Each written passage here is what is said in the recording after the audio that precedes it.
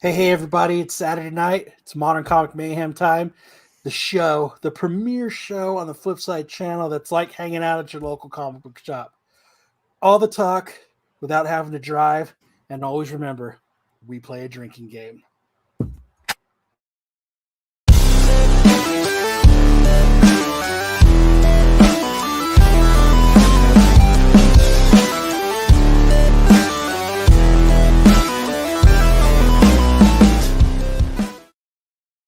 Amen. You guys, there is the QR code if you guys want to play around. If you're too lazy to put your phone up the screen, here you go. Let's help you out. So we got the crew coming in a little late tonight. I'm sure everybody will be shuffling in as the show goes along. That's the way we roll here. Yeah, that's the way we roll. It's like a comic book shopping network / talk / everybody comes rolling into the comic shop on Wednesdays at different times. So 21 live in the chat. What's up, everybody? All right, we got a lot of fun stuff to talk about. What are we talking about tonight, brother? Let's see here. We've got a new audio artist that you guys are going to be very fucking happy that we told you about. We've got a guest that is going to come on that you guys are going to be very happy we got on. We've got Book of Boba Fett talk. Will Cad Bane save Book of Boba? Has Cad Bane saved Book of Boba? We've got Peacemaker. What else do we got? We've got the hot comic review. Yes. And whatever else happens to come up. We're not cussing in the first 2 minutes because we got yellowed the last time. If you guys don't know. Oh, did we really? Yeah. Because I think I started it off by cussing about the Black Panther 3 stuff. What does it mean, yellow? So for those of you guys that don't know, in YouTube, if you're monetized, when you look at your stream or your video afterwards, it'll say whether if YouTube has allowed the monetization, and it'll show a little green sign. If it's yellow, that means you've gotten limited ads, which is like, it's like they call it the sign of death, right? Because you're really not gonna, you're not gonna make, hey, we don't make a ton of money off the views on this channel, but when we do, it doesn't happen when it's yellow. I'll put it that way. So limited ads is the sign of death, and we definitely got limited ads. On this show? Yeah, for the last one. Not this one, for the last one. Because I opened it up. I was so mad about the Black Panther stuff. I was mauling about the Black Panther stuff, and just like unbelievable that if you guys remember the Black Panther 3 1 in 25 book sold right before literally 1 second after it sold, I hit the go live button, and it sold for like $5.85, I think. And I was like, what is going on here? Holy cow. And I was, cussing up a storm. So it was a lot of fun, but yeah. Justin Shannon says the last 2 episodes of Book of Mando have kicked ass. I don't know if the last one definitely did for me. I think the last 2 have been. I just don't like the fact that they brought in Mando. You know what I mean? You know, what up, Marvel Man comics in the house. I just don't. That's my problem. Like, I guess this is a good thing that they've taken Star Wars, and turned it into like just one show across all the different titles. Even though it's called Book of Boba, you're gonna see Ahsoka in it. You're gonna see Din Djarin in it. You're gonna see Grogu in it. You know what I mean? You're gonna see all these different characters.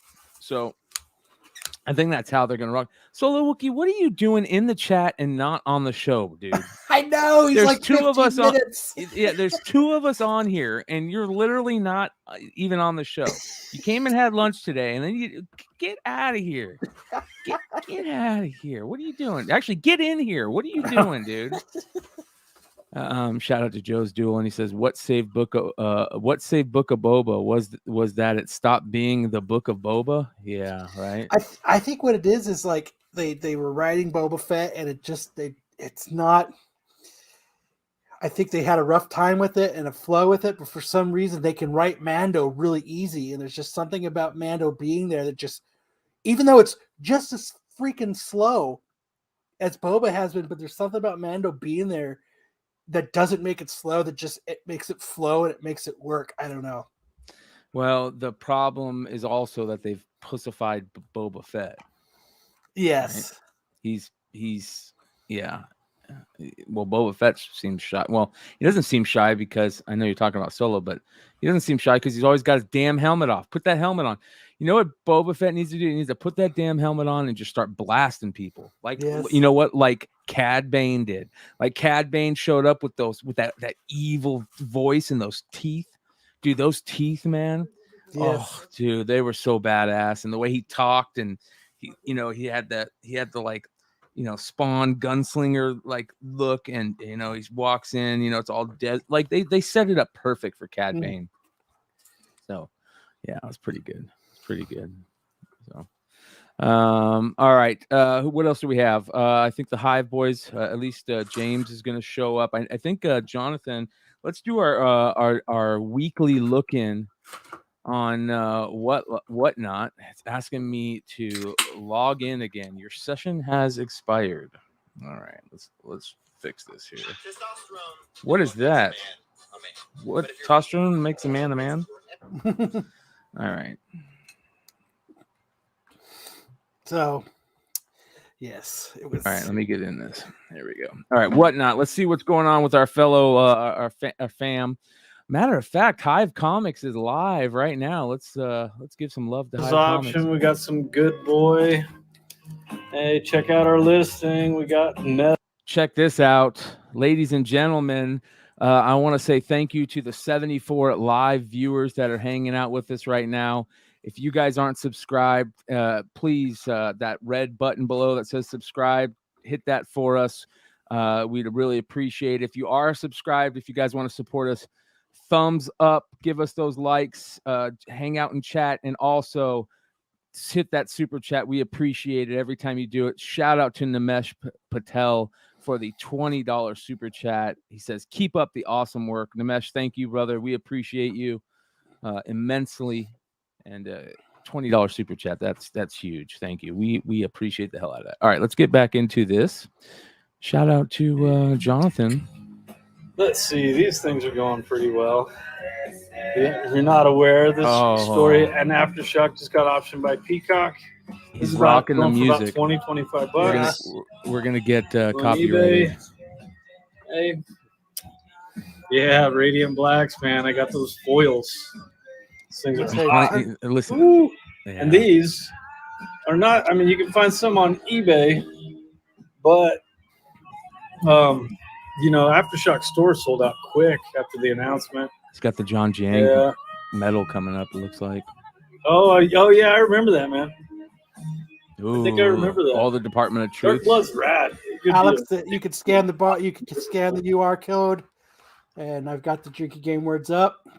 Yep, drinking game is rocking. Says Alex Chapman. Drinking game keywords. Scan the QR code. Yep. Join in. So shout out to the Hive crew, you guys. Make sure you guys go look at this 4.99 star review. That's about as good as it gets. And I bet you that 0.01 is because they canceled an order, not because anybody gave them a bad review. So shout out to the Hive boys, killing it over there. We had a speaking of Hive, and what do they got going on there? They've got a new book out, don't Dude, they? that one we were looking at today. Oh, I'm so mad. Look at this. I know. Sold out. Yeah, where is it? The recount. They had the recount up, right? Yeah, there it is. Oh, it's sold out. Oh, it's sold out. So I hope somebody out there got it.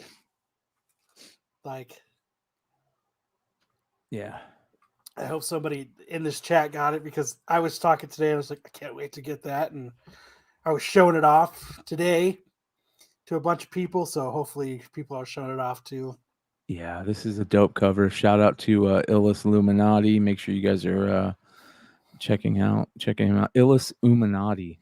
I always mess it up, but we're gonna just call him Illis from now on. Speaking of Illis, we had a good day today. We just so happened that today turned out to be a lunch day.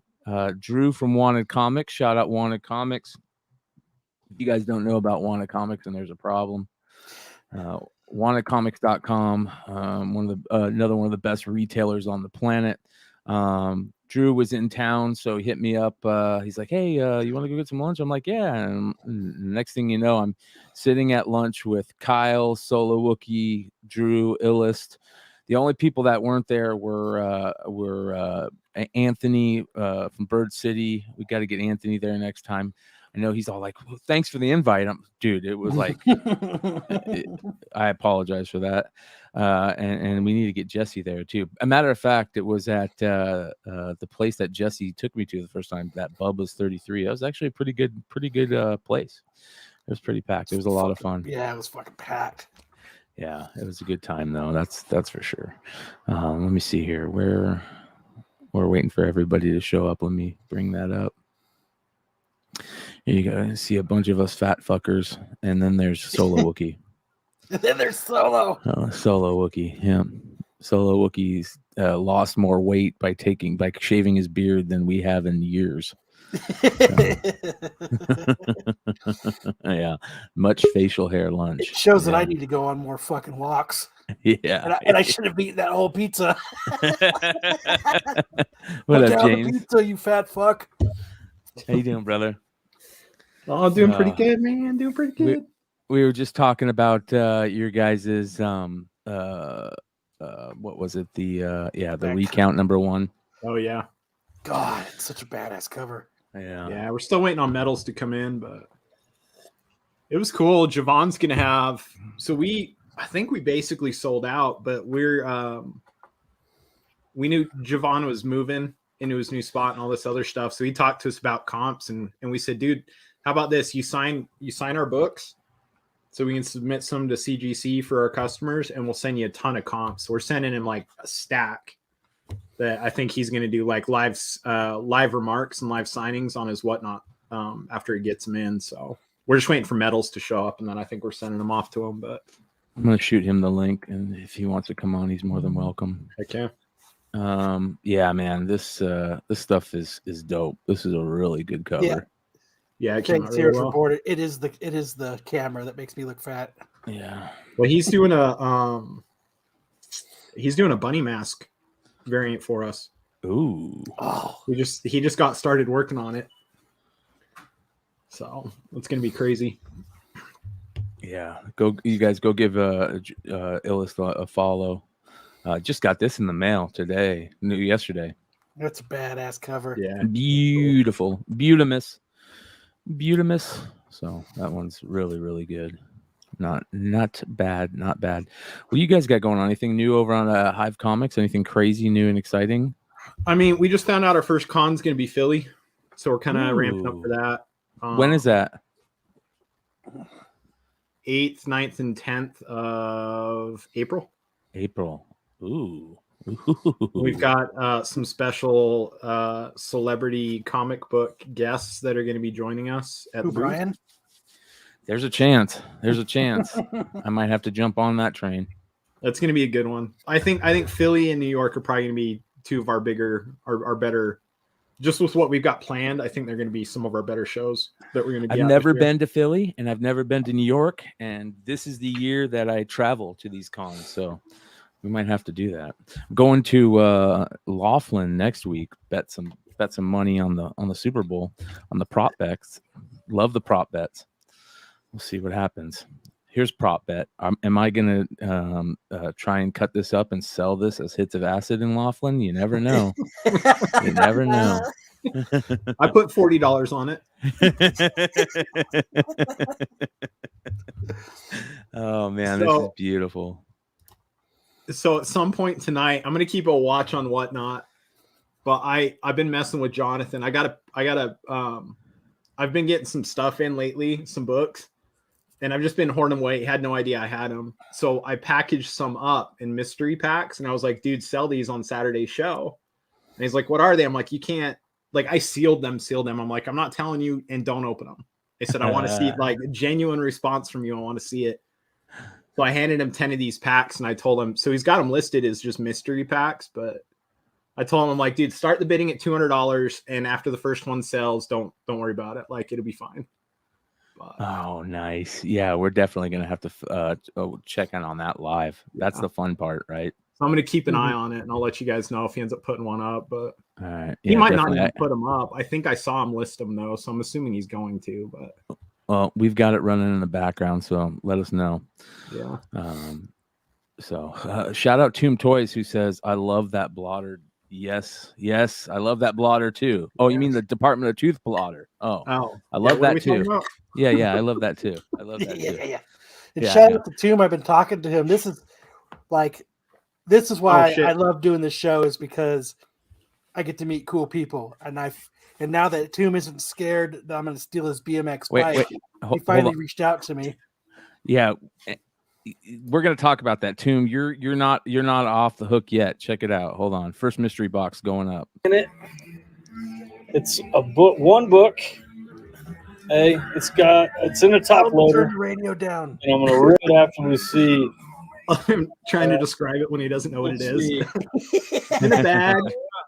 It's a comic. It says mystery on it. We'll see, because I'm guessing they're worth a lot more than that. So if he says start at that, he starts it low. So we'll see. We'll see what happens. Here we go. This is gonna be nuts. He said start it low, and it's at 210. Somebody's gonna 210. Somebody's gonna snake something in here and see what's in here. And he goes, what do I tell people's in it? And I'm like, whether or not it's mystery, dude. I said, tell him it's worth at least 200. I'm like, that's all you got to tell him. See what it is. Oh, here we go. Here we go. 214. Is it sudden death? No, I don't think it is. Okay. Yeah, let's add some seconds. Keep adding those seconds. I want to see this thing going. Step by step. Do you know what's in? Really? You know what's in this one, right? Because it has. I packed them. I like one. You said you packed 10. You numbered all of them, so you know. Exactly no, I didn't number them. He numbered them 1 through 10. Yeah. Hartman says it's a jar of farts. Yep. 15 to 19. Jumping in. It's a backing board and a bag of farts. What it is either, man. I'm just curious to see if he gets mad at me when he sees what's in it. I hope so. That would be so awesome. He's like, you son of a. Oh. I can give you a whole list of books to look out for. Ed. Stuff I stack. All right, here we go. I got you, man. Ooh, let's see. Navek. With the first mystery bag, man. Let's get it. You do want me to rip it, right? Fucking A. Yeah, we do. I told you I sealed these too, right? He's gonna have a hell of a time opening that. Come on. There you go. Oh. Yeah, he really sealed them. Let's see. All right. That's great. Haven't seen it. Boom. Oh, wow. Son of a bitch.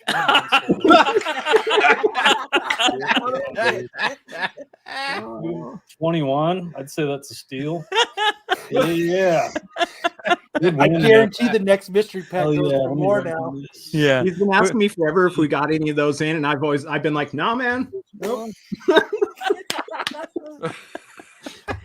Oh, dude. Let me show you that. That was worth it. Oh, yeah, there we go. I was hoping he'd open the foil. I was hoping he'd grab the bag that had the foil in it. Uh-oh. What is that you just fucking gave away? There was 104 people in here that know what the next one is. You add hundreds of dollars. No, there's 10. I gave him 10 of those. I gave him 10 of those damn things.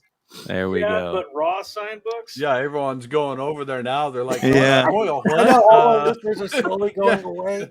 I'll buy that for 80. Yeah, I'll take that. Incoming. I will say, like, I love Whatnot. My only gripe is you see that 4.99 that was at the top of our thing. We were talking about that before you came on. We got asked if we would cancel an order. I fucking knew it. That's exactly what I said, because I have the same problem on my account. It's 4.99. I'm like, how did that happen? They're like, oh, you canceled an order. I'm like, the dude asked me to. Like, what the hell? Yeah. So I even said that when we looked at your account. Oh, he's got another one coming up. I'm like, when we looked at your account, I'm like, you guys see that 4.99? That's about as good as a review as you're gonna get, or good of a review count you're gonna get, because I guarantee that 0.01 was somebody that asked to cancel an order. Yeah, he our account was at 499. In fact, I think it was at 498, and then it bounced back up to 5. So I kind of, part of me feels like that they at the back end they're paying attention to what's like why that's going on, and maybe they're like, because I mean ours were all requested cancellations, you know what I mean? And so I think they see that and they fix it, but it's weird that they would even have that in there to automatically dock it. Yes, I don't know. It's It's weird. Kind of sounds like the whole 9.8 versus 10 game from CGC. I mean, if you can ride a 9.8 or a 9.9, 4.9 or 4.8 or whatever, you're never going to be a 5, and that's okay. Yeah, It's all right. I'll get 2 5s. You've got one spine tick, so yeah, all right. 222 right now, and people are gonna. Oh, here we go. 25. Yeah, people There's are John. John jumped in. Shout out to John. Hey, make sure you guys give a follow to Hustle and Flip 58. what's up, Vinny? Vinny Kumar in the house. Shout out to Vinny. Vinny dropping that Madden heat on us last week on the market report for Flipside. The first Madden Sega game graded, I think it was a 9.4, sold for like almost $500,000. Jesus. Holy cow! Yeah, Empire Comics, what up? All right, here we go. We've got we've got continuation on the mystery pack. Let's see what this next one is coming up. By the way, you guys, hit that QR code up above. Get involved in the drinking game. At the end of every show, we take a blood alcohol level on Kyle just to make sure he's still alive. So stick around for that. Here we go. Pretty low lately. John says he wants it. All right, let's see what we got here. Here we go. Let's see what we got here. Mystery number 2. Oh my God. Cross our fingers for John. He said, oh my He's like, oh, what do we do here? Oh, it's John. Foil.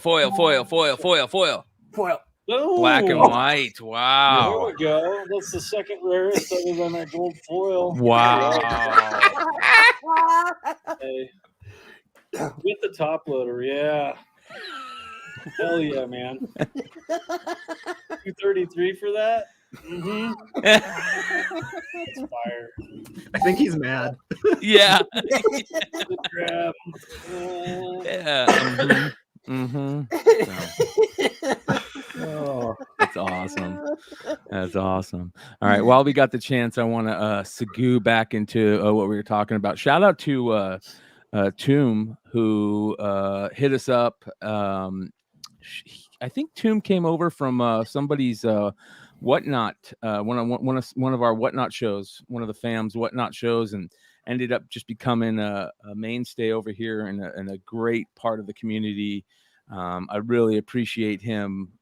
He seems like a really, really cool cat, and he's been here for basically every show the last couple of weeks and just hanging out and really become part of the community. And he won the Stray Dogs poster. Yep. And it's funny because every time like I'm part of giving something away, it seems like it's going either to Canada or to Singapore or to Europe, Australia. Yeah.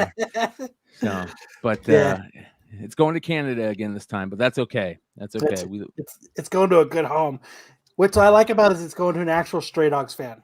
Yes. Yeah. Yes. So And that's funny because I just bought a book, a Darth Maul book. As we all know, I'm on the hunt for a bunch, and I found a really good one, and it was like $21, and I'm like, oh, fucking score. Well, I get in it, and it was on eBay. Get it, buy it, get it all set up, and I get this remark: will not ship to Arizona from Canada. Straight from eBay. And I was like, motherfucker. That's so, stupid. and I told the guy, look, I accept it. My bad, 100%. Like, I didn't read the whole thing. I got excited. I've been looking for the book at a good deal for a while. I find it. I own it. You know, if you'll ship it, I'll pay for it. So I'm now, keeping an eye on the next mystery pack too, by the way, you guys. So We'll now- bring it up once it comes up. I ended up paying like $54 because shipping was like 26 something. So after it's all said and done, I still got a pretty sweet deal, but in the end, it was not nearly as good as I was hoping. Oh, Good old that's okay. Canada. Yeah. I think Tomb is an expat. I'm pretty sure he's an expat. Just hanging out up there, doing his thing. But we wanted to give him a shout out, and we also wanted to give a shout out to his amazingly talented wife, who is going to be one of your guys' new favorite artists. Let's introduce you to Red Rosamond. I don't know Is that what how I Tim say it looks right? like, but Rosamond? He definitely married out of his league. Yeah, he married out of his league. Yeah. We don't even know what Tomb looks like, and we can already say he married out of his league. Yeah. You're saying there's a chance. Yeah, All right. and we're probably going to get copyright strike for it, but that's okay. It's worth it, dude. Check this out. She is, and let me know, Tomb, if she writes. She can get rid of the copyright strike for us. Okay, does she write her own music? Let's ask that first before we continue on. Here we go. Third mystery pack. Let's see what we got. Come on, foil. Foil. Yeah. Get out of the app and come back in, dude. Let's see. Ooh, there we go. Nice. Trade dress. I like the trade dress. I think the yellow makes the rest of this I pop agree. even more. I agree on that. I agree on that. But All right. I think part of that is because he's sitting in front of the trade dress. Yeah. Like the way they put the trade dress behind him is what makes that pop. Yeah, it adds depth to the whole cover. Yeah. Tomb says she does write her own music, and that makes this even better. Like, watch this, you guys. Check this shit out. Let's play this one.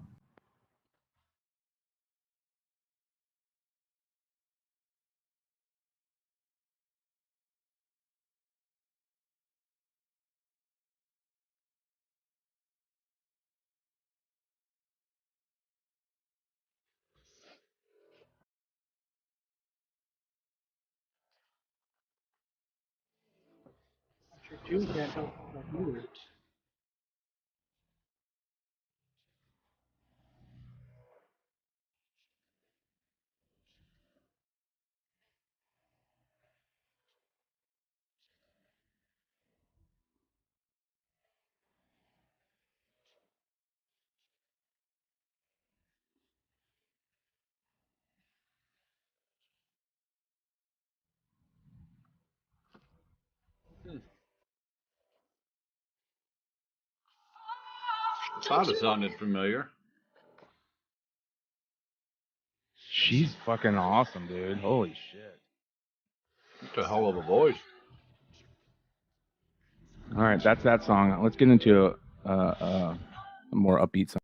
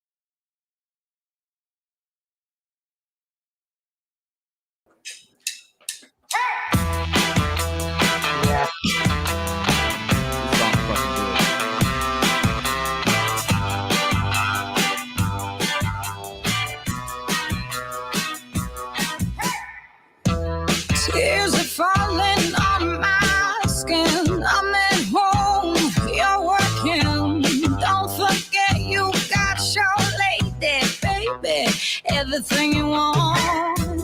No one's knocking at my door. I couldn't love you anymore. Don't forget you got your lady, baby. Don't let our love go cold while you're hustling.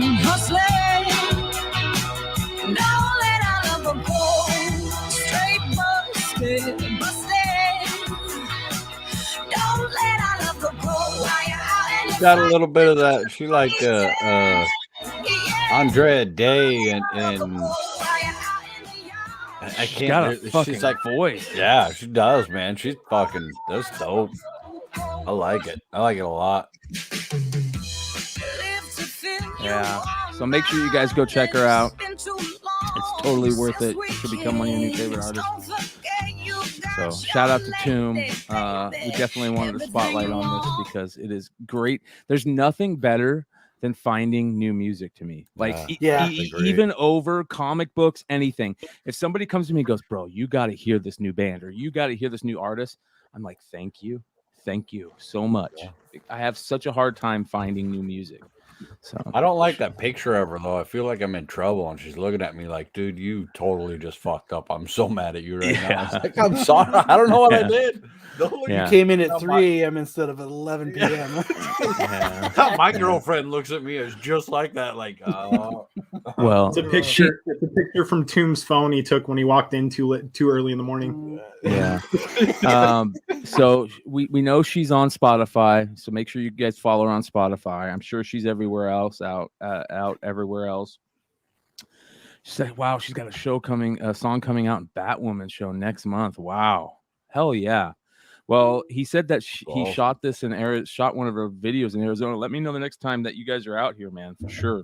Or any time that you guys are out. Next time you guys are touring in the States. I'm sure a lot of people that are listening right now are going to want to check it out. So, all right, let's do this. Thank you, Toon. Appreciate you, man. We'll get that poster out to you ASAP. What else do we got going on? He built up the courage to message me his address. Yeah, because I steal BMX bikes. so he messages me and he's like, "Hey, did you send that poster out to Toon?" And I was like, "I've been waiting for him to, send me his address." He was like, "He's scared to message you because you steal BMX bikes."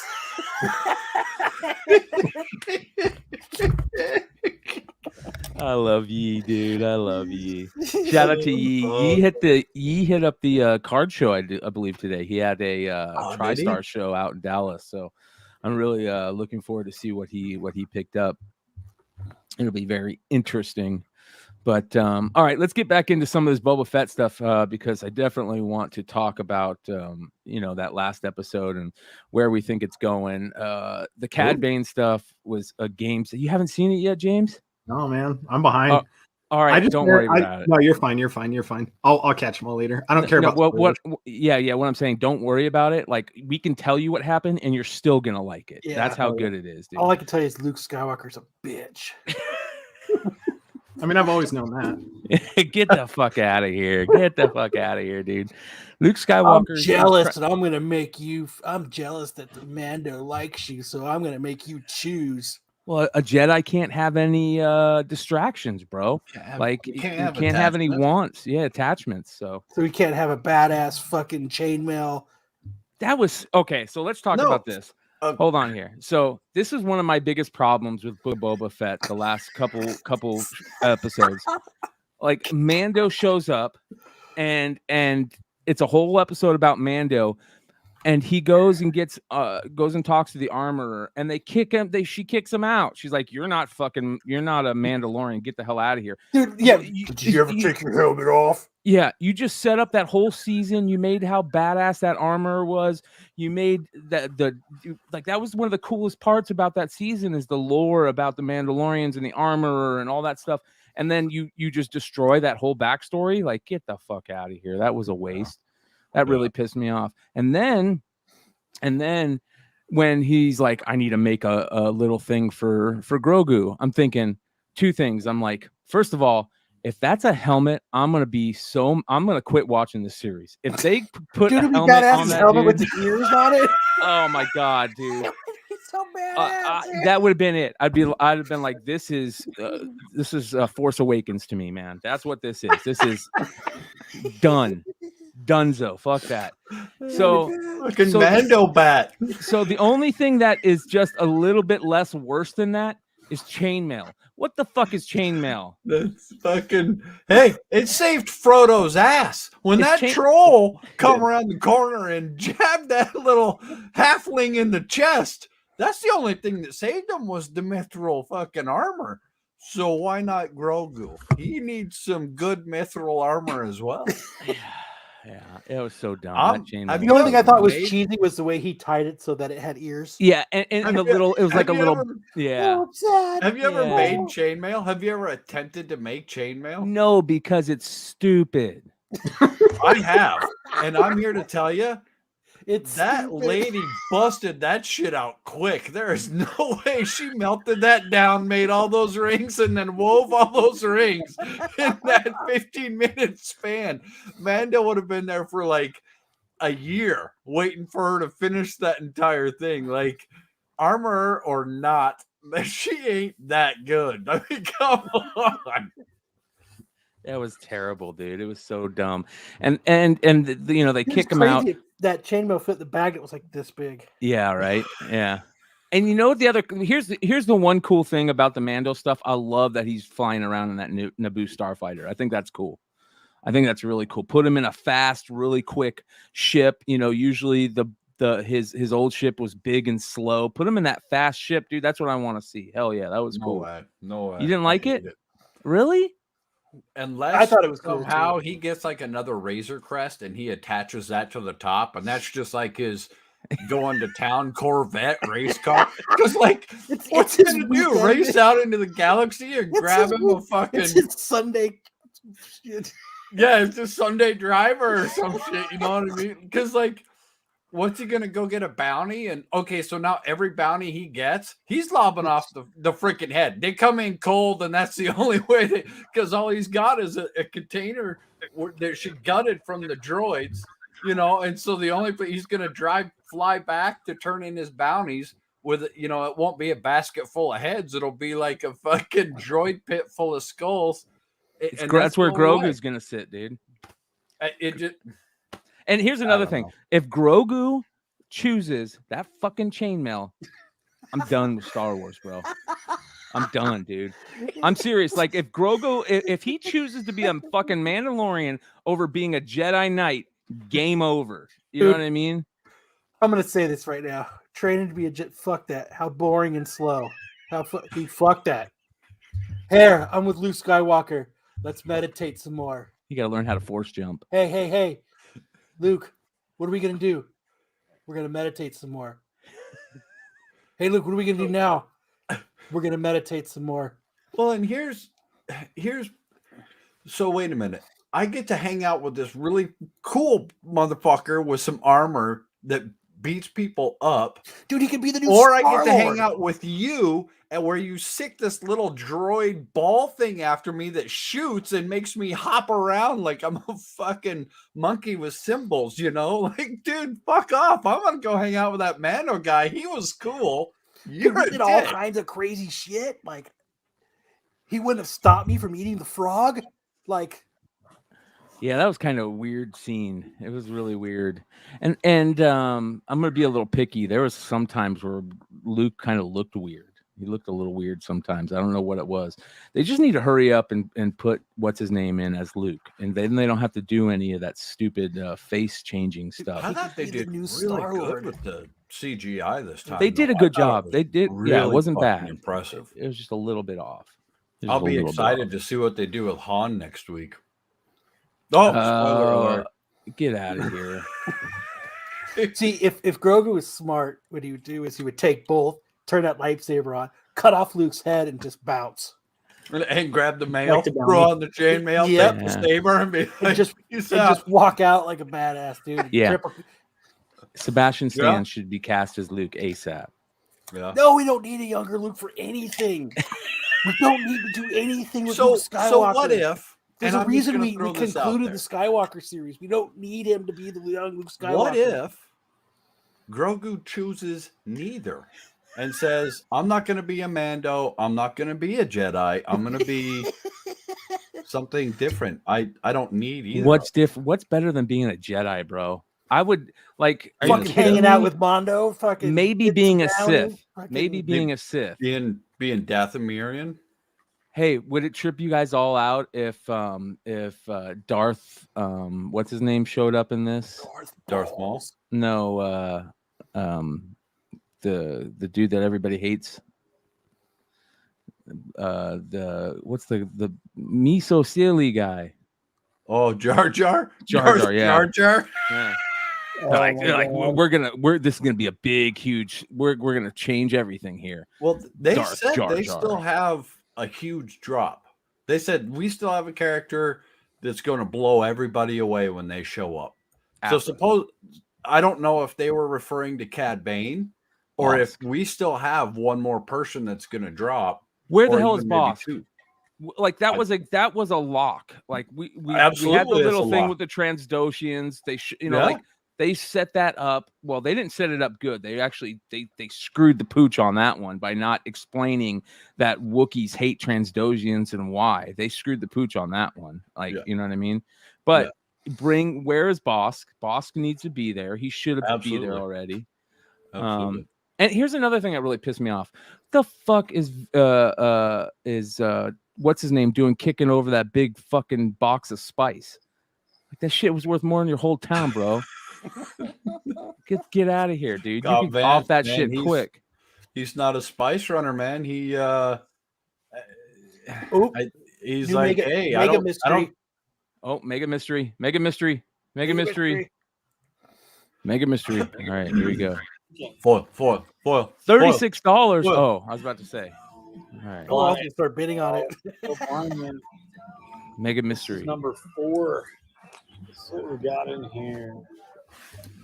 All What right. do we got? What do we No, got? we got some Omni-Mans. I don't know how many we got. I love earlier that Steve said he left the show and went and bought one, and Yeah. he's like, it totally paid off. Tell him to start the next one at $1, Oh, dude, or he's a dude, chicken. it's not DC. I I promise. can't. It won't let me We message rarely since it's on our ever have account. DC book for sale, unless I'll do it's that. some 1 in 50, 1 in 25 that everybody wants. Like we won't buy DC and sell DC. Most of it's crap. Adam Hughes covers are good. Dude, this is the best Usually content get having you on something here that's and really- like watching when you this with start us and covering it. being like tell him to start. And $1 so game. Wait, I sealed every one of them fuckers. James is And after that, he's like fighting with it. He's like, damn, this is sealed. See, we'll see. That's better. I mean, Someone's Mando doesn't have that good of writing. Someone's getting a steal. Ooh. Somebody came in. Huss. It says Huss. Says no, not yet. Oh, he's win. Oh. Somebody's gonna get really fucking lucky here. Yeah. I hope it's right now. I don't think you guys. Other exclusive for a month. We'll have you doing.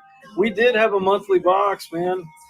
So we had a monthly box for all of our exclusives, and then we stopped a couple months ago because it wasn't our fault. We don't want to stop doing it, but a couple of publishers' books were coming in damaged, and books were coming in way late. And so we're talking like July boxes went out in December because we were waiting for extra books. I heard that with a lot kind of of a people bummer. now. Yeah. Make people wait. I mean, most of those we sent out to people, like half of it. So Can people everybody would hear this? get some books, but then that costs us extra money to freaking make a couple shipments instead of just one. So the last foil on eBay sold for $1,700. Holy shit. Jesus. Say that again. The last foil sold on eBay for $1,700. Oh my god. He everybody doesn't go know to you put one in there.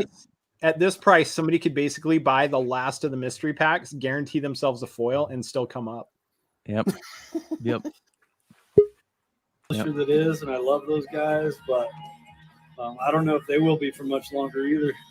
Let's see what we got here. I think they just Ladies might and gentlemen, we overprint got to a special begin with, guest so that they we're going to have bring it in for here in a us. second. So just Ooh, be just ready in for that. case. You like special guests?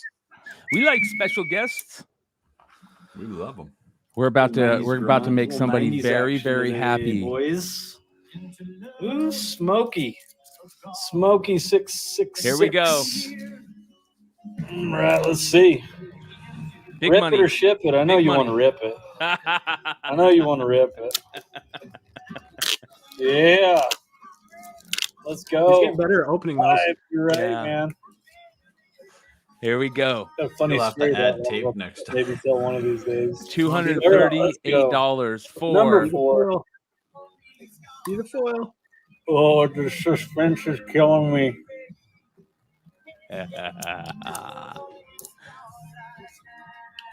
All right, let's see. Let's see. Boom. Here we go. Virgin. The next one's gonna sell. The next one, you guys. Oh yeah. Down there. There's only Yeah. 6 left. Man. Hell Six yeah. left, you guys. Damn. 6 left, you guys. Such rad books to have. So shout out to Omni Man. All right. Let's do this, ladies and gentlemen, everybody out there. I want to introduce a special guest tonight. We have Bryan Miller from Hi-Fi Color. What's up, brother? Hey, good to be here.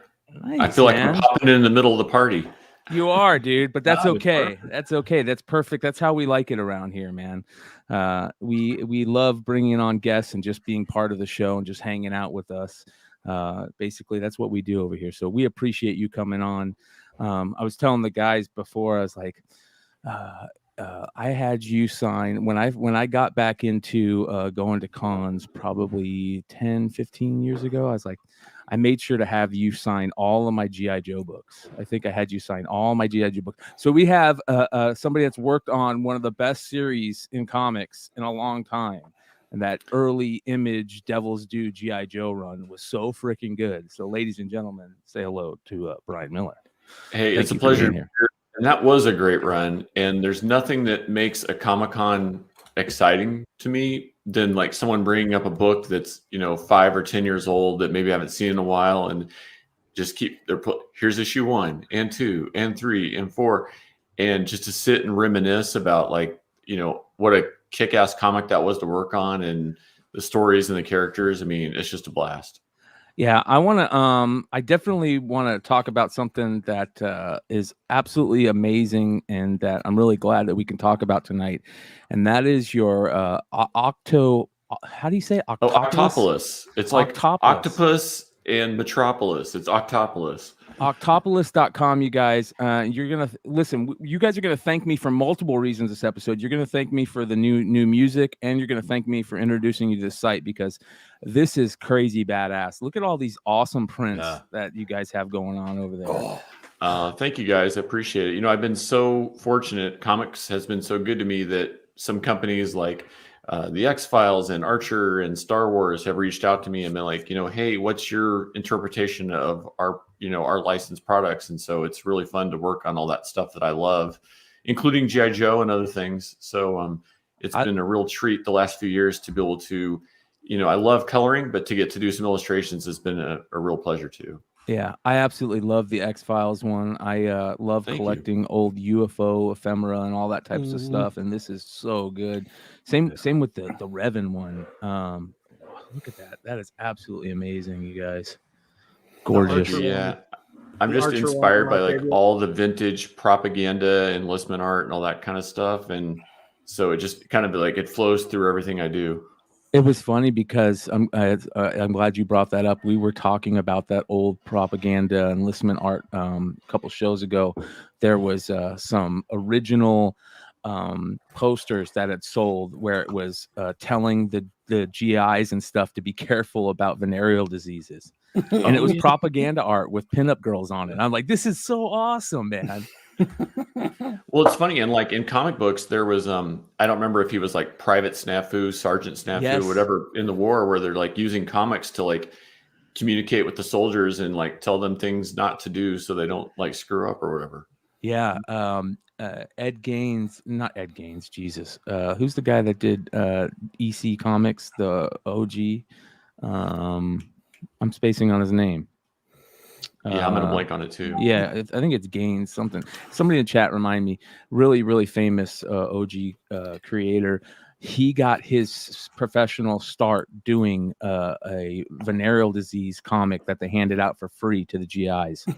Isn't that crazy? Yeah. What a great start. Yeah. Speaking of that, one of the things that we always like to ask creators on this show, of course, is your very first professional work.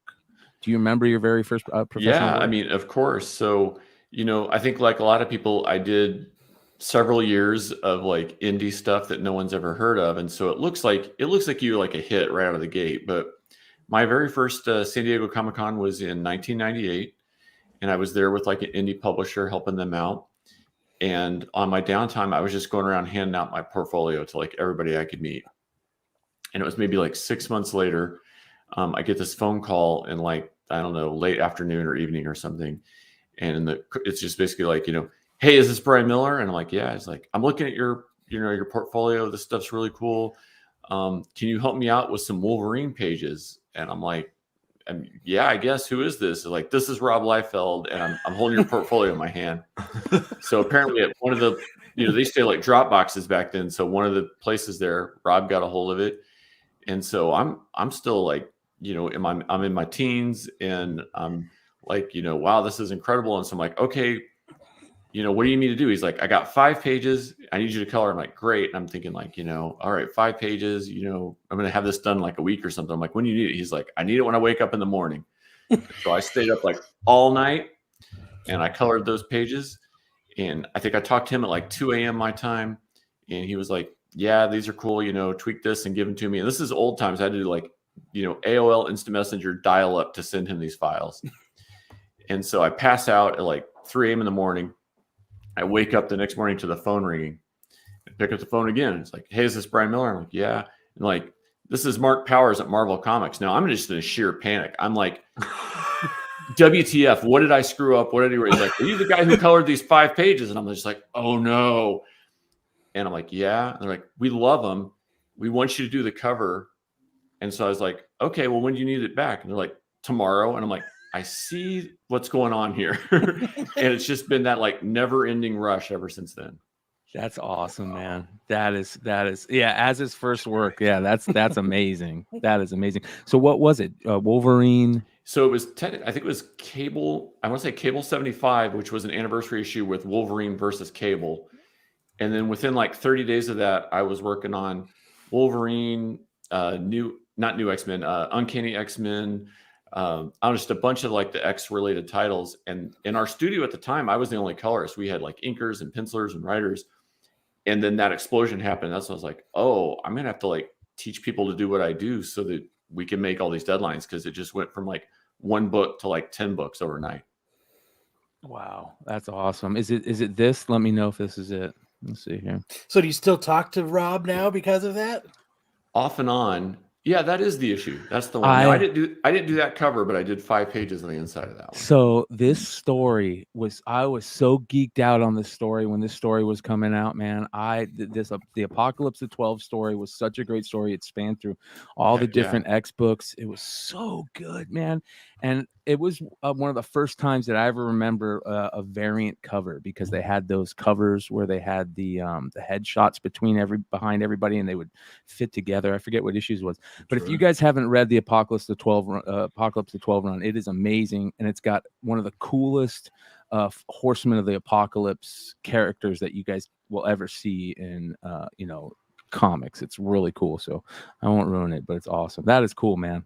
Well, and I give a shout out to Rob, because like, some people give him crap, but he is like A, prolific in what he's created, and B, like he's like amazing at picking talent. Like, he found me, he found like guys like Norm Rapamon, and I don't know. I could probably think, if I sat here and thought about it, I could probably come up with like 10 people that he like plucked out of obscurity. So he's clearly got the eye for like people who can like work and like actually make comics and not just like talk about it, I love those. It's funny because I'll find those old, back in the day, they used to do for the different artist collective groups, you know, like it would be like the Awesome Entertainment book, and it was a comic that would have like all the creators in it, you know, and it would say like, here's Marat Michaels and Norm and all these people. And I was. Did you ever see the Norm Ratman trading card? No.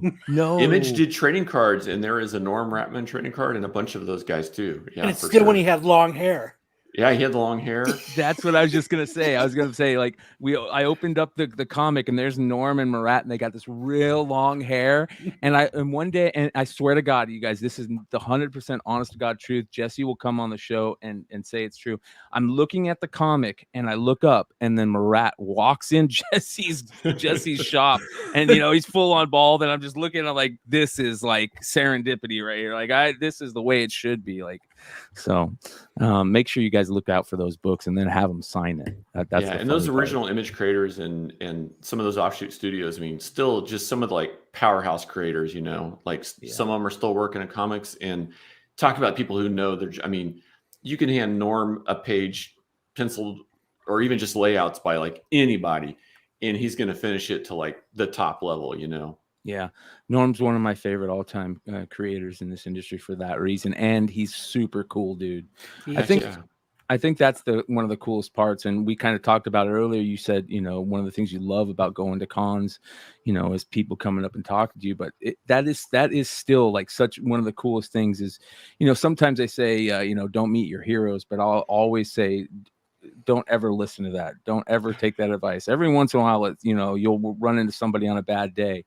But when you get to go to a con and talk to some of your favorite creators, you know, Stan Sakai is one of the guys that like always go say hello to, you know, Steranko, you know, these guys that will sit and talk to you and tell you stories and stuff like that. Do you have any really good con stories? I mean, there's so many of them. Since you mentioned Stan, I'll just say real quick that I don't know if you guys know, but like Tom Luth, who had been Stan's colorist for years and years, retired last year. And very, very fortunate that he had sort of like tapped me on the shoulder and said, you know, hey, Bryan, been friends for a long time. Stan's cool with it. We'd love for you to take over Usagi. And so that's been like a really great sort of like blessing during the whole COVID thing, was to be able to come in and take over colors on that book and work with Stan. And, you know, I mean, I've been very fortunate to work with like Marvel and DC and a bunch of titles, but Usagi was always just like that, like, kind of like some Terry Moore stuff. It's always there, right? It's always in the background. And to the extent that some people can forget that it's new every month because they're just like, oh, it's always been around. But I've been having so much fun on that title. And just as a reminder, people, like if you sort of take it for granted, like get out there and pick that book up, because some of the stories that Stan's writing right now and the art is just some of the best stuff he's done. And it's relevant and it's meaningful. And we get into our like characters that we're in love with, and we kind of forget about some other stuff. And then you go back and find it, you rediscover it, and you're like, why did I stop reading this? It's so good. So if you get a chance, it's definitely worth checking out. Are you heavily bruised? Like if I was in your shoes, I would be bruised all over from pinching myself. Like you get to work on Usagi, you get to work on Star Wars. Like every morning I'd be like, is this real? Like it's funny. I'll tell you, I mean, the thing with Liefeld is that I felt like the very first gig out of the gate is like Wolverine and Cable, right? And then X-Men. So at, you know, age 23 or whatever I was kind of like, there's nowhere to go but down, right? So I think that's kept me humble and given me some like perspective, because I'm like, instead of trying to climb my way through the industry, I'm just like, okay, I'm just going to do what I do and try to do my best work and work with the team that I work with and feel fortunate for what we get to do. And it was actually kind of a blessing to start on all those X titles, because instead of like being on some book being like, someday I'm going to get to do that, it's just like, okay, I've done that. If it never happens again, that's okay. And if it continues to happen, that's a bonus. But yes, definitely pinching myself every day. Yeah. I mean, just it's funny you bring up Usagi, because that's a book. It's funny you bring it up, is that we talk a lot about on this channel, especially over, you know, the last year or so, year and a half, 2 years, even before COVID. It kind of jumped back, especially on our scene. A lot of great new characters, you know, that he's been bringing new characters into that storyline, and some of the variant covers work art that he's been getting from some amazing creators out there, like you said, that are probably just itching to jump on, do any work with Stan or for Usagi. It's been pretty damn amazing the last couple of years for Usagi Yojimbo, and Well, it just feels so fresh, right? yes. Yeah. And there's news, that we might be seeing it on, the small screen or the big screen, depending on what happens here soon. That Yeah, could be amazing. How That'd cool be would awesome. that be? Yeah. Well, now you were asking about con stories, and without naming names, I will tell one from when I was super young, and I'll preface it with I was super young. So maybe I was cocky, maybe I was out of place, but we'll just say that I was showing my portfolio around, ran into a very, very big famous creator, and flips through my book and looks at me and says, I think this digital coloring thing is a fad and it will pass. And so that's the first part. And I'm just like deer in headlights. Yeah, And okay, then, Kirby. And then picks up like a crow quill pen or something and says, I was trained in art in Japan. And he says, and I was taught how to hold the pen correctly. And he has the pen and puts it in his hand. And he's like, you probably haven't been trained, but I know the correct way to hold the pen. Do you get my point? And he flips me off. Oh, And I'm like 18, 19 years old. I'm just about in tears. And someone had had to shove me up there to even show him my work. This is a big time person. And so I just walked away just terrified. And so then I don't know, 10 years later, I'm coloring covers with this person. He doesn't remember that this was a conversation that we had 10 years ago. And we're kind of friendly now, and we've worked together a bunch of times, but I've never told him that story because it would break the magic, I think.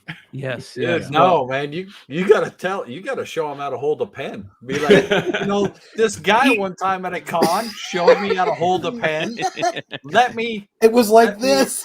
That's how I got to where I am today, just and I see just wanted to say thank you. Just see the terror come across his face, right? But there's stuff like that happens. There's nice people. And you work with him still on a constant basis. Not constant, but once a year or something like that. That says a lot about your character, man. Yes. So, Yeah. Hey, it's a small industry, and what I've learned is that the person who is the intern today could be your boss tomorrow.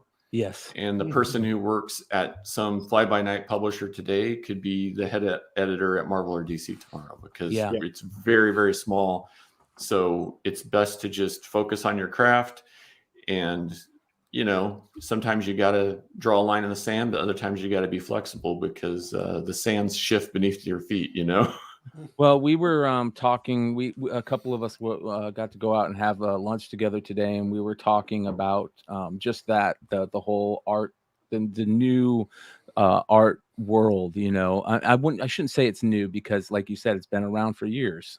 Digital, especially digital art, digital coloring, digital art, everything. And we're getting into the NFT stuff, and a lot of artists nowadays, that's where they come from.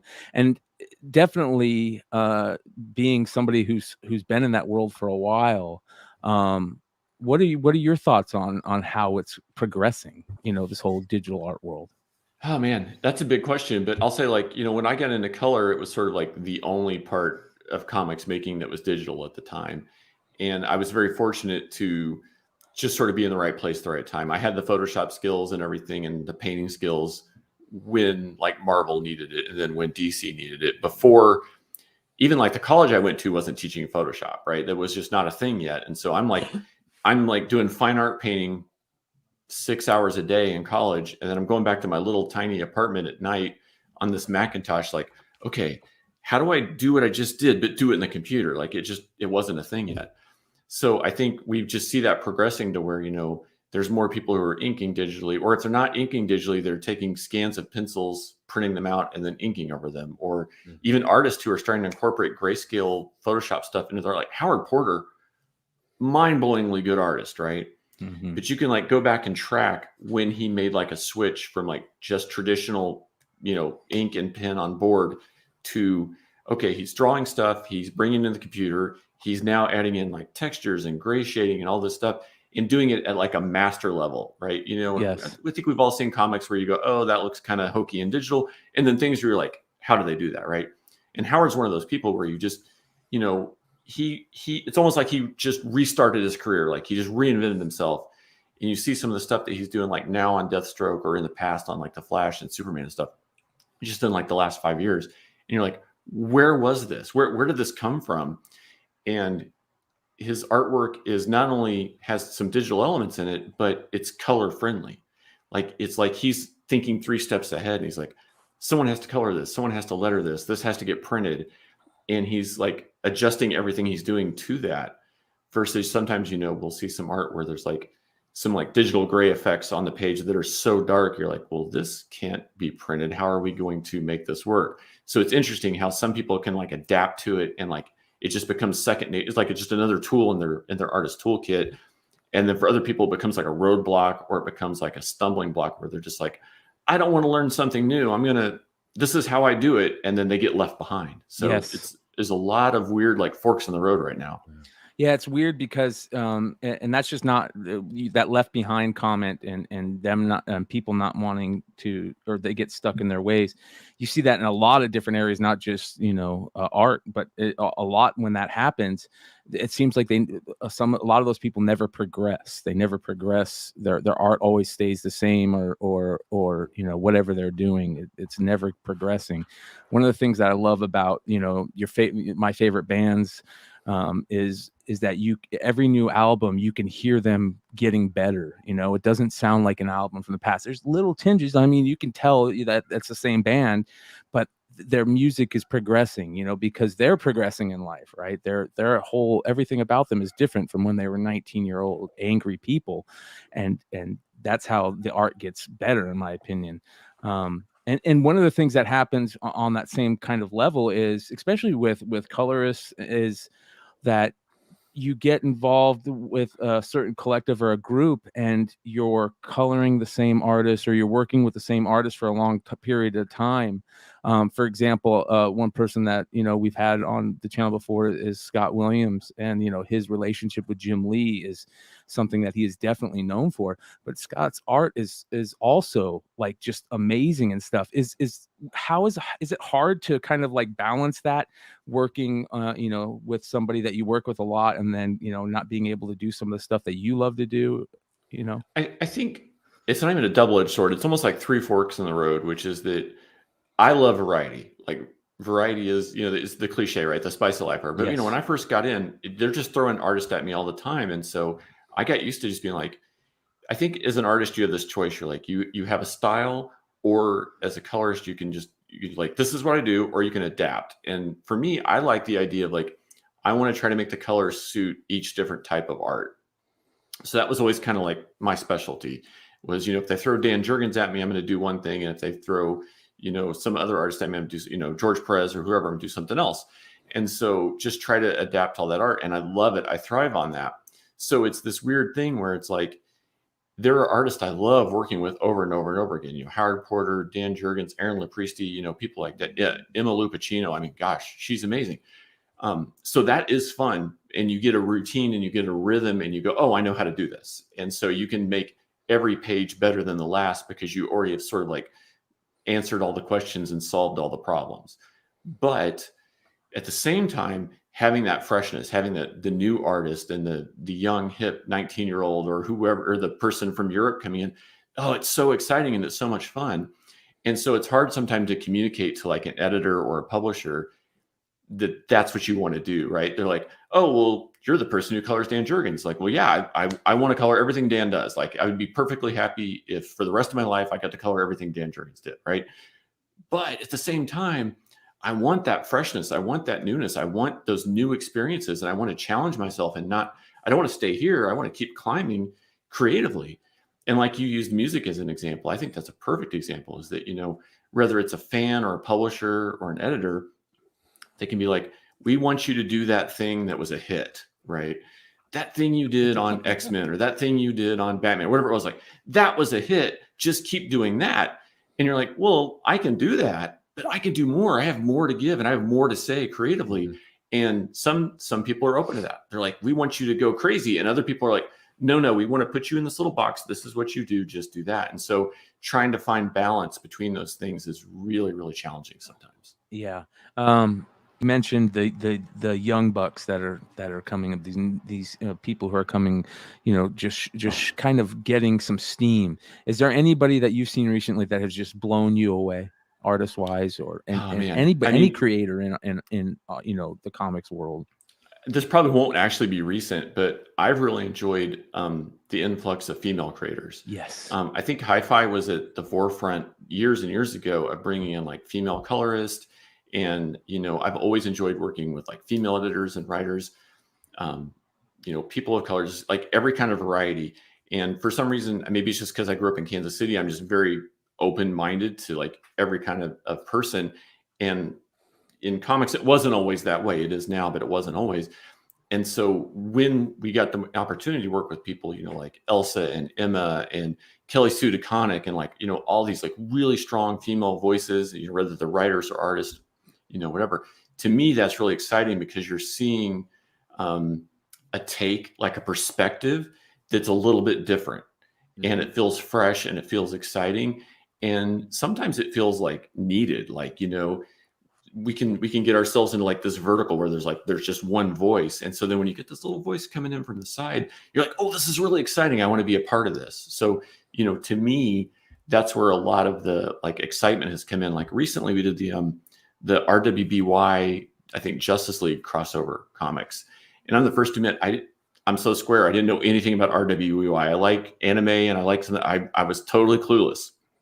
And so I got to do this like deep dive research and discovery on this anime and get into it and figure out what it was all about. And then we've got all this artwork that's coming in from all these different, mostly female creators. And it was like so cool to be a part of. And each artist has their like own take on the characters and their own sort of like twist on like an anime or manga style. And it was so refreshing to be a part of. And I don't know, besides the word refreshing, I'm trying to get like a big picture of the experience, but it just sort of like was a kickstart, right? You're like, oh, I've done this one like type of superhero genre for my entire life. And now I'm getting to like explore this other avenue. And it was really fun and really exciting. And then to see the fan reaction, like these things were selling like crazy. Like, I think they were like Comixology first or digital first. And, I've never seen so many posts on Twitter as when these came out. So it was this whole new, like little subgenre world that I just was new to. And it was really exciting. I agree. I think that we're seeing a lot of this this kind of influence showing up in mainstream comics right now that is making it fresh, and it's funny because it's meshing with these young female centric creators. One that's on everybody's mind right now is Peach Momoko and what she's doing and creating these worlds within, from her art. And, I think that is, you really hit it on the head with the female creators, because we've been talking a lot lately, not because they're female creators, but because their art is so good. People like Jenny Frisson and this new artist out now, Sozomakia, I believe is her name. She goes by, who did the recent Catwoman, the 39, 1 in 25, I believe it was, and she did the Trish. Yeah, Trish Forstner, knocking it out of the park. Yes, and it's funny because in the past, it definitely wasn't that way. It 100% wasn't that way. There's been people that have kind of opened that door, Kelly Sue DeConnick, Amanda Connor, like these greats in the industry, but there was never just that huge rush of female creators. It was like one here, one there, and now you're getting this huge rush of them, which is very exciting, absolutely amazing and refreshing. Yes. Yeah. Yes. And it grows the fan base. I've heard a few people be like, well, if we do this, then we're not doing that. I'm like, no, we're going to do this and do that. So it's like we're multiplying. We're not condensing. Everything's growing. Yes. Amen. All right.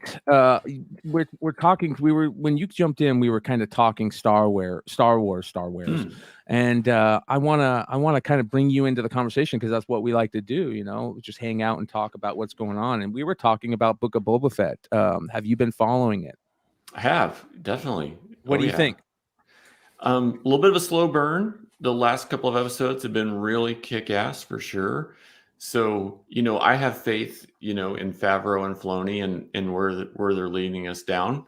But, you know, I also hear the rumblings of people all over the internet. And, you know, yeah, it's not been the same as, you know, The Mandalorian, but I guess it's not supposed to be. So right now I'm just along for the ride, waiting to see what happens. But Are you pissed? you know, I don't know if you guys have already Skywalker given out spoilers or not, but like the last 2 episodes, We I are. think have kicked a bunch of ass. And Yes. I've been excited. My wife watches when the Christie's been totally like, you know, every time like Grogu or Luke Skywalker. I mean, did you guys already talk about Luke? We were just getting into it, so it's perfect So, timing like, that you're bringing it up. Yeah. What'd you think of the new CGI? I thought it was like far superior to what we saw in The Mandalorian. Oh, I Well- thought it was amazing. Yeah, there was I a couldn't couple. believe it. There was a couple of times where you could kind of tell where I think that's I forget what they call that. There's that The Uncanny Valley. you got it, the uncanny valley. It's the eyes. It's his eyes, right? 100% the eyes. Yeah. That's exactly it. Yeah. But everything else is like 95% there now. Yes. Yeah. Oh yeah. It's impressive to see how that's evolved since the last, you know, when we saw him in the end of Mando. Yeah. It's really tenfold. But now with that said, I also, not a lot of people talked about it, but in the episode before that, when we got to see BD1, they took that scene, that BD1, his movements, the little robot with the bad foot, they took that straight out of the video game. That literally him hobbling with the bad foot and everything, that was right out of the video game. And they just enhanced it and made it live action, but it's got to be CGI. It was clip for clip the exact same movement, and it looked 100% real. I couldn't tell. I couldn't tell the difference, to be 100% honest, whether it looked real. And what do we think about the Naboo Starfighter hot rod kind of thing? Yeah, I love it. I think it's awesome too.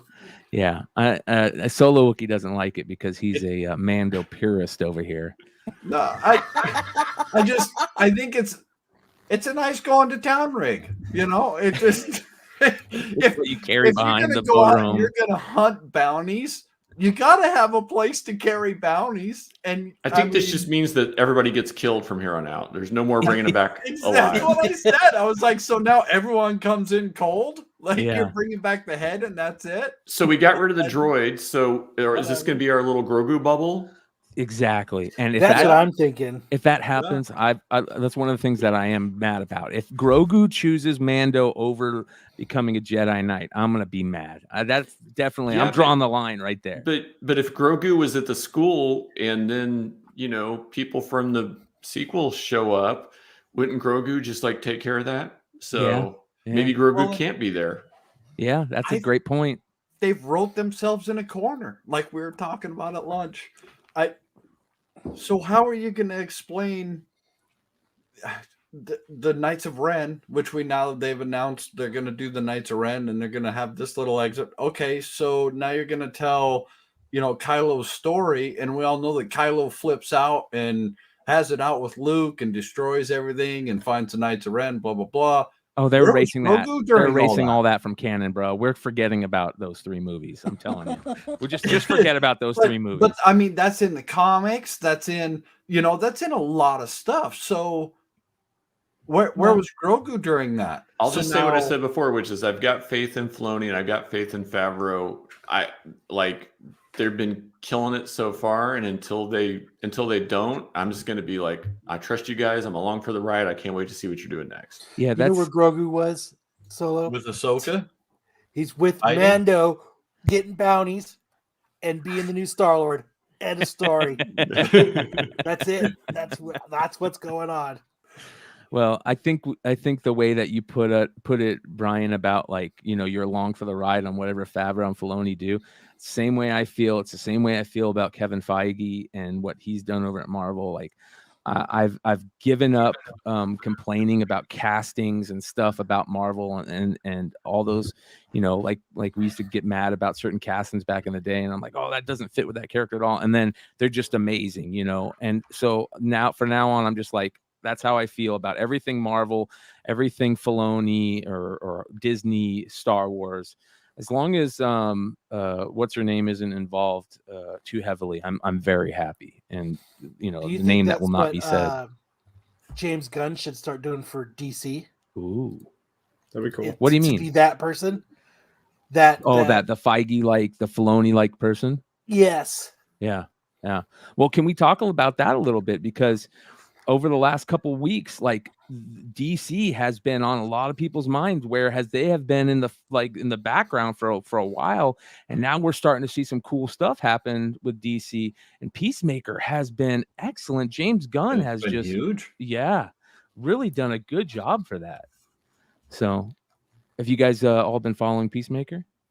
Yeah, I'm gonna wait and binge the whole thing. So I watched the Suicide Squad film, but I haven't watched the episodes yet. Oh, you're in for a treat once you get watching them. I got caught up last night, and it was awesome. Dude, Jonathan's gonna kill me. He started one at $1. Oh wait, hold on, you guys. Let's break into this. They draw a line in the sand at Peacemaker, and they tiptoe across that thing. Yes, they do. I don't know that they tiptoed. So is this the one he started for $1? No, it was the last one. On it. It was the last one he did. Did the foil get picked yet? All right, ladies and gentlemen. So let's explain this if you guys are just coming in. Hive-Comics, James sent Jonathan some mystery packs, and he salted the mystery packs pretty sweet. And he's getting ready to open one of the last ones remaining. And there are some very amazing books in this. Bryan, have you been following Whatnot at all? I have not. About that? Whatnot is the new, I guess we can call it like secondary market app for selling collectibles and stuff. It started out as a Pops collectible thing on your phone. It's an app on your phone. And they've really, over the past year and a half, really expanded to selling comics, action figures, trading cards, all that type of stuff. Artwork is starting to jump right now too. Artwork, original art. And that's an app that is for iPhone and for Android then? Mm-hmm. iPhone and for Android. Awesome. It is absolutely amazing. It's really great for creators, in my opinion, because it gives creators a direct line to their fans, and being able to sell stuff on there is amazing. Tyler Kirkham has been selling really well on there. Who else? Isn't he the best? Like, he's so good about being on the cutting edge of all this stuff. I don't know how he does it. He's like, whenever a new platform comes along, it's like, there he is. I'm like, are you like psychic or what? Well, it's funny because he has really, really kind of put this on his shoulders lately, and I'm not really, and it's not like he's creating the app or anything, but he's put a lot of excitement into this because he did two very awesome exclusive variants for the Invincible series that have just taken off, and that's what we're basically looking at right now is these mystery packs that James below put together. If you don't know James and Jonathan of Hive-Comics, we're glad to introduce you to them. Hive-Comics, one of our favorite retailers out there, doing great stuff, and basically you're about to see one of the exclusive variants that Tyler has done that. I mean, everybody is going crazy for these books right now, and they're exclusive to the app, which is amazing. And Tyler goes on there and sells them, and that's one of them. Just gorgeous, absolutely gorgeous. Omni-Man. Tyler's artwork is so freaking amazing. He's so good. So good. What do you think of the comic market right now? Is that something you pay attention to? Is that something you see that it's just stuff just selling for crazy amounts that you can't believe? Like, I mean, I think it's all markets right now, like they talk, all you ever hear on the news is housing and cars, but I think, comics, any kind of collectibles, I mean, the nifties, right? All that. I mean, everything is nuts right now, and it's hard to figure out like what's up and what's down, because all of our, like, whatever your touchstone is, whatever you're grounded to, it doesn't make sense right now. So you just have to kind of like, I think, just buy what you enjoy, because if you're going in to try to speculate, who knows what's going to happen tomorrow. You're exactly right. It's funny you say that, because just recently, last week, there was a book that came out and just destroyed the market for speculation, did things that we never thought would do. And that was the Black Panther #3, which introduced a great new character. You guys, I'm telling you this right now.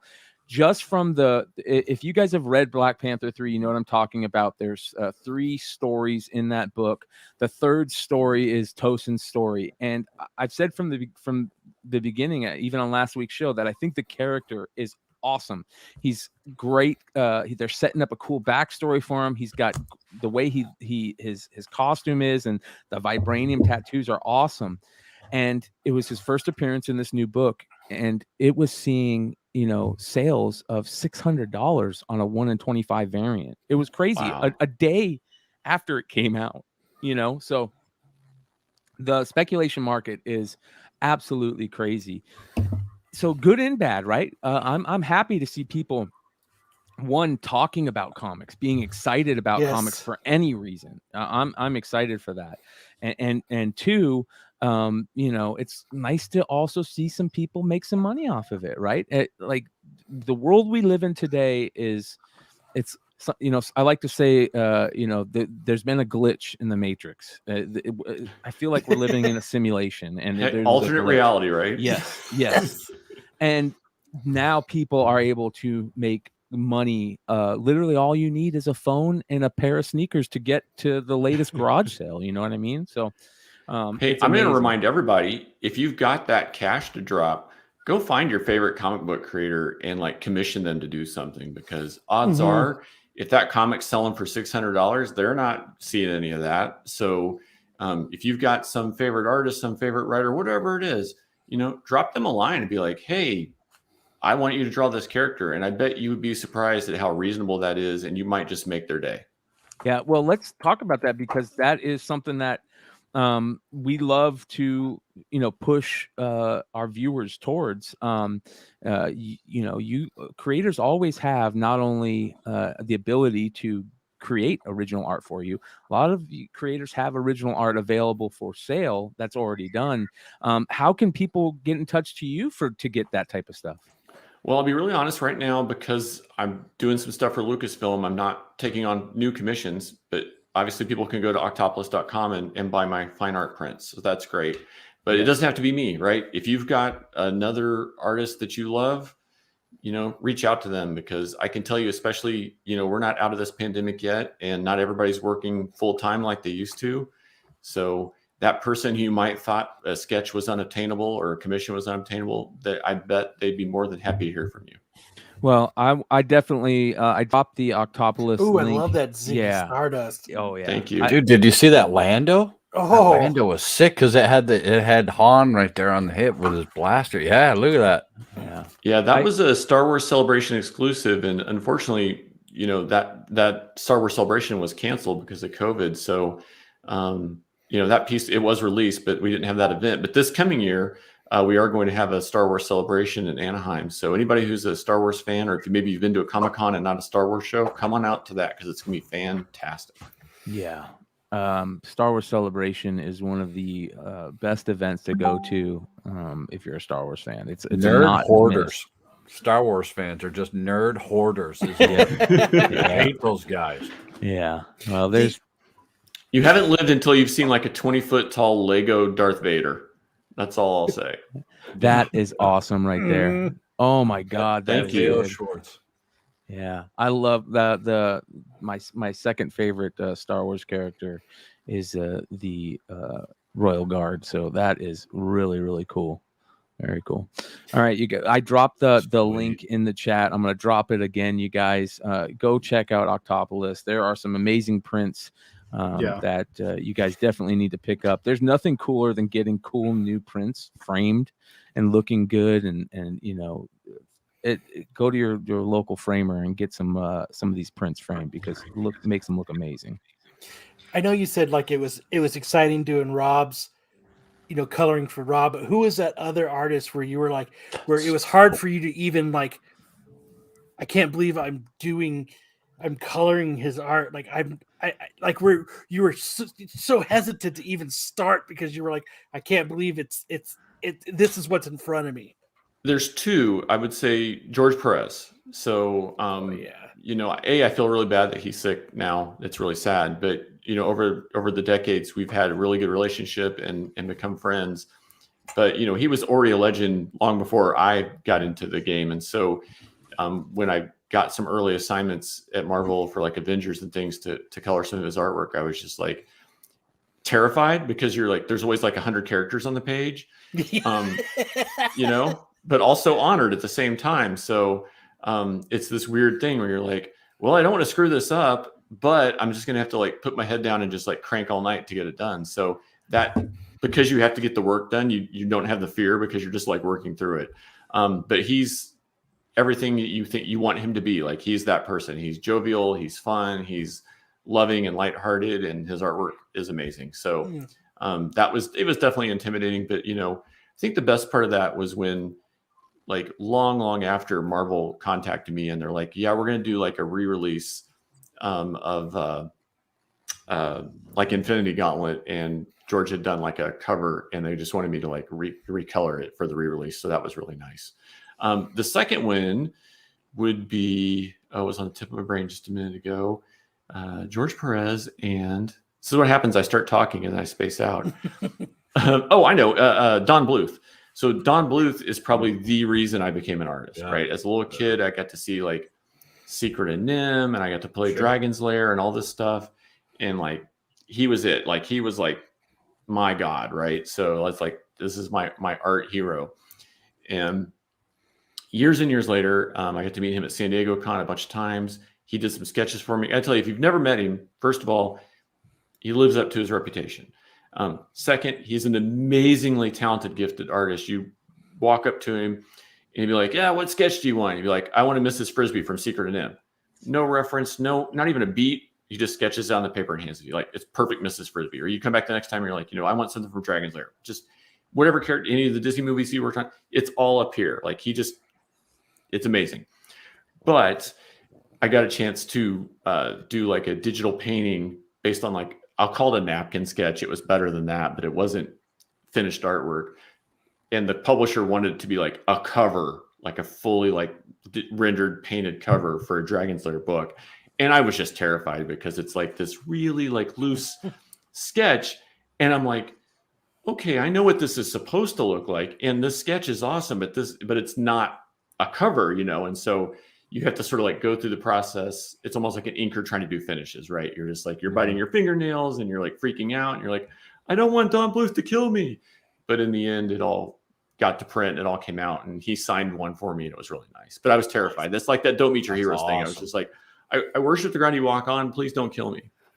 Yeah. Awesome.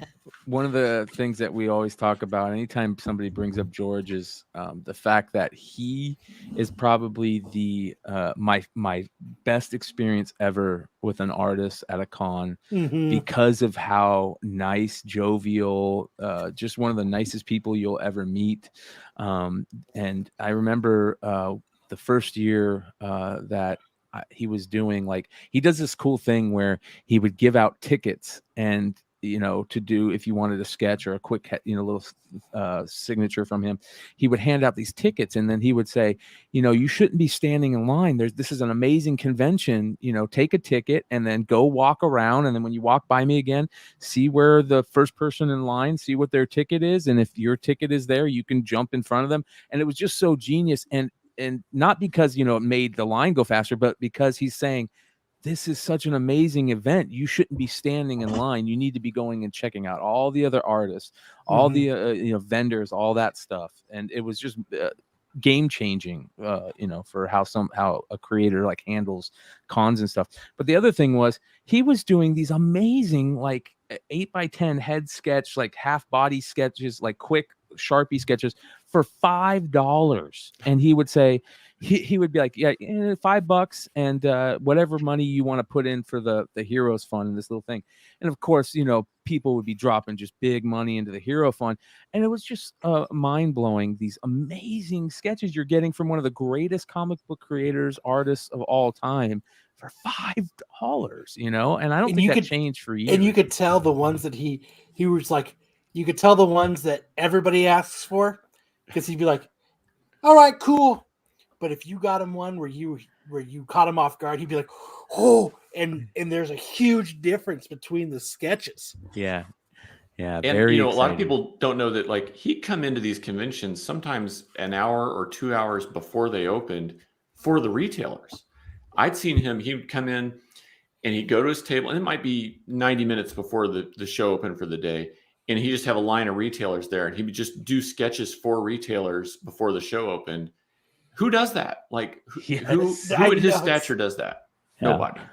All right, you guys. I see people talking in the chat. We've got 2 more mystery packs left. One of these is going to be the big dogs, so we're going to keep an eye on this. Bryan, the way that we do things around here, you're more than welcome to hang out for as long as you want. Anytime you're ready to leave, just throw up the deuces and you don't have to say anything. We appreciate you coming on, and we'd love to have you on anytime on the show. So thank you so much.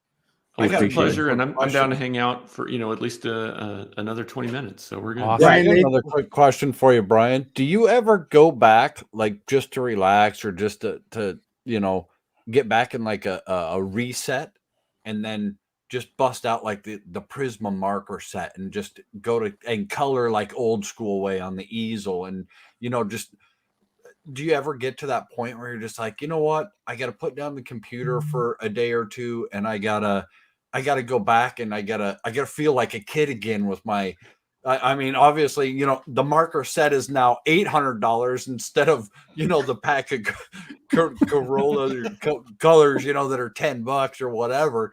But do you ever get back to that, or bust out the colored pencils, or? It's a great question. And first of all, you hit on something which that no one knows, which is in grade school, my nickname was Marker Happy, right? Because instead of working on schoolwork, I was there coloring with markers, and it was all over my fingers and probably my face and everything. So yes, but yeah, I do. I mean, especially during COVID, when all the publishers were shut down, I was doing like hand-drawn, hand-painted commissions pretty much every day on live stream. There's one right there. Beautiful. Nice.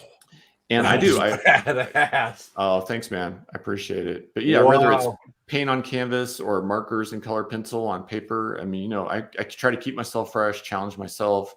And it is fun. It is that reset button. I mean, sure. During COVID, I even got to do some tiki art, which I didn't know was the thing I would want to do. But some fans were like, hey, we're going to do this cocktail thing, and we think you'd be into it. And the next thing I know, I'm doing sketches, and it's like its own little thing.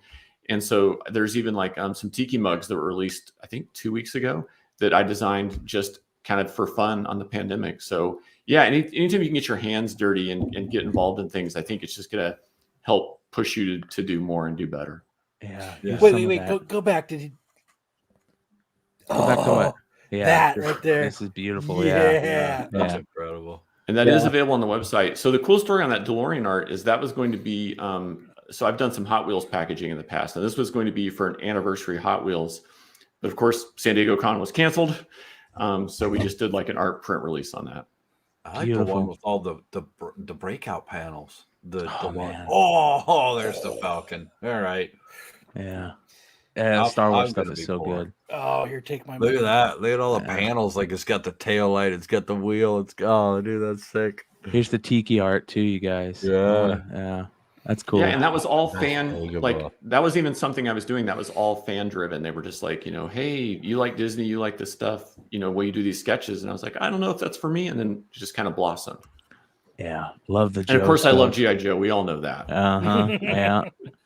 Yeah, this is good, man. Good stuff. The old Cobra. Yeah. Oh, look at this. That is awesome right there. Reminds me of the old school playing cards from the 50s and 40s. That's awesome. This is my favorite all-time G.I. Joe vehicle.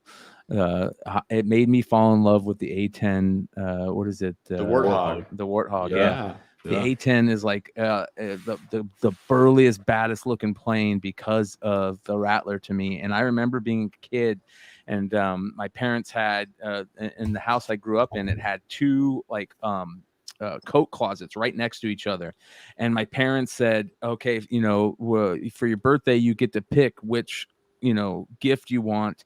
It's there's one gift in this closet, one gift in this closet, and it was one of the coolest things they ever did. It was just so cool. And I picked the closet and opened it up, and there was the Rattler sitting in there, and it was like the greatest thing in the world, man. So at least your parents weren't like, or you can have what's in the box.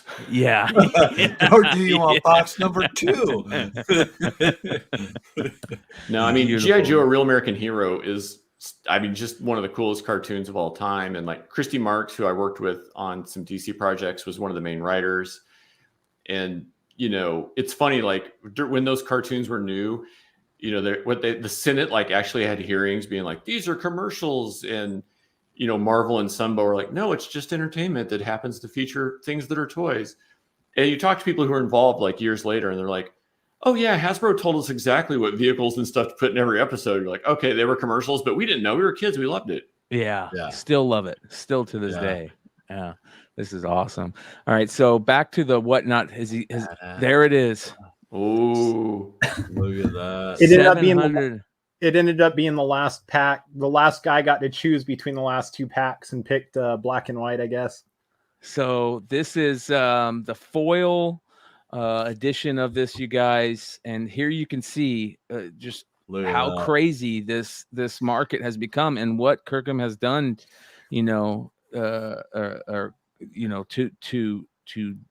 generate these sales off of this amazing art. People are going crazy for these Invincible books right now. $807. Wow. Well, congrats. There we go. Uncle Willie's Comics. Still great. Half of what that book goes for. Yep. And that's the other thing, you guys. I'm going to continue to say it. Whatnot is to me the best place to buy, collectibles and stuff right now at a really good price. You'll get 50 to 90% off sometimes on items that you would see usually on eBay and stuff like that. So be on the lookout for that stuff. It is absolutely, worth it. I'm sorry, everyone that had to watch me chewing on my jacket the last 5 minutes. I was watching it intently like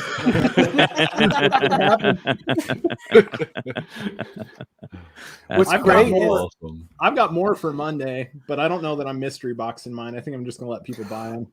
Oh yeah, the triptych type thing. That's that badass. is cool. That's sweet. Yeah. So you guys, most of these you can find at octopolis.com. I dropped the link in the chat. We'll put it in the description too. I imagine that. Oh, look at this. Nice. This was for the actual anniversary of the film, and yes, Paul Rubens does have one of these. So that was pretty cool. He reached out to me, and it was for like a small theater that was doing the anniversary, and he's like, I saw this thing. I want one of these. I'm like, you just have your published, give me your, wherever you want it mailed to, and I will send it to you. Oh, that is awesome, man. Another thing. I don't know if you guys know it, but those dinosaurs from that scene, they're not far from here. They're on the way into California. I've been there like 3 or 4 times. Yep. I remember that as a kid. Tell me about your big butt, Dottie.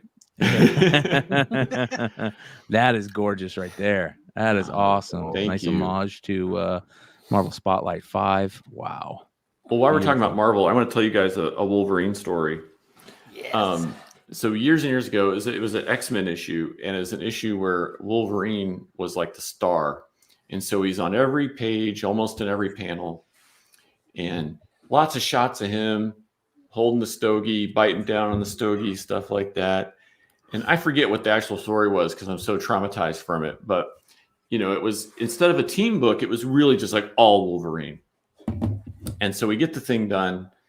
And this would have been like me and Val Staples and Brian Buccellato and Jason Smith. So they're kind of like the core 4 at the time. And this was like a rush thing. We stayed up. It was probably like 24 hours, maybe 48 hours to do the whole issue. So we busted our butts to get this thing done. We're exhausted. Like Val had brought a pillow to the office. He was sleeping under his desk. It was crazy. We get it done. And Marvel calls and they said, hey, we sold an ad to the American Heart Foundation, and it's going to run on the back cover of every issue this month. And what this means is that Wolverine can't be smoking that stogie. Oh man. Now any other time he'd have been in like 5 panels or something, right? But this is every page, almost every panel. And they're like, can you guys go in Photoshop and just like take it out or whatever? I'm like, well, we could take anything out you want, but what's going to happen when he's doing this and doing this? And so we're having to like draw in his mouth and just, and this is early days of Photoshop. It's not like now where you could easily draw in Photoshop. Like we were painters, but trying to like match the artist, what they did. Oh my gosh, it was a nightmare. So we're already completely spent, and we just like spend like, I don't know, it's 4 or 6 hours, just like every panel, just going in and like trying to get rid of this stogie so that we could turn it in. And they'd be like, and I don't even know if it made sense. Cause like, what is it like? You've got panels where Wolverine's just like this for no reason. Throwing up the peace sign. Yeah. So that was one of the, you asked me like crazy comic stories. That was like one of the most like, for us at least, the ones that were like doing the work were just like, oh my gosh, no. And it was such a cool issue before, there's smoke trails going everywhere. We had to get rid of all that stuff. Like, shoot me now. Yeah, I'm not. That's hilarious. This going through your art is it's amazing stuff, man. And you guys, make sure you guys go check it out. You guys are gonna love it. I'm telling you. Get some of this stuff framed. Awesome. I'm mad I wasn't introduced to what you're doing with your website work until now, because putting you on a Department of Truth cover would have been amazing. Yeah. Oh well, yeah. Thanks for that. It is kind of weird. Like most of the comic editors I work with have no clue about the illustration work I do, and most of my illustration clients don't know about the comics. And it's not that I don't try to communicate. It's just that I think you get kind of put in a box, and they're like, oh, you're the color guy. And then other people are like, oh, you're the Star Wars guy. Like when Disney bought Marvel and then bought Lucasfilm, it was really scary for me because I had been working for all 3 of those companies.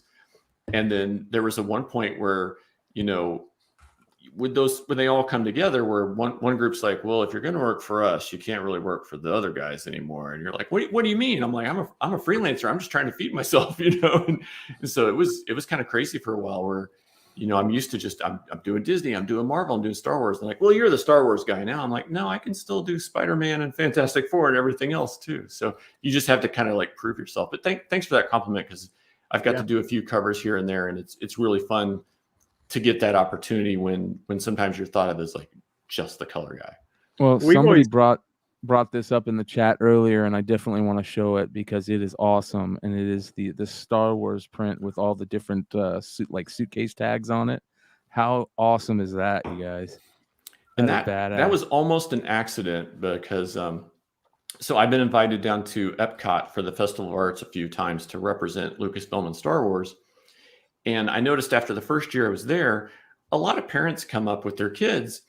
And look, it costs a lot of money to go to Disney anyway, right? Mm-hmm. And maybe they can't drop 50, 100 or more, to take a piece of artwork home with them from Epcot. So I thought, if I get invited back, I'm going to bring something free that I can give away to every kid that I interact with. And so awesome. I made up, some of these tags you see, I made up like maybe 4 of them as like little actual tags you could hand out. And I would just take one set with me every day and give them to kids. And so the following year, when it was time for Star Wars Celebration, I did some of my normal concepts. And someone at Lucasfilm said, these concepts are great and you can do whatever you want with them, but what else you got? And that's like, as a comic book artist, you hear that, like, what else you got? And I was like, well, I have this crazy thing I did. And so I said, let me figure out how to make it work as like one illustration. And so I took the 4 I had, I made up a few more.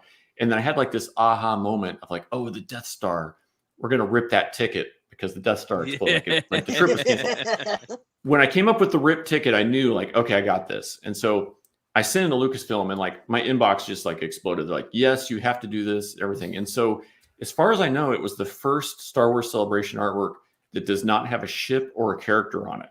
Oh, that's awesome. And even though they wanted me to do it, I was still terrified. I'm like, well, no one's going to buy it because it doesn't have a ship or a character on it. And then it just went crazy. And I couldn't believe how many people came up to me. They're like, they either just loved it because of what it was, or they had some connection. They're like, I work for an airline, or I work in travel, and this is the most clever connection of Star Wars that I've ever seen. And so it was really refreshing to go off on some like crazy tangent.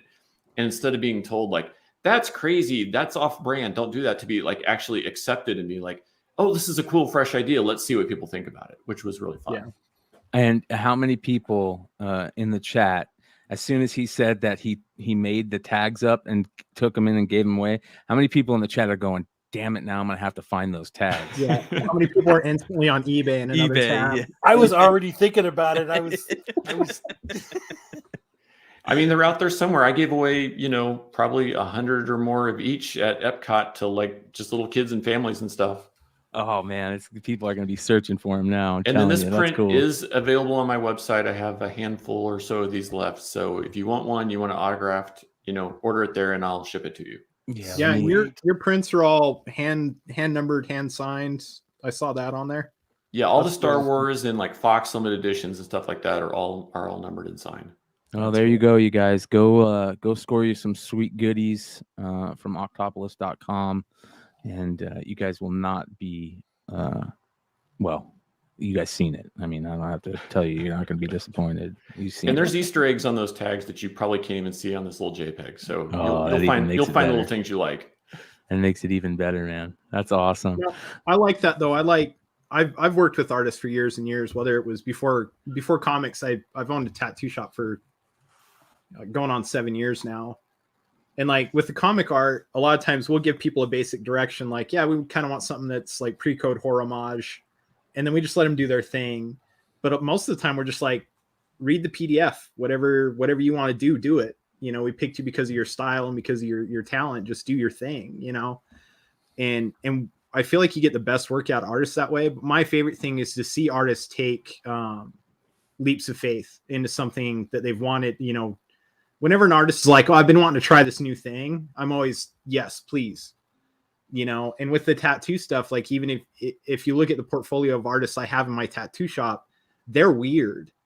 Like their tattoo styles are so weird compared to what mainstream tattoos are, but they're all booked out 5-6 months. Yeah, because weird is good, man. Weird is good.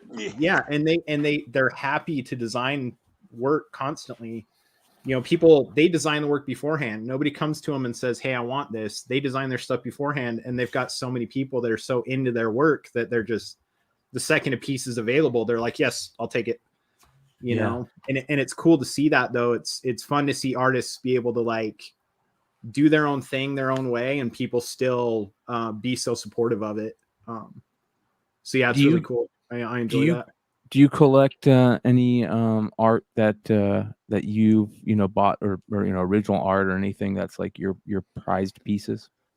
Oh man, well, I think it falls into two categories, which is comic art. So like early on, I would try to buy a lot of stuff that I had worked on just to have it, but that got way too expensive really fast.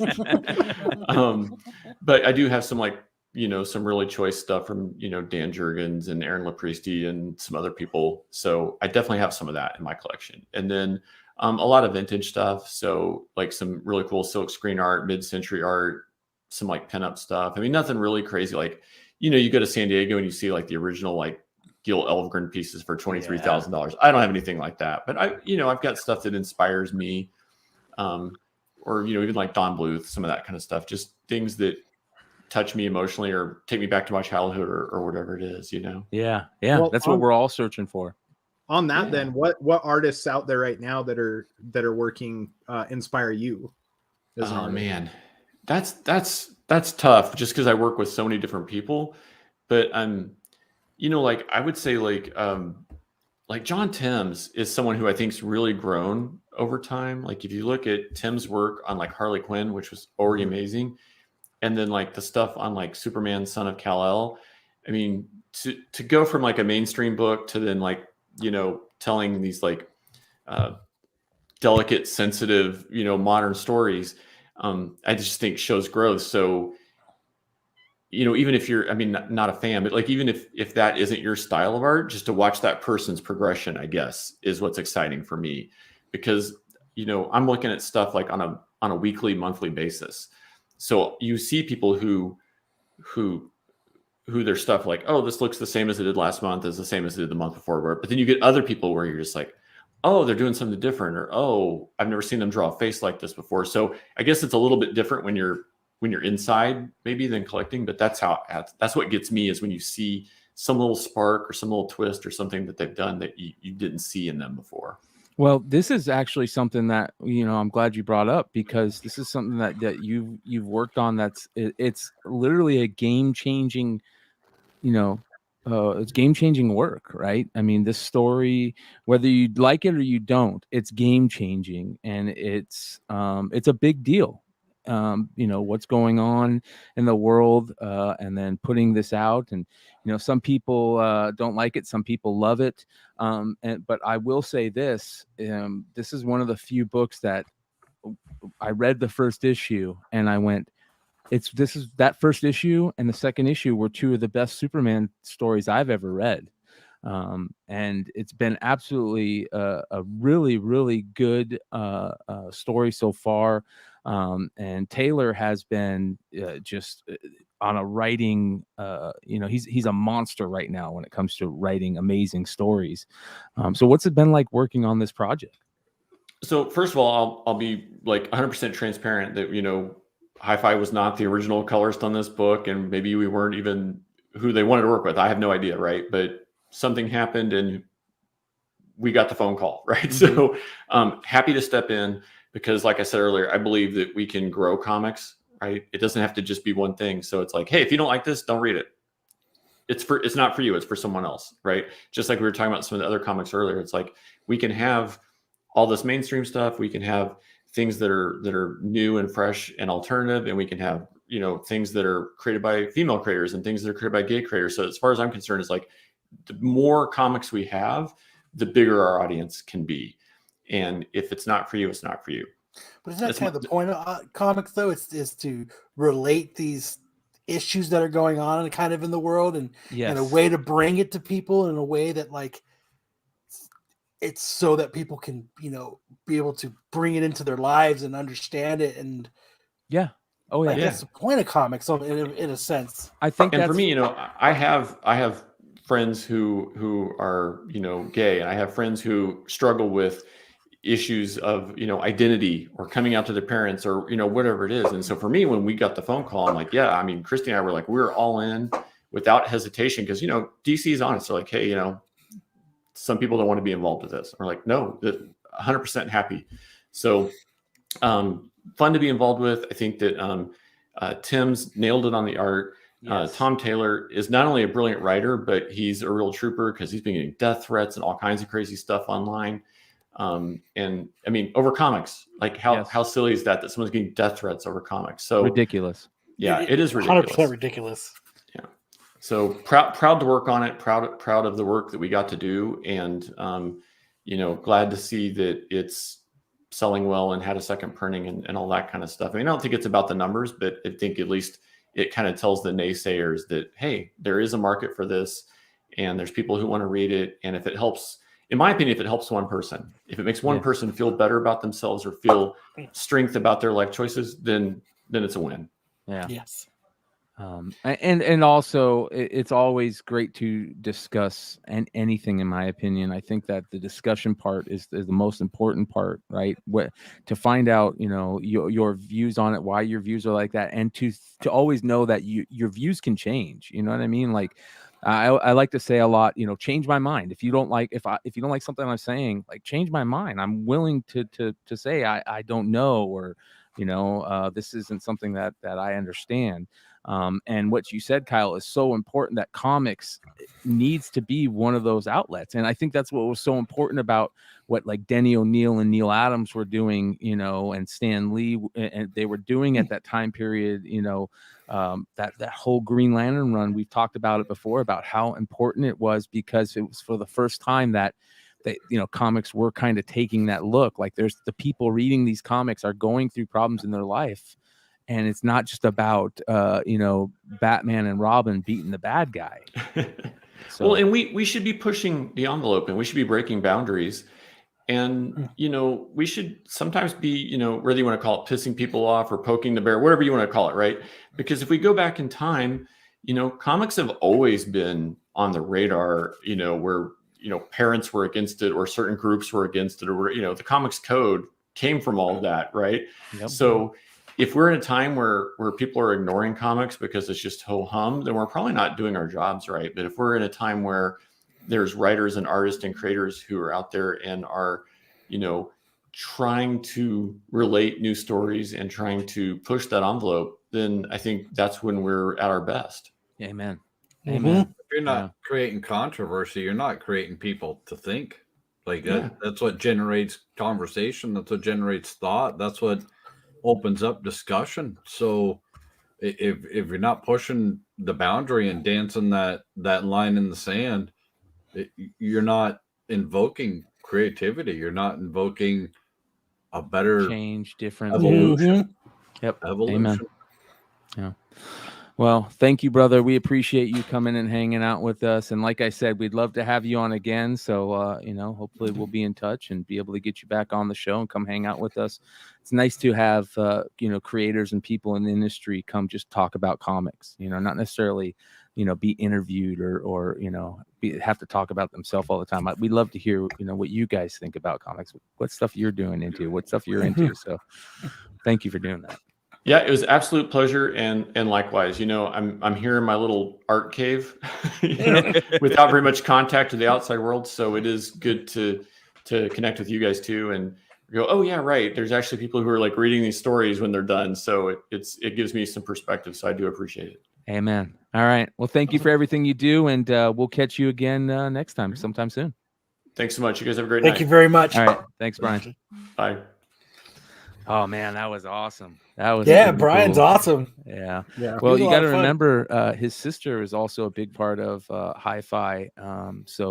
I would just suggest you guys go take a look into, Hi-Fi Color and some of the books that they've been part of, that he's been part of, his sister's been part of through the years. And I don't think you realize how many books they've been a part of.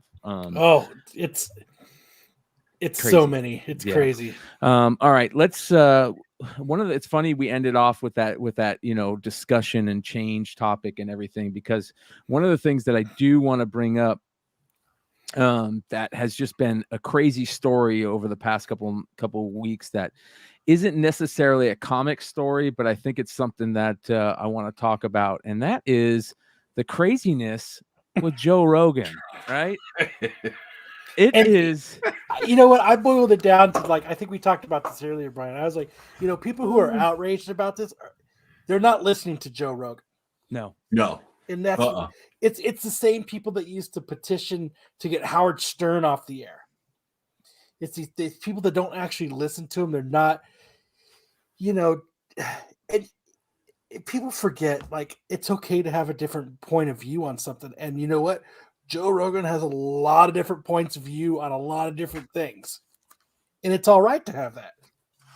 Yeah. Well, I think he's part of the reason that Joe Rogan is so big, part of the reason that so many people it's because love he did a Joe show Rogan where people ate scorpions. Yeah. is and it's possibly because Joe Rogan has been fair from day one. Even if Joe Rogan has someone on the show that he doesn't agree with, he gives them the chance, and he tries to provide both sides of the story, and still in the end say, this is what I believe, but you don't have to believe that way. Believe whatever you want to believe. Here's the facts that I know. That's the facts that they know. Make it yourself. I think he does a really good job of presenting both sides factually and staying on track through it and making both points. Yeah. Who's this lady? Yeah.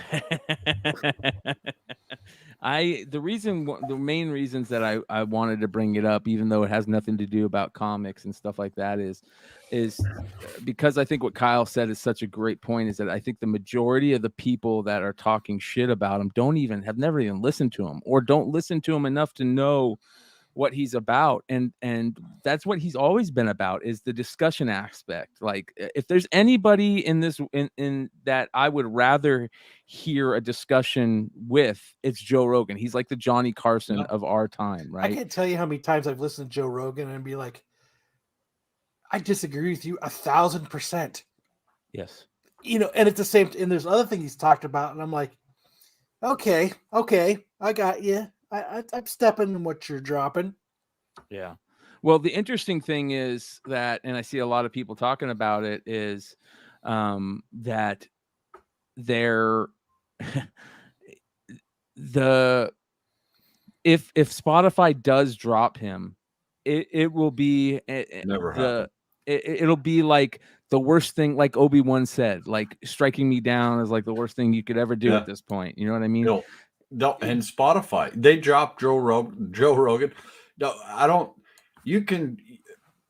Joe Rogan brings them more money, more listens, more subscriptions than every artist that has come up and said, if you don't drop him, you can get rid of my music. I drop their music in a heartbeat. All right. Wind Beneath My Wings. When was the last time someone got on Spotify to hear that shit? It's been years. I promise. Yeah. Sorry. It don't matter. And this is exactly how I feel. Eric Hurd said, Joe actually sounds like in interviews more like a journalist, more so than the journalist in today's media. And that is my thing. The news, the news cycle and the news media is completely upended because of podcasts and people like Joe Rogan and the long format discussion. And that is what is so important to me about Rogan and why I wanted to bring it up, because I think that's what we like to do, mainly about comics here on this channel. But it's kind of changing into what we enjoy to talk about a little bit here and there, and the long format discussion is so important, right? We had a lot of people. It's funny. I'm getting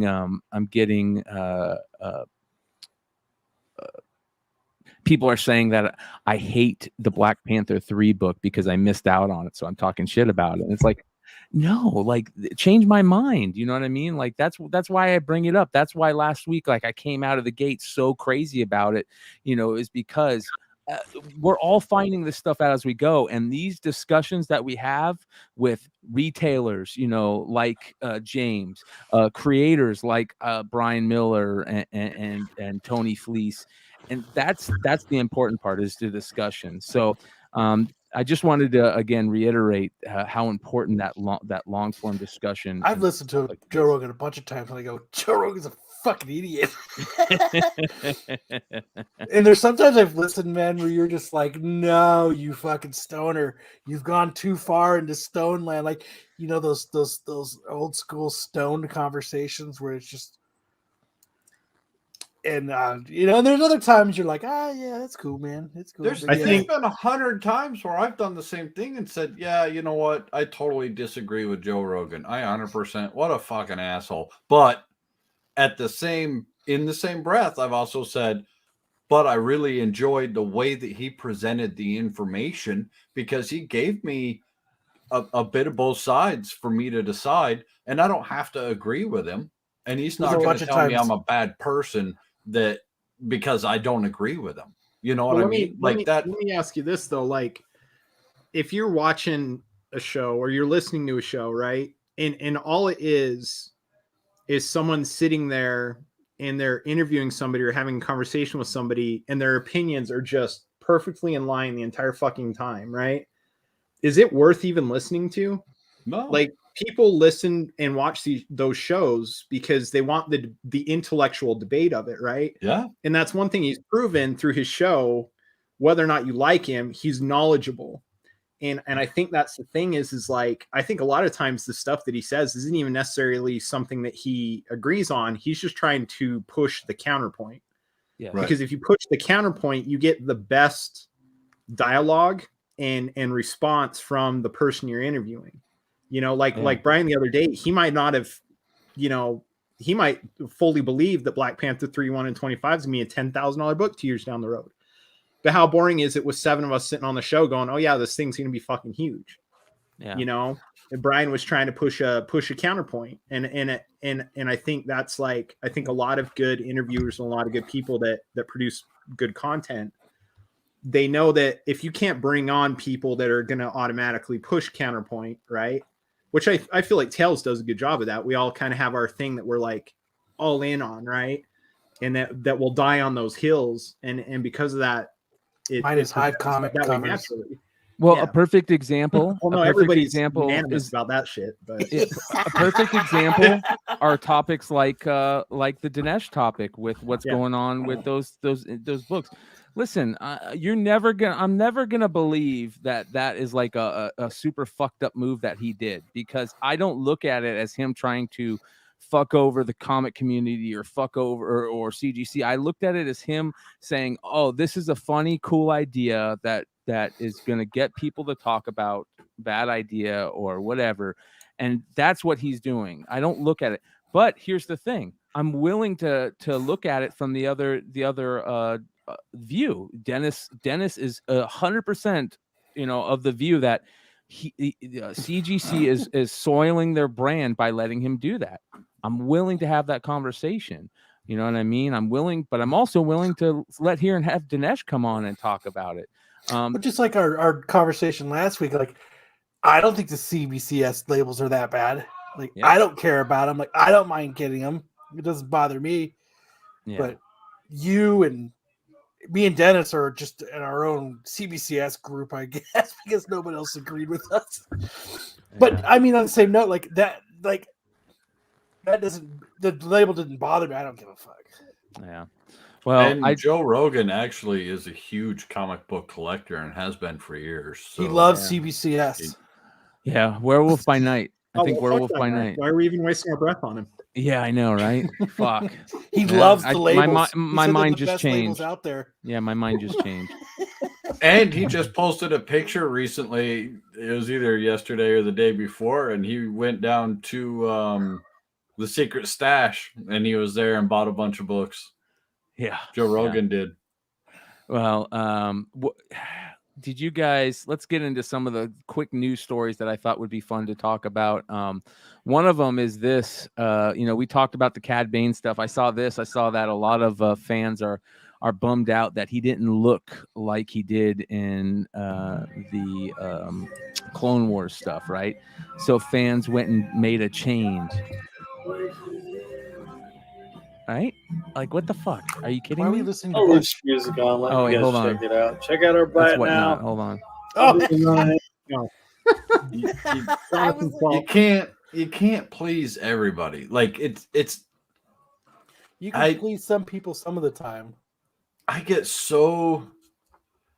starting to get to the point that I hope all the new shit that comes out with Star Wars is just absolutely fucked, just so I can hear all the people cry about it. This is why Star Trek is better than Star Wars, because you don't hear the fans crying all the fucking time. Like, it doesn't matter what Star Wars does. It doesn't matter what Disney produces. There's just, all you ever hear is this negativity, and I'm so fucking over it. It's All I not know good is enough. It's I'm not, ordering one of it's just Hi-Fi's like, fucking DeLorean things, prints, man. That's just badass. Well, here's what I thought about this, to the fact that it made me ask the question, can Cad Bane save Book of Boba Fett? Right. I titled this, can this show, will Cad Bane save that show? Because the first couple episodes, I think most of us, especially most of us Star Wars fans, were kind of like, we didn't want to admit that it was bad, right? We figured, oh, it's a slow burn. Those first couple episodes are kind of slow. And then the up until episode 6, I don't think it's been good at all. I mean, the Black Chrysanthemum stuff has been great. That to me, that's been like the only really good stuff so far. Everything else has just been lackadaisical to me. And then I've really liked it. Yeah, I know you have, which is I'll crazy. be 100% honest. I didn't even know. I didn't even know who. What's his name? Who's that right Black there? Chrysanthemum. Oh, Cad Bane. You didn't know who Cad Bane is? I did. So when I watched the episode the other day, I just thought it was just some dude that just walked up and shot the other dude, and that was it. I didn't even. Well, he's also the one that walked up and shot Boba Fett and put the dent in the helmet. Yeah. No, I didn't know that either. So that's the question: is Boba and him gonna like? Oh, they're gonna have it out. Yeah. So they may kill Cad Bane. They may. And that's what I'm saying is, again, in Feige we trust or whatever, we could see Boba Fett come out in the next 2 and just be a total badass. He could just annihilate everybody. Like The a whole Rancor point of the riding badass. story, yeah. The whole point of the story was that Boba Fett was trying to do it a different way. He said it from the beginning. Yes. And everyone's sad about it. And it's like, he said from the beginning he didn't want to do what Jabba did. He didn't want to fearmonger everybody. He didn't want to be. He wanted everyone to. But it would have been Hey, so much better. Let's Well, work together. Let's all make money and keep the pikes out of it and get them off of here, or we're all gonna lose. And he tried to do it a more peaceful way because he was tired of bounty hunting. He said, what one day they're going to send me on a mission and I'm not coming back because they keep sending me on a fool's errand. What Lewis said right here is exactly my thoughts. I know everybody's like, JJ's like, one character appearance for 20 minutes for any character that, can't save a whole season, in my opinion. And I get that, but this is my thoughts. Like, will the last, 2 episodes to me, I think the Mando episodes weren't that great, but the last 2 episodes could, change our whole thoughts on this whole season. Absolutely. That can be done. And Cad Bane has started that. He was so badass. Everything about him so far has been badass, in my opinion. It's only been 2 minutes of him, and it's been awesome. His look, his voice, those teeth, him just shooting, it's been. That's what we want. Like, Cad Bane is the Boba Fett that we wanted, right? So I hope that continues in this final episode. But I feel like we've been so many of the fan service moments that we really thought we were going to have. For instance, go watch that Dark Side on Renovision episode where they do the ranking of it and the characters that they think are going to show up, and how many of those characters did not show up, right? Mm-hmm. Like, I mean, Chrysanthemum showed up, Cad Bane showed up. Everybody else that we thought was going to show up has not showed up, and that sucks. That we really have sucks. 2 more episodes. They could drop, and it would work out perfectly. They could drop 6 brand new characters that we've never seen before in the next 2 episodes, and it would turn the tide of all this epically. Like, it would turn the story, it would turn the tide. Yeah. But we could have Bosk, we could have Dengar, we could have IG-88, Forlom, Zuckuss, Aura Singh. You know what I mean? Like, there's so many people. Han, Chewie, all these people could show up. And Double J says, if the whole season was amazing but the ending was terrible, would you say the same thing? Yes, I fucking would. That's how I feel about Game of Thrones. Game of Thrones was fucking amazing, and the way they ended it ruined that whole series for me. Like, the whole thing. The whole thing. I don't even want to go rewatch any Game of Thrones because I know how it fucking ended. Endings matter, and it could change how I feel about this whole season. Yeah, Josh G says, I'm sorry, but the series has changed my view. It's done that for a lot of people, Josh. It made him like, everybody had him as this badass, and he wasn't he hasn't been a badass yet. He's just been kind of mediocre. I think and Robert Rodriguez. Here's the other thing. I'd love to sit down and have a discussion about this with people that are big film guys and Robert Rodriguez fans and this and that, and get some different people, because this is a major discussion. Like, we were all stoked that Robert Rodriguez was going to do this, and now a lot of people are saying, is it Robert Rodriguez that has made this suck? That's a great question. I don't think it was him that made it suck. I think he has part of. I'm sure he's part of it, but I think a lot of it was writing.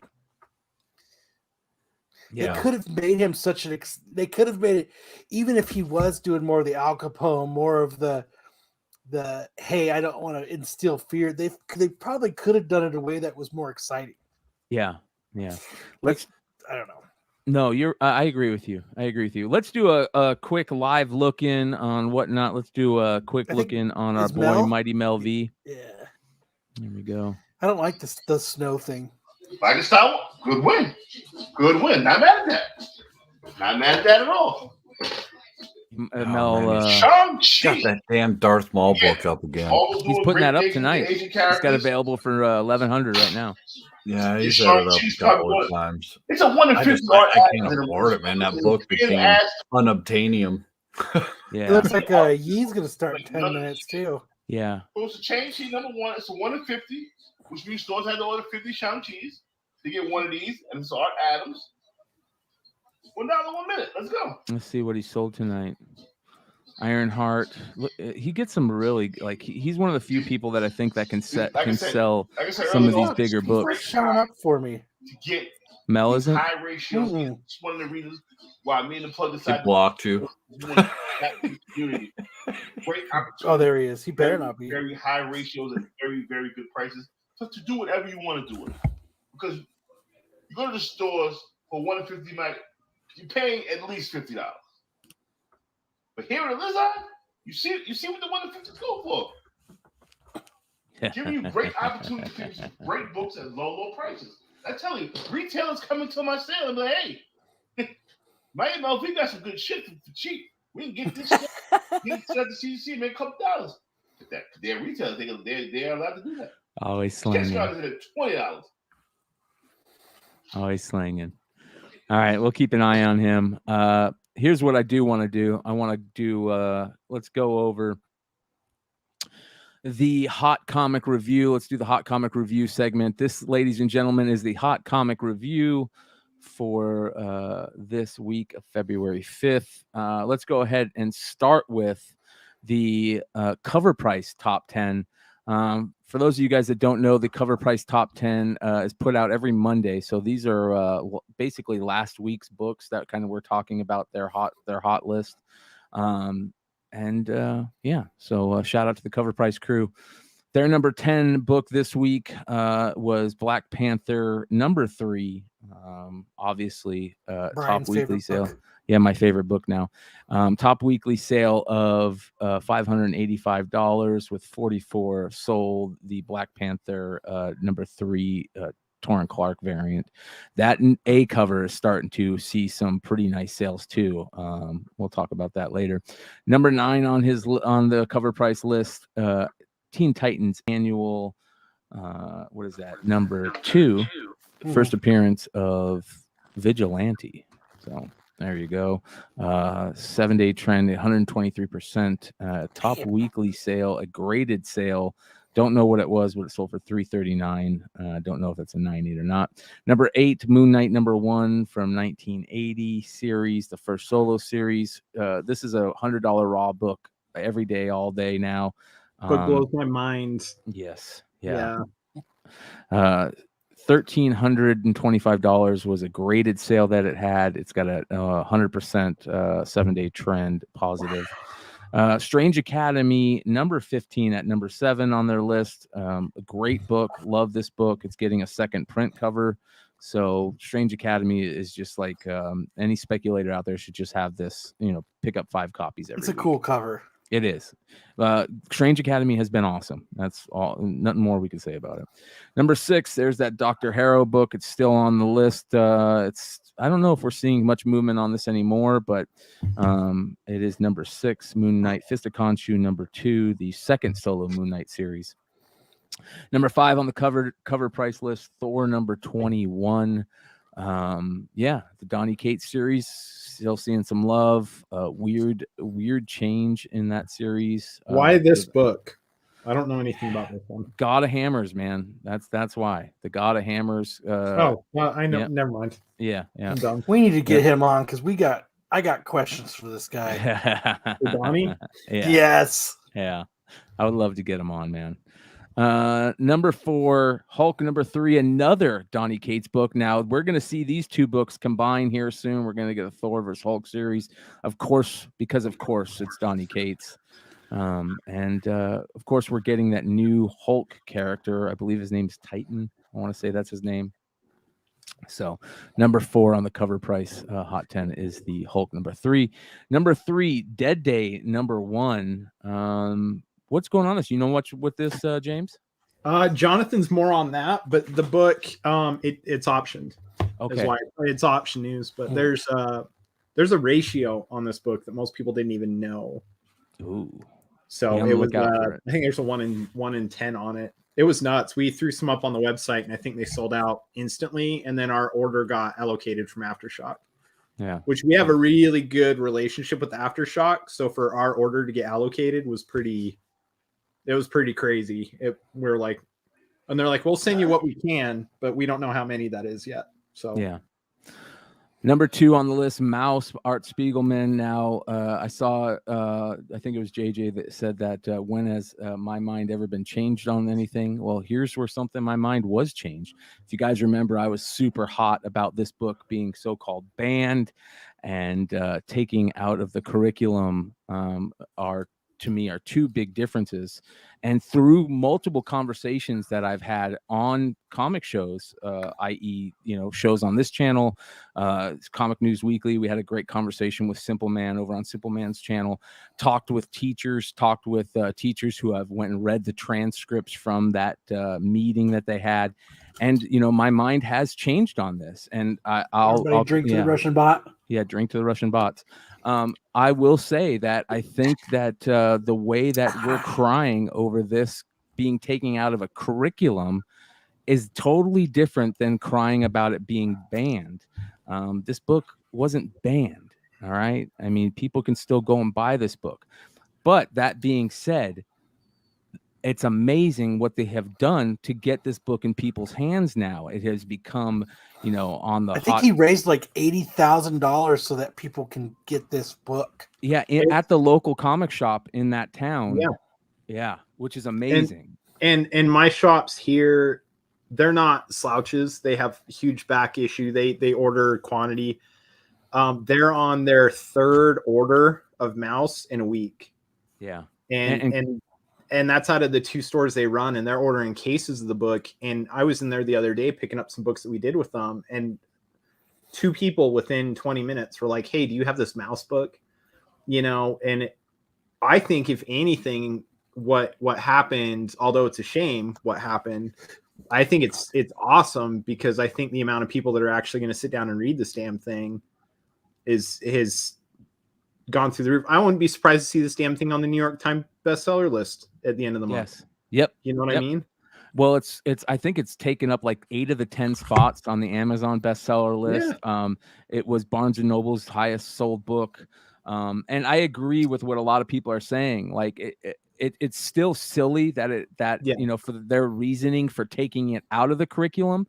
I agree, it's silly. But again, like, this book wasn't banned.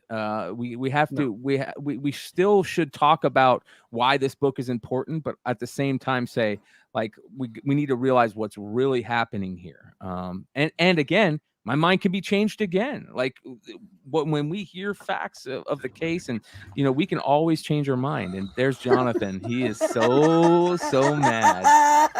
You got the link, Jonathan. You're more than welcome to jump in anytime you want, brother. Yes, jump in here. I'll tweet it over to him again, see if he wants to hop in.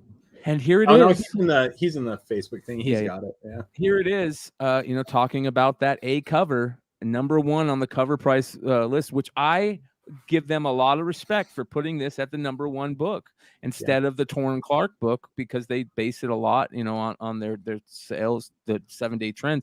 But this book is starting to see a lot of movement still. I mean, starting to see more continued movement. I think this is like a $45 book right now. And it goes back to the question, how many of these do we think was printed?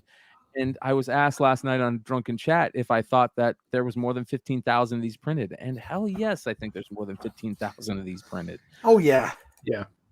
I bet you it's at least a 200,000, maybe 150,000 print run.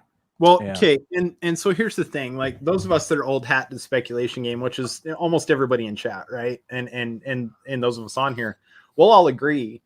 There's things you look for big spec books, right? And the biggest thing I try and stay away from is first appearance issue 1s. Okay. But you look at an issue 3, who did variants of this? What stores did variants of Black Panther 3? Nobody that I can think of. I don't think anybody. Right? Yeah. And retail, how great has this story been so far? How good was issue 1 and 2? I didn't hear anybody raving about it. Oh, No. You know what But I mean? people were So- talking so- about it. I will say that. I did Yeah, hear people talking was about it. this, but was this a book that like where No. LCS is increasing orders from issues 1 to 3? Did issue 1 go to a second or a third printing? Will I it don't now? know. Probably. Yeah. But did it before? No. And so books like this that are first appearance that have ratios that are not issue 1s, every single time, hands down, I'm grabbing ratios and I'm holding. And I'm grabbing 5 copies of cover A. And more often than not, at least in the short term, they're good spec. And when it's one that's got this much hype and this many people talking, the hype could last a long time on this, depending on what issue 4 looks like and issue 5 looks like. This could be a good one for speculators. This could be a good book. I don't know about long term. I'm not talking long term, but this is one that could hold value for months. It could hold value for months. The main problem that I had with this book, and not necessarily this book, but the 1 in 25, it wasn't because of what it was going for. It was because it felt like it was being hyped as the next Jurjevic 1 in 25 Miles. Yeah. Like they're comparing this character already to Miles and that Jurjevic book, which is a game changing. It's a same. We talk about that Jurjevic Ultimate Fallout 4 variant, kind of like we used to talk about Walking Dead 1 5 years ago. Like that was the AF-15 of that time period. Well, that Jurjevic number 4 is it's getting into that category where it's, that is the book of that time period. So that was my big problem. And I know Bleeding Cool, that article directly led to some of those crazy prices, along with all the, FOMO and that type of stuff. Do you want to know what I look at it as? And this is more realistic, and I think you'll be on board with this. I think it's more like Captain Marvel 8. The ratio 1 in 25 for Captain Marvel 8. Phenomenal cover. First appearance of a character that may become bigger in the future. But the 9.6 is still a $300 book. Okay, that's the 9.6. And so when people are like, oh, yeah, this could be a $2,000 9.8, 1 in 25, it could be. It could be. Is it more realistic that it's a $700 or $800 9.8? Yeah, it is. Because if that book can be and still has been a year later, this one very well could be too. And so right now, is it a good speculation book? Yeah, hell yeah, it is. And especially if you have it graded in 9.8, it's a good hold book. Yeah, but if the book hits $800 or $900, am I holding on to it? I don't know. Yeah, that's what I say. Like people were asking the other night, like what should they do with the 1 in 25s? And I say sell that sucker. I mean, unless you got a really nice copy, grade fast track, and hope it holds out. Yeah. But again, to be able to get $600 for a raw book that came out a week ago is a very good thing to do. Yeah, that's a good. I wouldn't hate on it. Yeah, I definitely wouldn't hate on it. All right, so that, ladies and gentlemen, is the cover price Hot 10 for last week. Let's get into the key collector Hot 10 for last week. Amazing Spider-Man number 16 is the first book on their list. Of course, this was on their list last week, I think. I'm going to make sure this is the right list. I believe this is the newest list. We'll have to check. Amazing Spider-Man 16, it was on their list last week. First meeting of Spider-Man and Daredevil. Also, a great cover with that yellow suit. Always love that Daredevil yellow suit. So breaking sales, still breaking sales. Uncanny X-Men number 6, number 9 on their Hot 10. Third appearance of the Brotherhood of Evil Mutants. A great Namor cover. Namor covers are starting just to blow up no matter what they're on. Of course, that Fantastic Four book is going crazy too. So Uncanny X-Men number 6, not surprised. Quick story about this. Big shout out to one of the OGs in this game, Koi fam, Koi Cakes, for all you Unpressable Defects fans out there. Koi sent me this book graded, I think, like it was a 6 qualified because he had it graded and he didn't realize that a page was taken out of it. Sent it to me for free. Said, "Here, give this to your brother." When he was recovering from bone cancer, said, "Hey, or give this to your brother. Hopefully it'll, brighten up his day."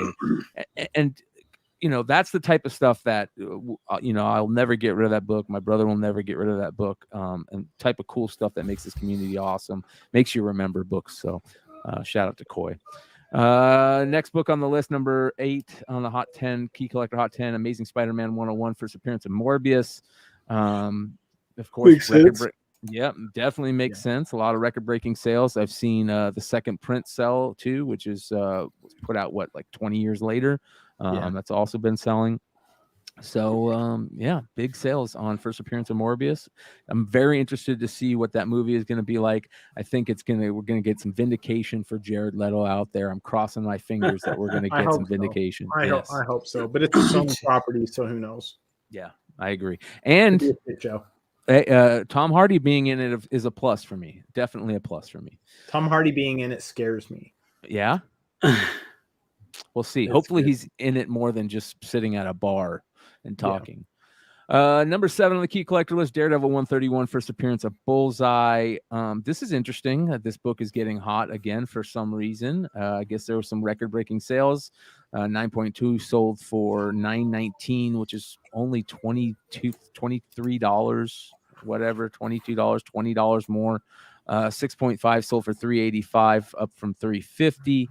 But yeah, there we go. I think confirmation that Matt Murdock's going to be, we're going to be seeing a lot more of him. I think is going to make his Rogues Gallery I think you're going to see Bullseye and Elektra start shooting up there again, because you can't have Daredevil without Bullseye, right? You can't. Amen. And you can't have Daredevil without Elektra. Bullseye to me is like the Joker of Marvel. He's that crazy, cool villain that we want to see. So. Number 6 on their list, Iron Fist number 14, first appearance of Sabretooth. Love this book. I was an idiot and sold my graded copy off, signed by Chris Claremont. What was I thinking? Yeah, some record-breaking sales. Sabretooth is getting a new series coming here. I think it came out this week, right? Or comes out this upcoming week. Looks to be a really good series. Some really great covers on that new series, and it's supposed to be a new iteration of the Exiles, which I love. Always loved Sabretooth in that Exiles team. So number 5 on the list, Amazing Spider-Man 252. Specifically, he says Mark Jewelers. It looks like. First appearance, obviously, of Spider-Man's black costume, and some nice Mark Jewelers sales this week. So be on the lookout for that. Number 4 on their list, Ultimate Fallout number 4. This book is just crazy. Stein said something really awesome last night, talking about how this is now a $1,000 9.8. All day, every day. Or, I mean, not $1,000, $1,000 raw. It's getting close to $1,000 raw sales on this book, which is bonkers. And this is another one of those books that you could have picked up in dollar bins back in the day, which is Not crazy. long ago. Yep. 1 in 25s for $200 back in the day. Chad, what's up? Number 3 on the list, Doctor Strange 169, first solo title Doctor Strange issue, Origin of Doctor Strange. Of course, we're seeing Doctor Strange number 2 coming out. Yeah, I could see that being on the list. Number 2, Werewolf by Night number 33, second appearance of Moon Knight. Great book. Moon Knight books have gone nuclear. That first appearance is just out of the stratosphere for some people. Same with that first solo title. This is a nice book to pick up. For look at that. Oh, beautiful. 9.4. Oh, I love it. Yeah. Well, how about this? A 9.2 sold for $1,522. So I wonder what that 9.4 will see. There's not many above it in census.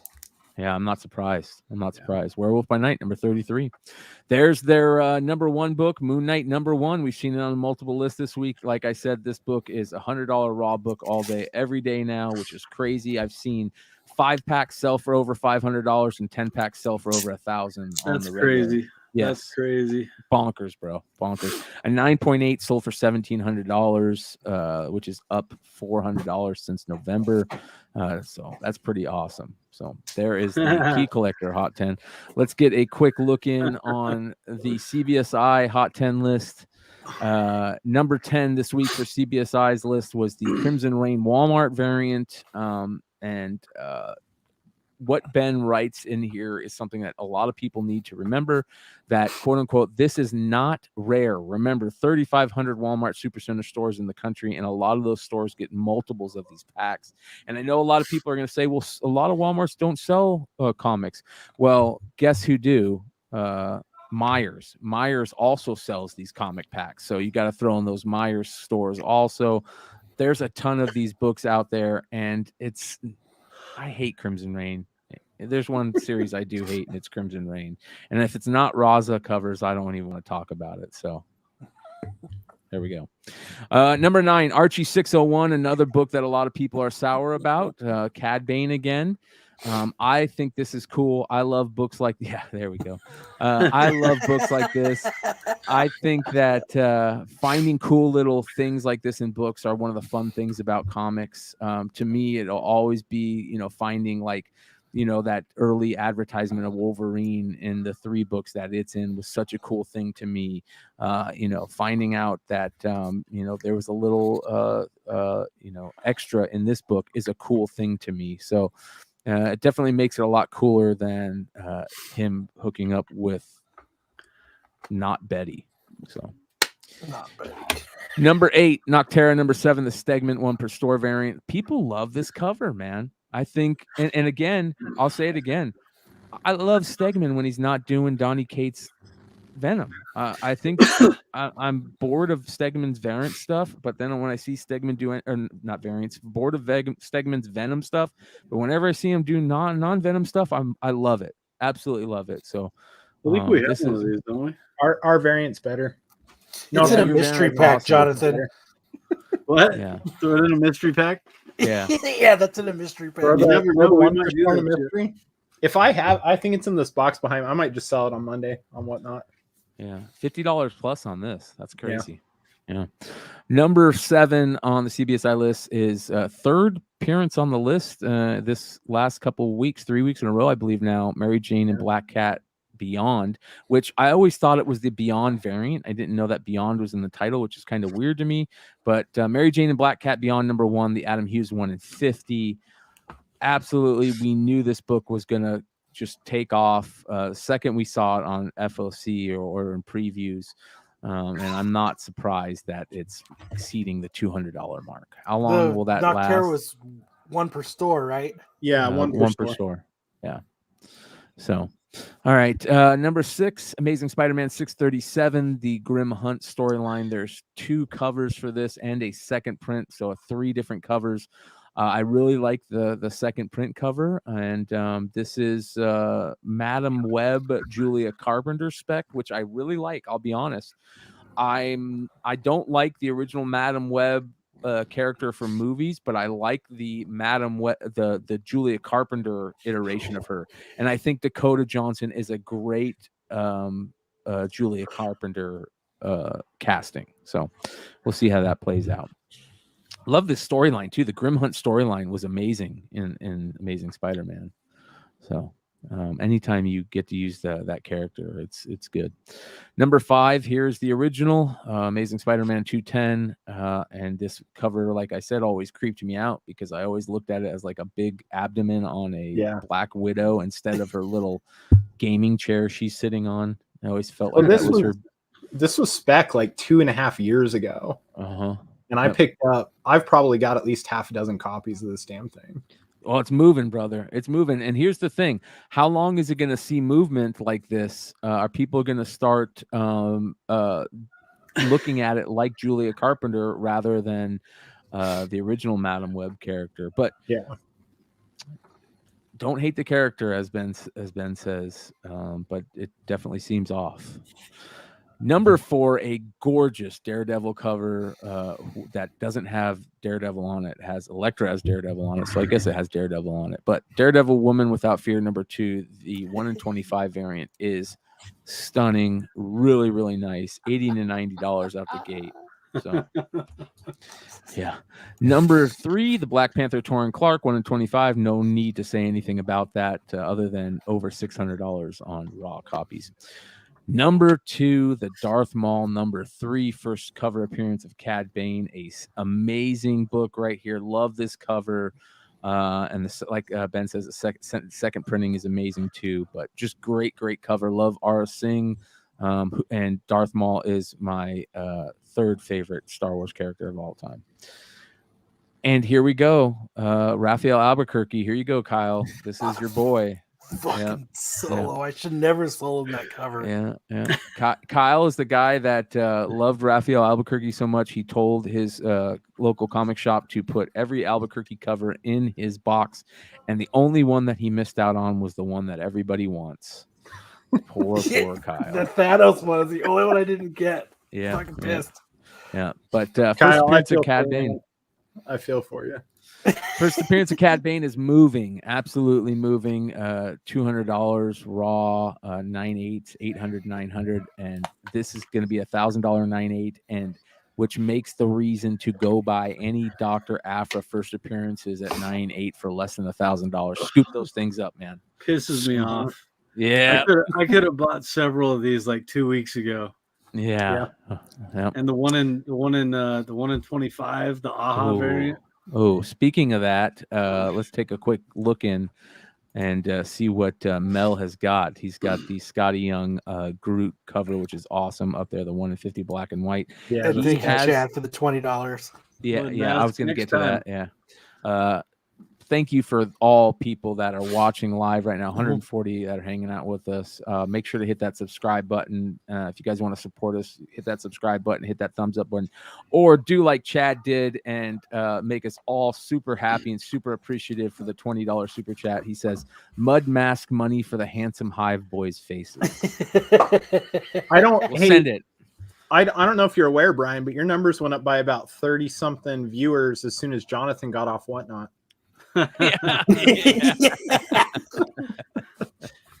Hell yeah. So I know you teased them with the awesomeness of mystery packs and everybody fucking bailed on us. Yeah, Jonathan, we were laughing our asses off over here because I told him that I'd given you 10 packs and not told you what was in them. I said he's gonna be pissed when he opens that first one. You open that first one, you're like, God damn it. We gotta clip it. We're gonna have to clip that moment, dude. So you get pissed, but you're like, it's so hard to open. Yeah, well, and that was the funny thing. That about a minute before you open that first pack, I'm like, I really sealed them, so he's gonna have a really fun time opening those. And he struggled opening that first one. Yeah, it's that was good. funny. That was a good surprise, though. Everybody, I think that was good. People liked it. I got some more going on Monday. I don't know if I'm a mystery pack them though. I think I'm just gonna let people buy them. Yeah, hell yeah, man. Well, people, it's amazing. It's amazing how much people love that cover, man. The Omni-Man one is selling just as quickly as the first one. Brian, wait till they see the next one. I've heard about that. I've heard. That's all I can say. But wait till they see the next one. It's gonna be so good. It's gonna be really good. Speaking of they'll be dropping it soon. People don't have to wait long. They'll be dropping it soon. Well, speaking about Whatnot exclusives and all that good stuff, you did mention that Philadelphia Comic-Con is going to be the next destination for Hive Comics and convention scene. So make sure if any of you guys are going to the Philadelphia Con or in the Philadelphia area, make sure to stop by and say hello to the boys. I'm sure you guys are going to have some amazing goodies available. Oh, yeah. And you guys will be able to find us at the Whatnot booth. We're going to be running their merchandise sales. Which makes it even better. Oh, it's in April. With me and Jonathan and our special top secret guests that will be there. They'll probably announce it before the show, but it's not really our place to announce it. But we got some heavy hitters. Yeah. That are going to be there with us. And at least it sounds like it. We're still working out the final details, but it sounds like it. And there'll be opportunities to get some books signed. So there is nothing worse than knowing stuff that's going on behind the scenes and you can't talk about it. There's nothing worse than that. We let Brian in on that things. So if y'all want to bribe Brian enough, he might send it my way. Yeah. Super chats will work. So super chats will work. There you go, Chad. You'll get the inside. Yeah. Speaking of getting scores, getting awesome books, you guys have any recent pickups? We got any pickups we can go through? I got one. I can do real quick. Sam Richardson says, shout out to Brian Miller of Hi-Fi. You missed him, brother. You missed him. But he was Dude, awesome. He was a great guest to have on and hang out and just talk Yeah. comics and shows and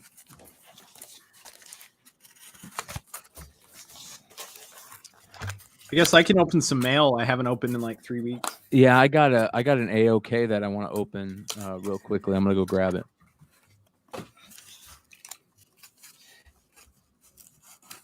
oh my god. I got a buddy of mine. I was on my friend's podcast yesterday, and he had ordered your guys's the Donnie Darko Stray Dogs, and he was like, "These motherfuckers are the best packers in the industry." The thing is, he's like, "I thought they actually sent me extra shit because it was packed so well." I said, "They ain't sending you extra shit, nothing." They didn't send me extra shit, so they're not sending you extra shit. But what I got was, because I was so jealous of Brian's giveaway a couple weeks ago on for his whatnot, I decided to buy my own fucking. Oh, This- sweet. Yes, Yeah. because Can I say wouldn't want Brian's? honestly, that's one of my favorite covers for Iron Man in like years. Dude, it's so cool. It's so cool. So, all right, I'll switch to you so you can. I'm sure I could go find something. Okay, this is pretty funny. All right, so I bought these books from Aaron because remember how we were on the show one night and we're like, I want to order one book and make Aaron have to pay for ship one book, right? So that was the book, right? I bought our book. But so Aaron sent me this though. He sent me Spider-Man, and he attached a little Boston Red Sox heart sticker. But I also forgot I bought these because I don't own any personals of this book, even though it's our variant. So my pickup is our variant for Turtles. So those have been sitting in a package here for like a week and a half. Sweet. We sold out, so I didn't get any copies, so I bought some. It's nice when you can buy your own books back, right? Yeah, well, we used to be really good about making sure we had comps, but we're not. So Kyle, did you already go over yours? Yeah. I did mine. You're good.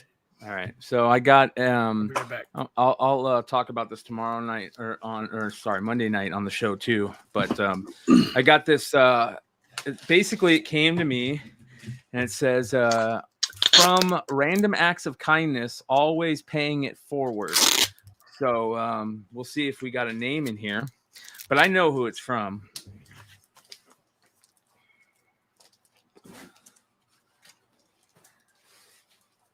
Shout out to my homie Lewis.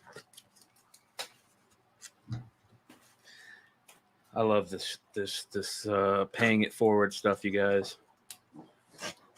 So I'll be next on the list to send one of these AOKs. It says, Brian, thanks for all the great content each and every week. So very cool. yeah, it's from Nelson.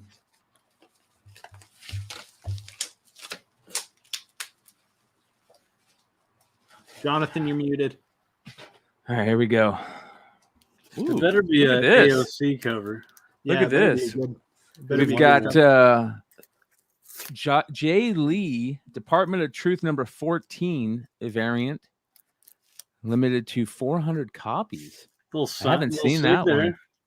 I like Yeah. Jay Lee Sig too. Yeah, it's nice, dude. He has a great sig. That's a cool cover. Although I That's hate very raw cool. books signed. Yeah. All right. Next, we've got Department of Truth number 12.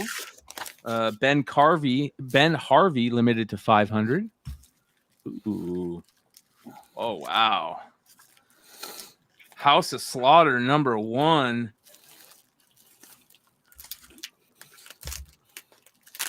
Ooh, shit. That's a good Yeah. cover. Yeah. Oh man, this makes me so happy. These books make me happy, but what I just saw makes me even happier because I didn't get one. So, oh wow, look at this. All right, there we go.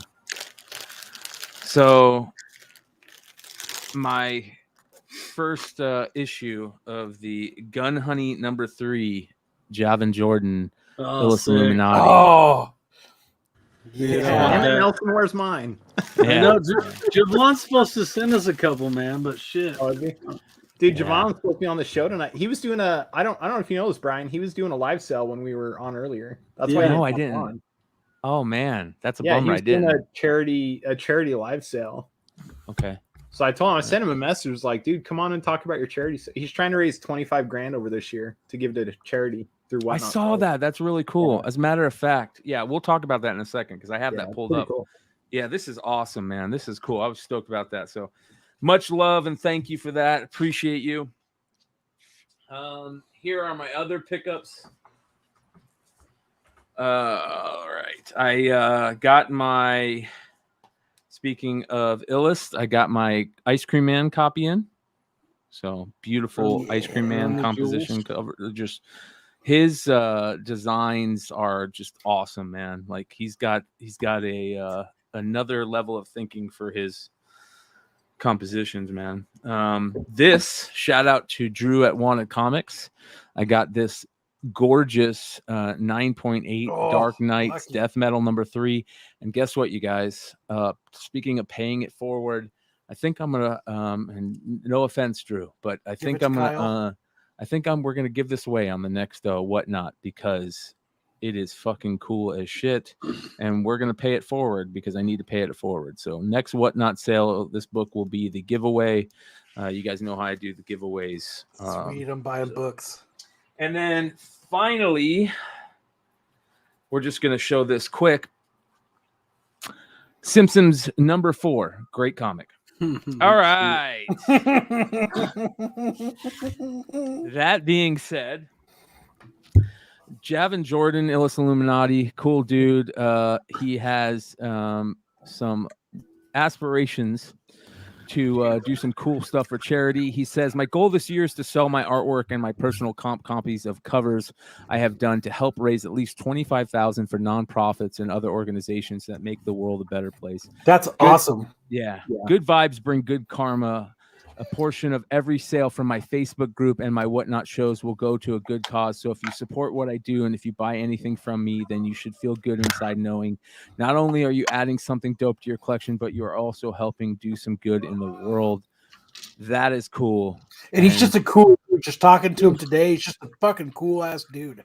You know, If anybody who's ever met this man in person knows that this is like totally on par with what you would expect from him. Like he's just such a genuine dude that feels so blessed to be part of the comic community now. Like he did album covers for like hip hop album covers and stuff for years. And to be part of the comic community for him is just such a like mind-bending thing that he's so humble about it. Yeah, it's just cool. It was really cool to see this. We're gonna have to do something. We're gonna have to do something to help that cause because we got a Javan cover coming. Yeah. We'll figure out something. We'll talk to him and figure out something. Yeah. Add us onto the list. Anything we can do to help. Hey, there he is. Yeah. Thank you, brother. He said he's doing a live remark on Venom of IG right now. Let's go ahead and take a look. How do we do that? Just click here. No. Damn it. It should be a live. If you go back to his main, there should be a. Oh, now you're stuck in Instagram purgatory. Here we go. Live. There he is. Ooh. There we go. Raising money for Safe Harbor Emergency Domestic Violence Shelter. Highest bio wins. Oh man, those are great places to be able to donate to. Because those are literally people that show up with nothing. Because they're trying to bail out of a horrible situation. So I think that's awesome. Yeah. Yeah, this is cool, man. It's cool that. So he's with doing all that these stuff. reminders of charity, it just reminds me that I got to get our tax shit prepared for Hive and my tattoo shop. I'm like, God damn it. Well, Yeah, I How think do you that even bid? he says. Yeah, I was pretty stoked that we finally got all the kids at my school comic Oh, the book books, release. yeah. I saw that. It's so badass. Dude, the fact that shit, what's his name? In Arizona, we were talking about him earlier. Jesse. Yes. The fact Yeah. that Jesse shouted us out, I was like, holy cow. Dude's I know, I was in super legends. stoked. And he gave us a shout out and a kudos. I was like, yeah. I messaged Yeah. him back about that and As was you like, fucking dude, should. you're a legend, man. The fact that you like said those nice things about us is just awesome. Like, thank you. Yeah, he is a cool Jesse's dude. about to hit his thousandth live sale. And like, Yep. I sent him a message about that. I'm like, dude, you're about to hit 1,000 live sales. That's You're crazy. welcome, Jesse. You're Yeah. fucking welcome. You're welcome. Do you know who made him do that? I did. His wife. No, I made him Get start rid of your doing live books, damn sales. it, Jesse. Get rid of those books. No, dude, it was like a year. I was like, dude, get on Facebook, start fucking selling your shit. I don't know, man. Jesse, why would I bullshit you? Get the fuck on Facebook, get selling your shit. You're Yeah. welcome, Jesse. True story, ladies and gentlemen. True story. Yeah, dude, I had to fucking like hound him to do it. That's Oh, awesome. is that a Kyle. I metal didn't cover? actually know that. Yeah, it's a metal. Nice. That was my my pickup. I think I got this a few weeks ago, and I finally just opened it. Hold on, let me see that beauty. Count Speaking of Draco Knuckle Duster. Yeah. of pickups, did you pick up your wife anything fancy? Sounds Today? dirty. Yeah, man, my fucking kids, man. My kids are like, my little man's like, I want to get her a necklace with an elephant on it. So I go to this, I look it up, and I'm like, okay, there's a jewelry store close at like K Jewelers, and they got an elephant necklace, but it's like from the Disney collection. So it's like fancy shit, you know what I mean? Like, so I was like, all right, whatever. I grabbed that. And then my daughter's like, I told you, my daughter's like, oh, she wants some earrings with some flat backs, and that shit ain't cheap either, man. Fuck. Yeah. Yep. So my kids bought, I bought a bunch of jewelry, and like it was all my kids' recommendations. So I'm never gonna ask them for shit again.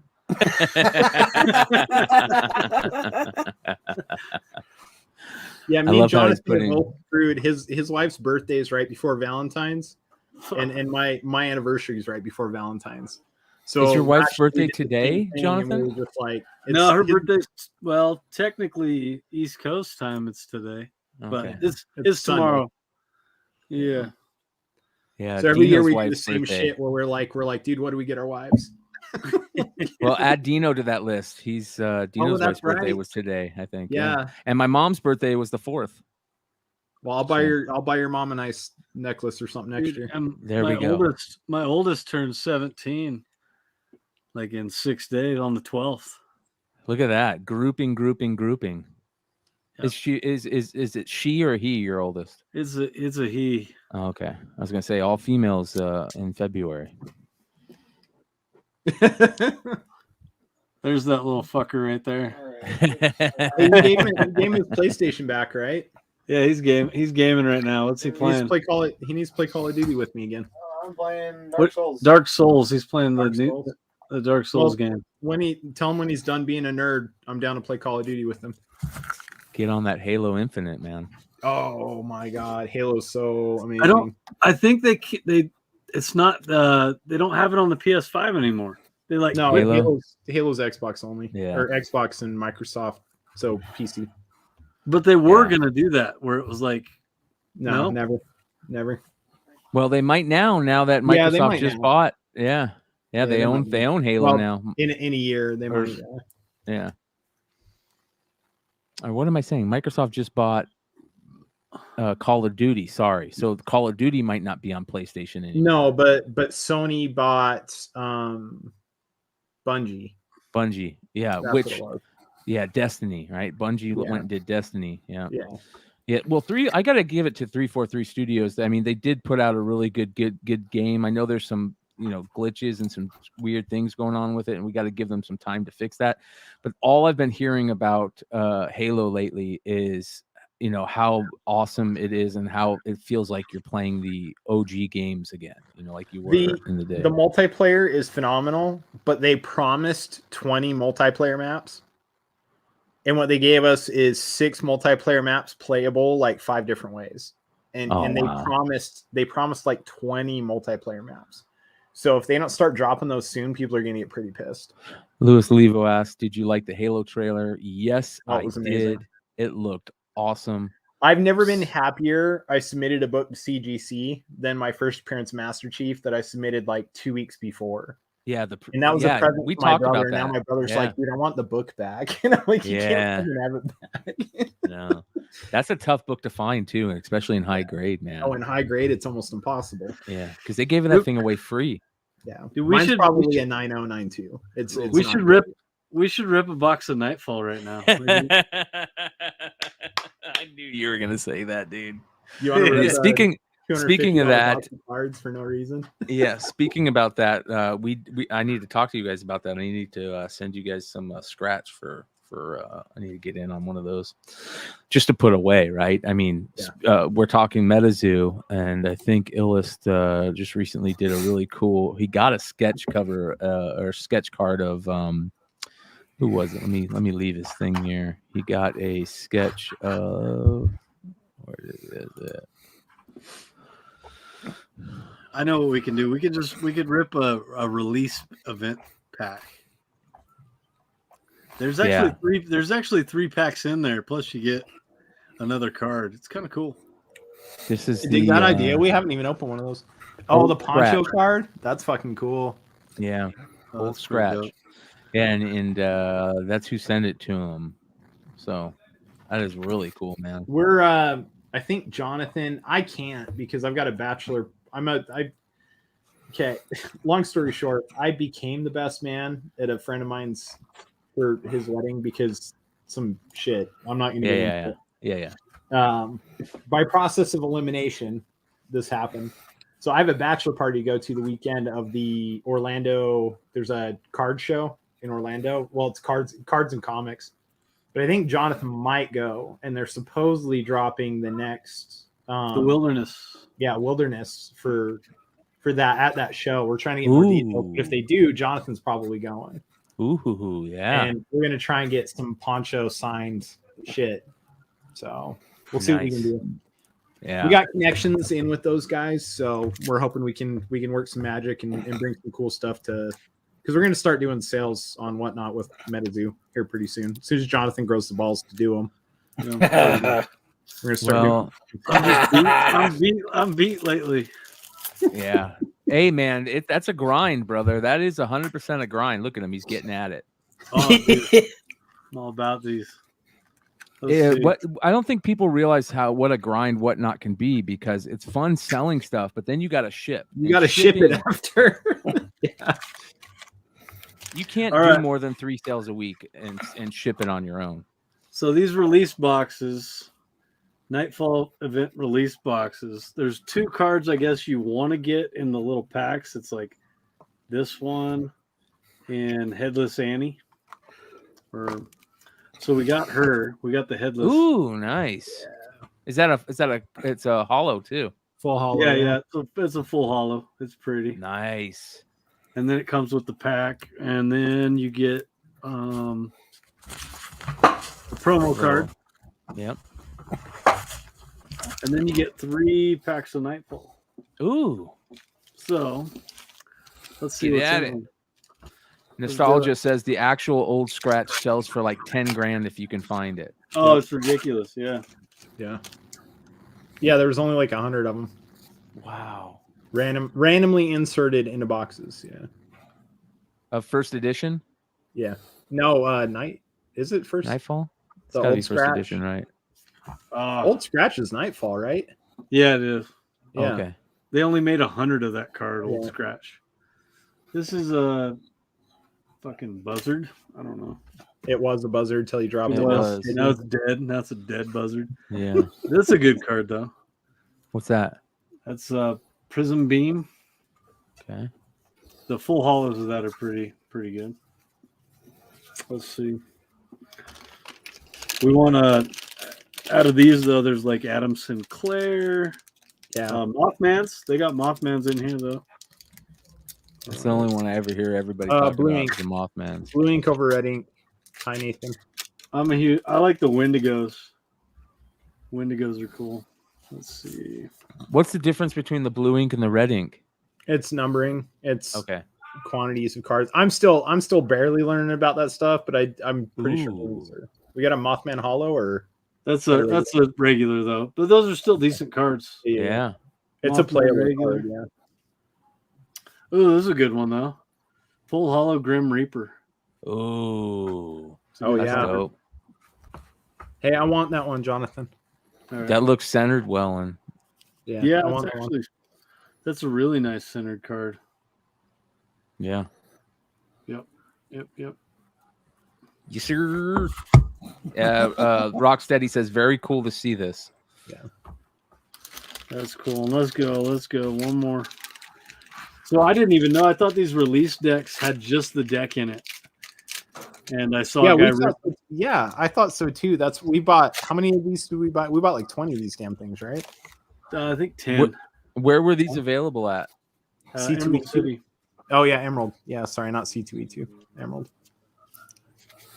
Let's see what we got here. Ooh, there we go. There's that full hollow of that one I just said. Nice. Yeah, there we go. That's a good card. Prism Beam. That's a good Hi, Nathan pack. says, can only be pulled from box toppers. 1 card per box is the old scratch, I imagine. The old scratch. Yeah, it's a replacement for the box toppers. So each of the booster boxes has 1 box topper card.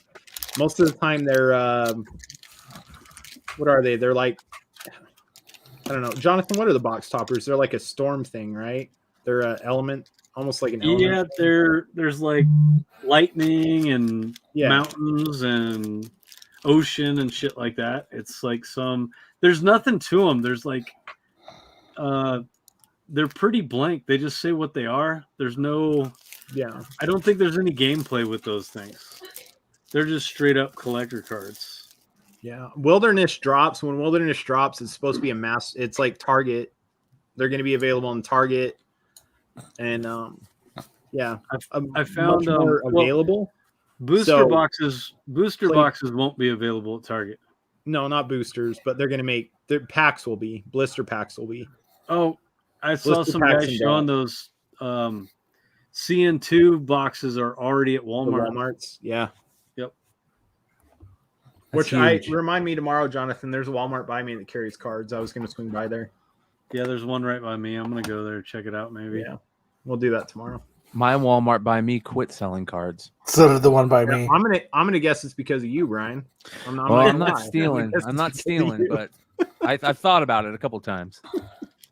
It's the only way you can get them nowadays, I feel. Right. I'm still looking for my sports card plug. If you're out there, here, let me show you guys. guys. Let me grab something. I'm gonna show you. Brian, next year we're getting in on Jonathan and I are going to be, because Jonathan's finally started getting a little more interested in it. But next year we're going to be getting in on the all the reverse auction stuff for Panini. So you let us know, because we're buying like the case ones. The what is it? It's not Illusions. Illusions the smaller tin boxes. The big one, the big boy. Yeah. Let's see what Vintage Comics and Toys has up right now. Darth Maul 2, 1 in 25. Oh, really? Oh, Jesus. Where is Vintage Comics and Toys? Here we go. Let's take a look.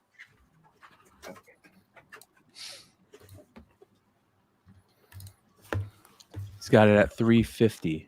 It's got a bindery tear, ticks, and ink rub.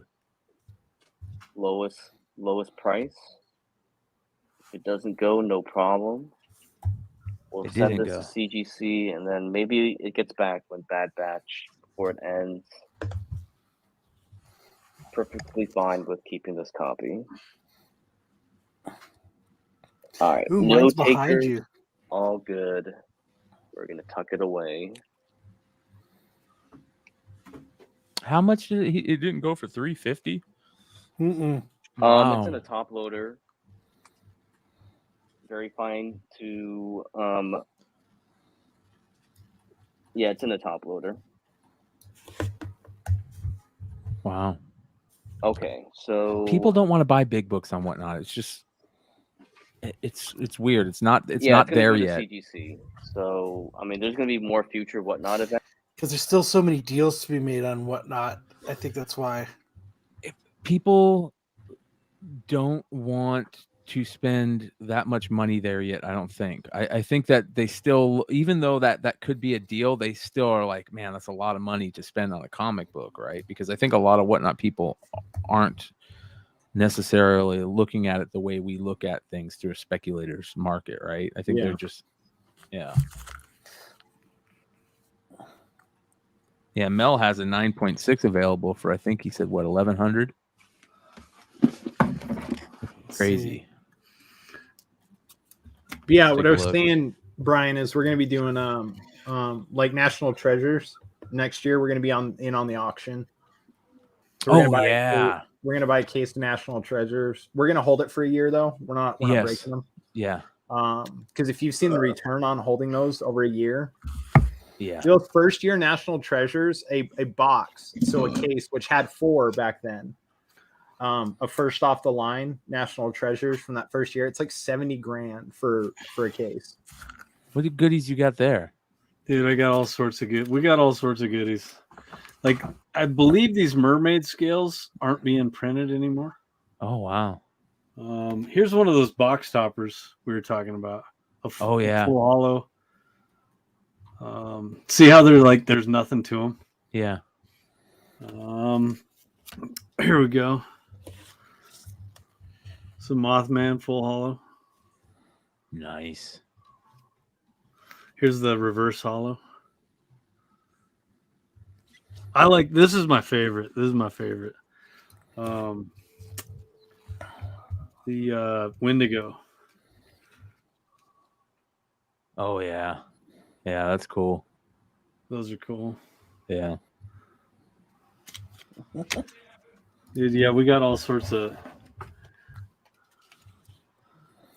Whoo! Damn. He's caught it. Hook, line, sinker. Yep. I just want to rip packs now. That's all Yeah, you've caught it. Yeah. Quit it. That's product. You're breaking product is what you're doing. Yes, yeah. Dude, Getting high off your own supply. These were all my supply. These were my good, supply. but you're still getting high off of them. So getting high off your own supply. Oh, those are cool. Full hollows. The silver bullet's cool. Oh, here's one you guys will like. The full hollow Mothman. The other one. Yeah. And the reverse. What about that chibi? Mel said he's on his way. Oh, Sam Sinclair. That's a cool one. Flawless, Brian was the other one. We're gonna grab Flawless next year too. Dude, I missed. Red Hood sent me a link. Send me a link too. Yeah, we went to buy Flawless this year, but we had some books to pay for, so it ended up not panning. But we're gonna buy a case of Flawless because that was like 2 weeks ago, the auction for Flawless, and I think they went like 60 to 50 for a case, which is two of the briefcases, you know. But dude, the cards you pull from those goddamn things, dude, it's awesome. It's awesome. It's insane, dude. There's 2017 Flawless case. A hobby box case from 2017. There's one on eBay right now for almost $100,000. Oh my god, for a case. So the money's not breaking the damn thing. I mean, you get good money breaking them, but the money's in. That's how it always is with hobby with wax. That's how it always is. But because you're looking at it and you're going, what could be in there? And you have so much fun ripping. I mean, dude, can't play the gamble, man. Yeah, there could be. Okay, so that first year there was Tom Brady Diamond 1 of 10s signed, right? That's a $500,000 card. It's a $500,000 card. So yeah, your chance of getting one, cool. It's there. But it's less than a 1 in 1,000 chance when you could hold the box and sell the entire box years down the road for, 20% of what that one card is.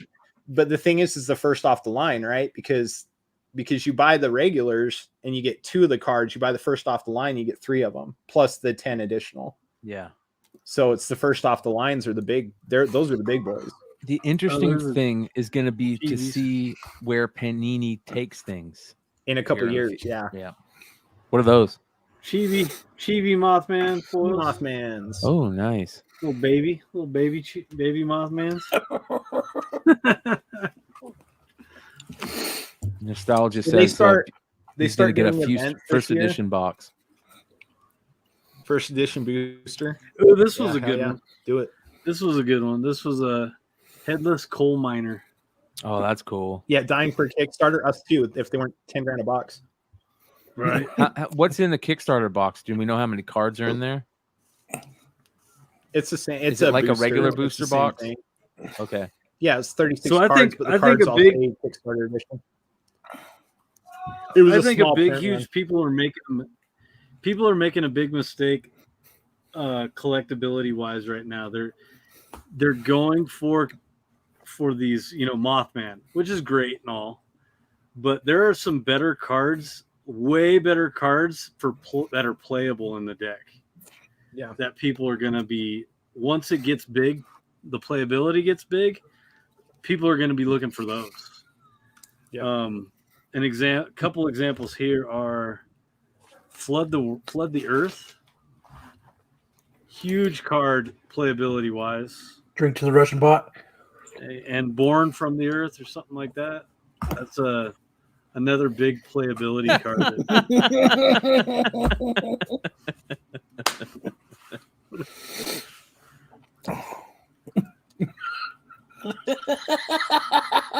There were sample cards too. How many of you can exhale and drink at the same time? Yeah, I was about to say that was impressive. That's an man. expert move. Impressive. Yeah, that was impressive. There's a big card show coming up here in the Valley in March too. Is there? That's gonna be interesting. Brian, I told- give us an excuse to travel up to Arizona. Yeah, there we go. There's your excuse. Yeah. Illis is stoked for it too. So you know what? I'm loving the fact that a lot of the community and people are into cards. From getting into it again, and it's fun. It's exciting. Let's try and get together. I'm down, dude. Let me send us dates, dude. Okay. I was thinking about this tonight, Jonathan, and normally we talk about this shit in private. I want to do a charity sale on Whatnot. That's us, right? But I want to get me, you, and Leg, and maybe Brian and maybe Kyle. Let's get us all together and do a big charity co-stream. But we're the charity. Okay, Yes. You got to hold me out. I know you're getting all excited. You're like, oh, cool, we'll donate to this. No, We're gonna donate James's time. no, Yeah. we're gonna donate. We all get to go down to visit Big Leg and go on a golf trip. Oh, fuck yeah. Yeah. Amen. It's Hey, the listen. It's the send us to go play golf charity. Not only that, like It's a for-profit. being able to do it at the cons when we go to the cons and have the hangouts afterwards and just jump on Whatnot while we're just hanging out at a bar or something, that would be fucking fun as hell, man. I think people would love that. Mojo asked me if I ever sent out the giveaways for guessing Kyle's BAC. Mojo, I will be honest. I just found where I had put the giveaways on our website to track them, and I'm getting to those. Some of the giveaways, though, like one of them, and maybe it was that one, was it was our Niobe set. I'm still waiting for the foils to come in. Well, also we got to remember You're you're trade dress cover, trade dress virgin, and foil, and we don't have the foils yet. and you're in the And there's a couple process of them that are like that too. So of moving shit around and stuff. You put all you packed all your shit up. move the entire office out. We're still reorganizing. Jonathan and I were going to get together the last 2 weekends and reorganize. Hasn't panned out. It'll be next weekend, but most of the books are back in here. Most of the stuff's like properly. Everything's in a file cabinet now, not just randomly on shelves, which is great. So it's gotten a lot easier. Like our order fulfillment last 2 weeks has been insane because shit's a lot more organized than it was before.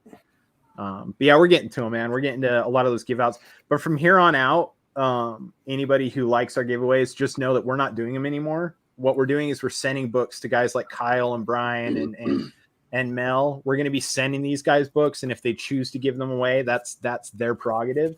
We're not going to be doing them ourselves. We just can't keep up with that, and we don't want to disappoint people by making them wait. So It's a lot of work. yeah, so we're going to get the books out to these guys, and if they choose to give them away, they can handle it, and they'll take care of you guys. So Hell yeah. Mighty Mel V, what up, Mel? What's going on, brothers? How y'all really feeling? you killed How it, you doing, brother. Mel? What, All You right. didn't get to sell your 9.6, but that's okay. I think that's Yeah, good. I think that's great. Yeah. You didn't want to sell that book anyway. Not at $1,000, no.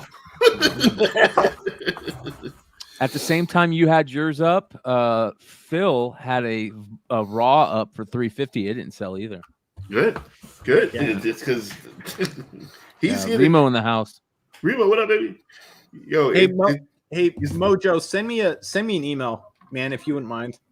Though I'll look into your order. I'll look into your thing. Oh yeah. I Well, don't want you to think I'm brushing Skagway's you off, man. Skagway is the same way. I owe Skagway books, so don't feel Mojo. Don't feel bad. Yo, it was Skagway, you're getting People don't worry. understand. Yeah. They're- Hey, yeah. Hey, Bryan, I'm gonna send you my email in the private chat. Will you put it in the comments for Mojo? Yeah. I got some books coming Mel's way this week, right?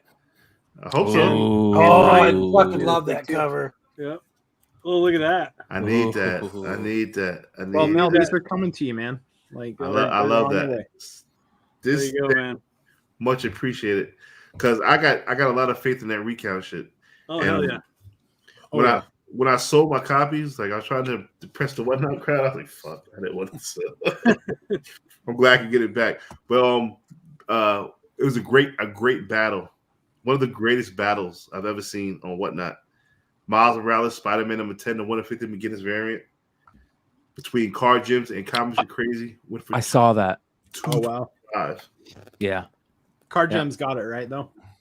Card Gyms got it. Win percent is 98.2. He lost a couple at the end. His win percent was up to 98.6 earlier, but he lost a couple, so 98.2. Shout out to Card Gyms, man. I mean, Dude, Card Gems knows what they want. You know what I Yeah. mean? Like, and goes hard at it. yeah.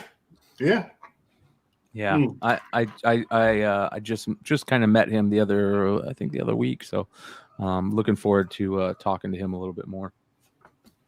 Fucking keep it thorough. Say forgot to see the Black Panther 1 to 25. Lucy should have got to her today. Did you see that that the A cover is selling for like 60, 70? That's good. Yeah. That's real good. I said that was going to happen. I think I said it on one of the shows. I was like, Yeah. once people like, hey, fuck this 1 to 25. I'm going to go for the cover A.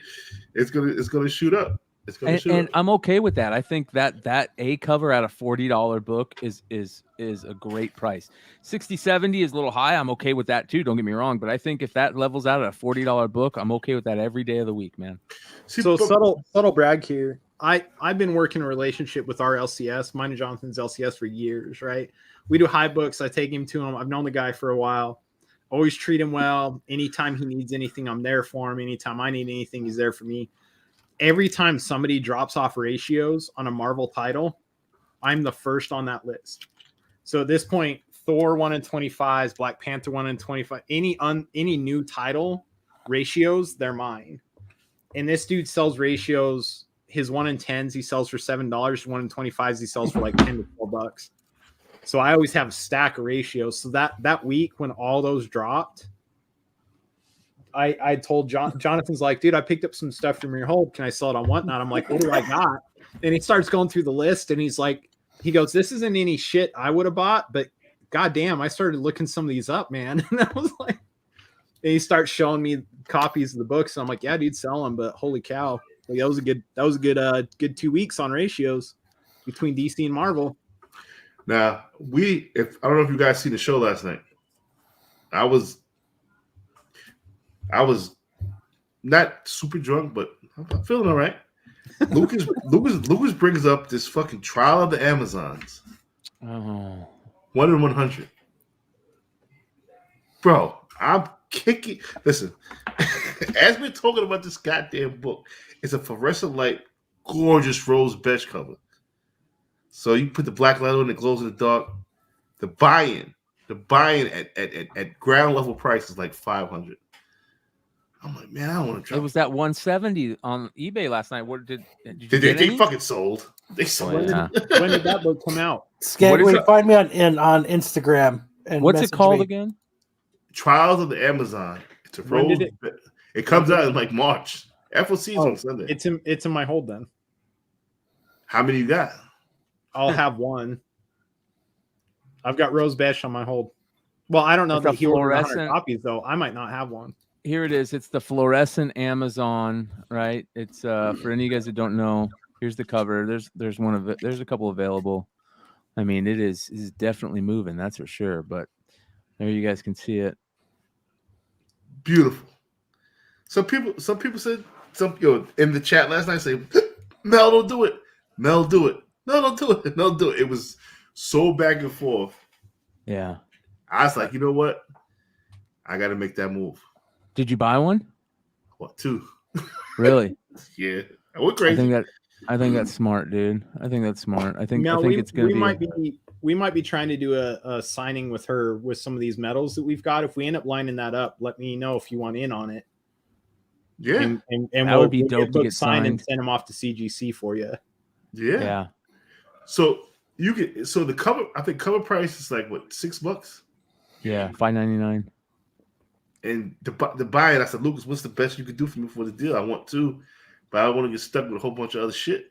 And now, don't sleep with that Stephanie Hans one, because you have to order 250 just to be able to get them, some shit like that. It's crazy. It's crazy. The buy-in for this shit is crazy, and that Sheena is crazy too. Rose Besh has elevated herself to a place where you know what you're gonna get. You know you're gonna get fire, and she's not going anywhere. She doesn't have like the Peach Momoko shit. You don't like Peach Momoko shit, Brian. I like Peach Momoko shit. Yeah. I don't like. You want me to be honest? I'm not a big fan of Rose Besh either. Either am I. I think Rose Besh is too angular. She's got some great stuff, but her shit's too angular for me sometimes. Shout out to Chad Cave who came through the sale. Want some books? Big shout out to my man right here. What do you think about this cover? This cover here. All right, so I think it all depends on what this cover looks like in hand. It has the opportunity to be next level shit because it's that fluorescent. You know, they're really keying in on that fluorescent, right? And if this comes out and it pops off the page, those fluorescent pinks pop off the page in some spectacular way. They will. You know, they will. Which it will. And I think this cover will be not only a great flip, but it's one of her better covers. Do I think it's awesome? No. But again, art's so subjective. You know what I mean? Like, I'm not a fan of Rose Besh, but you know, and I say that she's really angular. But sometimes I'll talk about Humberto Ramos covers, who's king of being angular. As you know, some of his covers are some of my favorite, right? So, and then of course he has some really bad ones. So it all depends on composition and stuff. But I think Rose Besh she's got to play that game that Peach Momoko has been playing to her detriment. Well, I don't know. I can't say to her detriment because she's making cheese hopefully off of it. She's getting paid. She needs to be making money. But sometimes you do too many covers and you burn out. You know. Yes. Shout out to Ravage BK. He's saying that they're returnable. Ooh, that's a game changer. Yeah. Wow. Yeah, that is. That's a game changer. That's returnable. I was taking notes. Well, if that's the case, we need to tell Lucas to add one to the list. Yeah. Right. So I don't dislike it. That's my LCS immediately after he wrote that. I'm like, yeah, it's hey Mel, I got something funny for you. Did you see this new Jurassic League stuff? Have you heard about the new Jurassic League? No.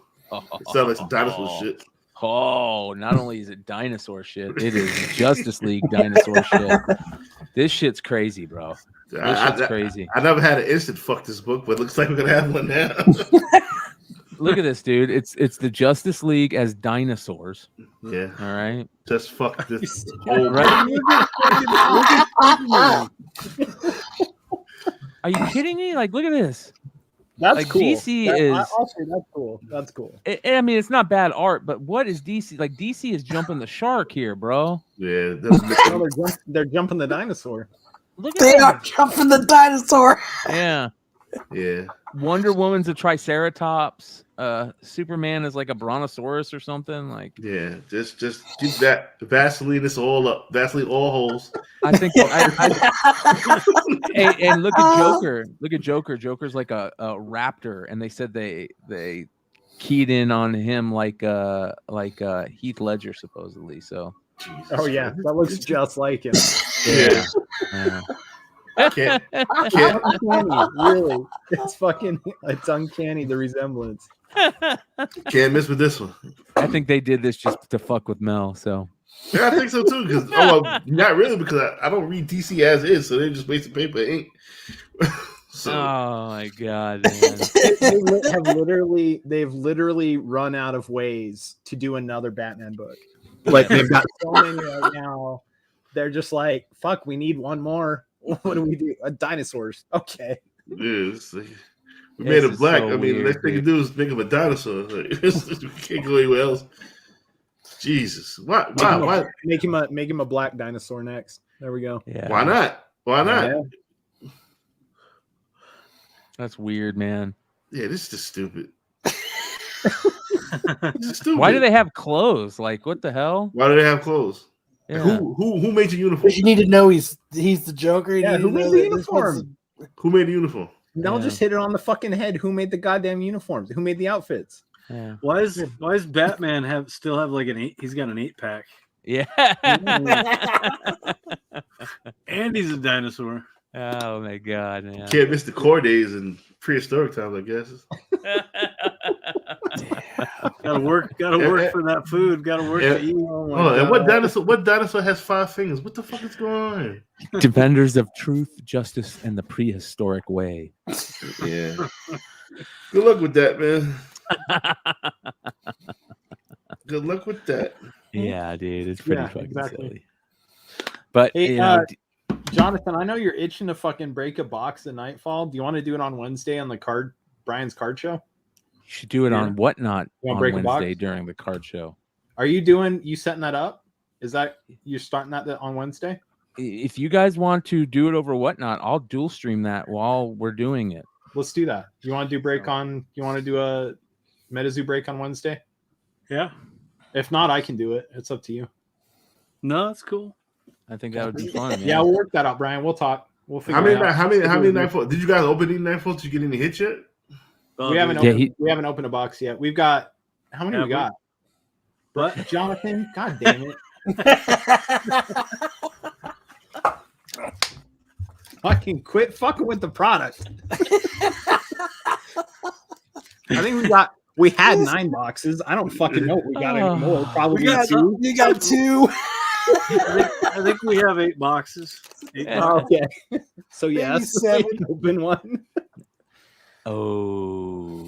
Is that John, boss man? I'm gonna come pick all those boxes up tomorrow. All right. Hey Mel, have you Bring them have you, over got, here where they're safe. have you gotten into any of these yet? I had 4 in my cart. Shout out to Beachside Beachside. I call him Anthony. He was like, "Yo, Mel, you need to get on this meta." Matter of fact, I put him on the meta, so he was like, he went crazy. He bought like 8 boxes. He was like, "Mel, you should buy your boxes yet?" I was like, "No." You got to buy the boxes before they go up to $400. They were like $225 a box. I was like, and now they're like $275 a box. I was like, hey, fuck this. Dude, that Nightfall is gonna hit 500 real quick. Real quick. There's a lot of playable cards in there. In the March, maybe. Yeah. I got Everybody time. that I've heard that has seen the new boxes, the cards that are coming out in that new set that drops in March. There's a lot of the cards that are in Nightfall that are going to be even more playable after. And the thing is like Jonathan had talked about before, like there's cards that are popular because they're cool cards, right? But you look at like Magic the Gathering, and you look at Pokemon, the cards that retain value are the playable cards. And so it's really like a lot of people are not paying attention to those. And if you know, if you're looking at these cards and you understand the game side of it, and you're stocking up on playable cards, especially playable full hollows, man, you're going to be loving life 5 years from now, 4 years from now. You know what I mean? And so that's what Jonathan been trying to do is like, let's learn the game, because like these playable cards, like right now I've got a CN2. I'm putting together a CN2, not a master set, but a full master set. Because some of these cards you can have like eight per deck or 4 per deck. So we're trying to put together like cards that you can have 8 per deck. We're going to have 8 of. Cards that you have two per deck. We're going to have 2 of, 4 per deck, 4 of. We're putting together a full on master set, you know, and it's stuff like that. Like those are the guys that way down the road are going to make money, is the unopened boxes and master sets. Shout out Remo. He's asking if the Panini Illusions NFL hanger packs are any good. Illusions aren't bad. They're okay. There's some good. They're okay. I mean, if you're itching to open some stuff, they're worth picking up. But why isn't Remo in here? Yeah, I know. I'm so. You're chilling in the chat. What the fuck are you doing? Get in here. Yeah. Look, there's an empty spot right between Mel and Bryan. Mm-hmm. Just slide on in there. Let me get him what I'm seeing right now with MetaZoo is the Kickstarters are huge, obviously, and then the Nightfall. Nightfall. The CN1s are big. Almost getting in trouble. The CN1 boxes aren't really taking off at all because I think they. So you're doing a podcast? I think they kind of fucked it up with the CN2 shit. Yeah, a little bit. They're holding value, but they're not increasing. Yeah. They could down the road. Yeah. But I'd rather be sitting on at the buy-in price. I'd rather be buying a 12 box case of CN2 over one booster box of CN1. Oh my god! Chill with the wife. Get the wife on. Yeah. Fuck it, bring everyone on. Remo, what's your IG? What's Remo's IG? I gotta find his IG. Hold on 1 second here. There he is. There he is.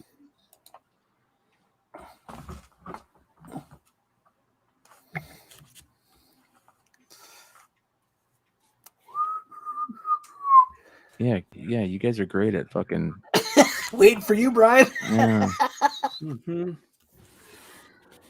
Russian bot, take a drink. I got you, Remo. I'm gonna send you a link. You're more than welcome to show up, brother, if you want. You don't have to though. All right, hold on here. God damn it. There you go. Russian bot, take a drink. Oh, I didn't even show up in chat yet. What the hell? How am I not following Remo already? There you go. Yeah. There it is. Russian bot. He's said he's gonna chill with the wifey. Well, I hit you on follow, so I got you next time. Yeah, dude, I'm excited for not only where cards are going. You know, there's new exciting stuff coming down the pipe, and it's not going to be ruined like I thought it was. It's nice that Fanatics bought Topps. See where they go with Panini, but also with comics. I mean, comics right now are, you know, we've all been saying, like, I hate to say this because, you know, Flipside has done it before, and I feel like sometimes when we can't think of something to talk about, our go-to is always, is the market crashing? And like, I don't even know why we're asking that question anymore, because no. It's the market is yeah. Market is wild. I feel like there's no reason to ask that question anytime soon for comics. There's just not. It's so. I mean, you guys see what the Black Panther was doing. That's crazy. Yeah. Listen though, it's not, and this isn't an anomaly. I think the problem is people in the comic community like us, we have a short memory, and it was like I was talking about earlier. What was it? Issue 8. That issue 8, the first appearance of Star 1 in 25. That thing shot up. It wasn't as quick, but you gave it 3 weeks, and the one in 25 was going for $400 raw. and it's still Which a star? yeah, the 1 in 25. Oh, look at It was that. like a $400 raw after like 3 or 4 weeks. And this one Sell shot up it. quick. The I'll give you $8 9.6 is for now a 9.6 sold for $325. That's a 9.6. A 9.8 still an $800 book on that. Wow. You know, and I don't think this is like I was saying earlier when you were doing your whatnot sell or whatever. I was saying I don't think this is Ultimate Fallout 4 1 in 25. I don't think this book, that Black Panther, is going to be that book, but it very well could be a 1 in 25 first appearance of Star, which a 9.8 still an $800 fucking book. So what do you think? I was talking to Ultra and the guys about this. First to market 9.8 Black Panther 3, over under 2,000. Over, and I'll let you know. Give us 3 weeks. Over 2,000. Wow. This is a beauty. Over 1,000. Sorry, over 1,000. Okay. And Yeah. give us 3 weeks. Give us 3 weeks, and I'll let you know. Give me 2. I'll show you real time data. Give me 2. Give me 2. I'll show you real time data. Do you really think that that type of book is worth holding for that right there? No, but here's the thing, and I've said this on this show countless times before. You guys will agree with me. Mel will agree with me. Kyle will agree with me. Right? The biggest market, and this is shitty to say as a speculator, the biggest market isn't selling to the average collector. It's selling to speculators, and I don't for shit like that. It is for shit I like don't. that. I don't have to think that it's going to be a $5,000 book. I don't have to think that, as long as 2 or 3 other people think that, right? Because if I hit eBay with a 9.8 and I hit it tomorrow, and I'm the first to market with a 9.8, and I start that shit off at $1, as long as there's 2 or 3 people that think it's going to be a $5,000 book a year from now, then it's a $1,500 book on eBay. So why not? I'm fine with making $1,500 on a book that we paid $12 for, and then paid another $100 to get it priority or express graded. Right?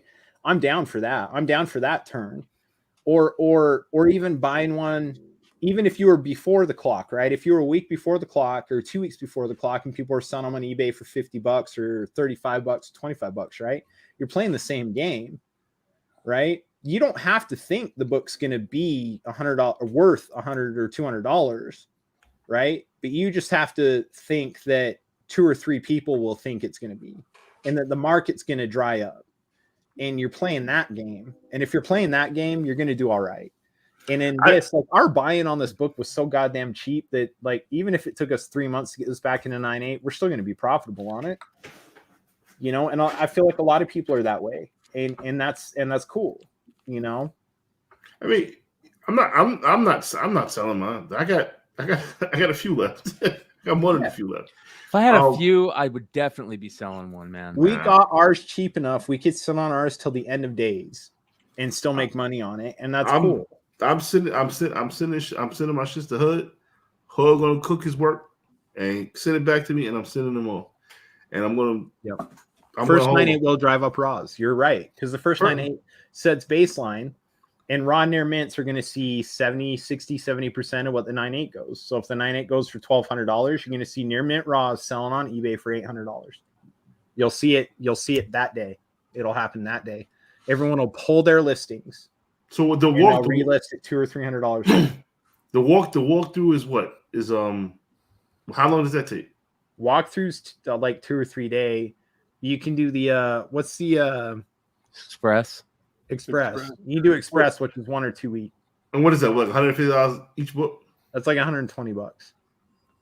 Yeah, that's that. And we've already got. Here's the thing: we've got 2 Ultimate Fallout 4s. We've got an X-Men 6 and X-Men 12, and shit like that. That's waiting in a ASM 194, right? 129. That's going Express. So what is it for us to send in one more book? Right. You know. So right, I mean, I legitimately, I wasn't joking. I'll let you know in a few weeks. I'll let you know. We'll give you real-time data. We'll see what 9.8 looks like in real-time data. At this point, you play with house money, so it's exactly. It's a no-brainer. Even if it came back in 9.2, we'd still sell it for more than we're in it. You know, it's funny. CGC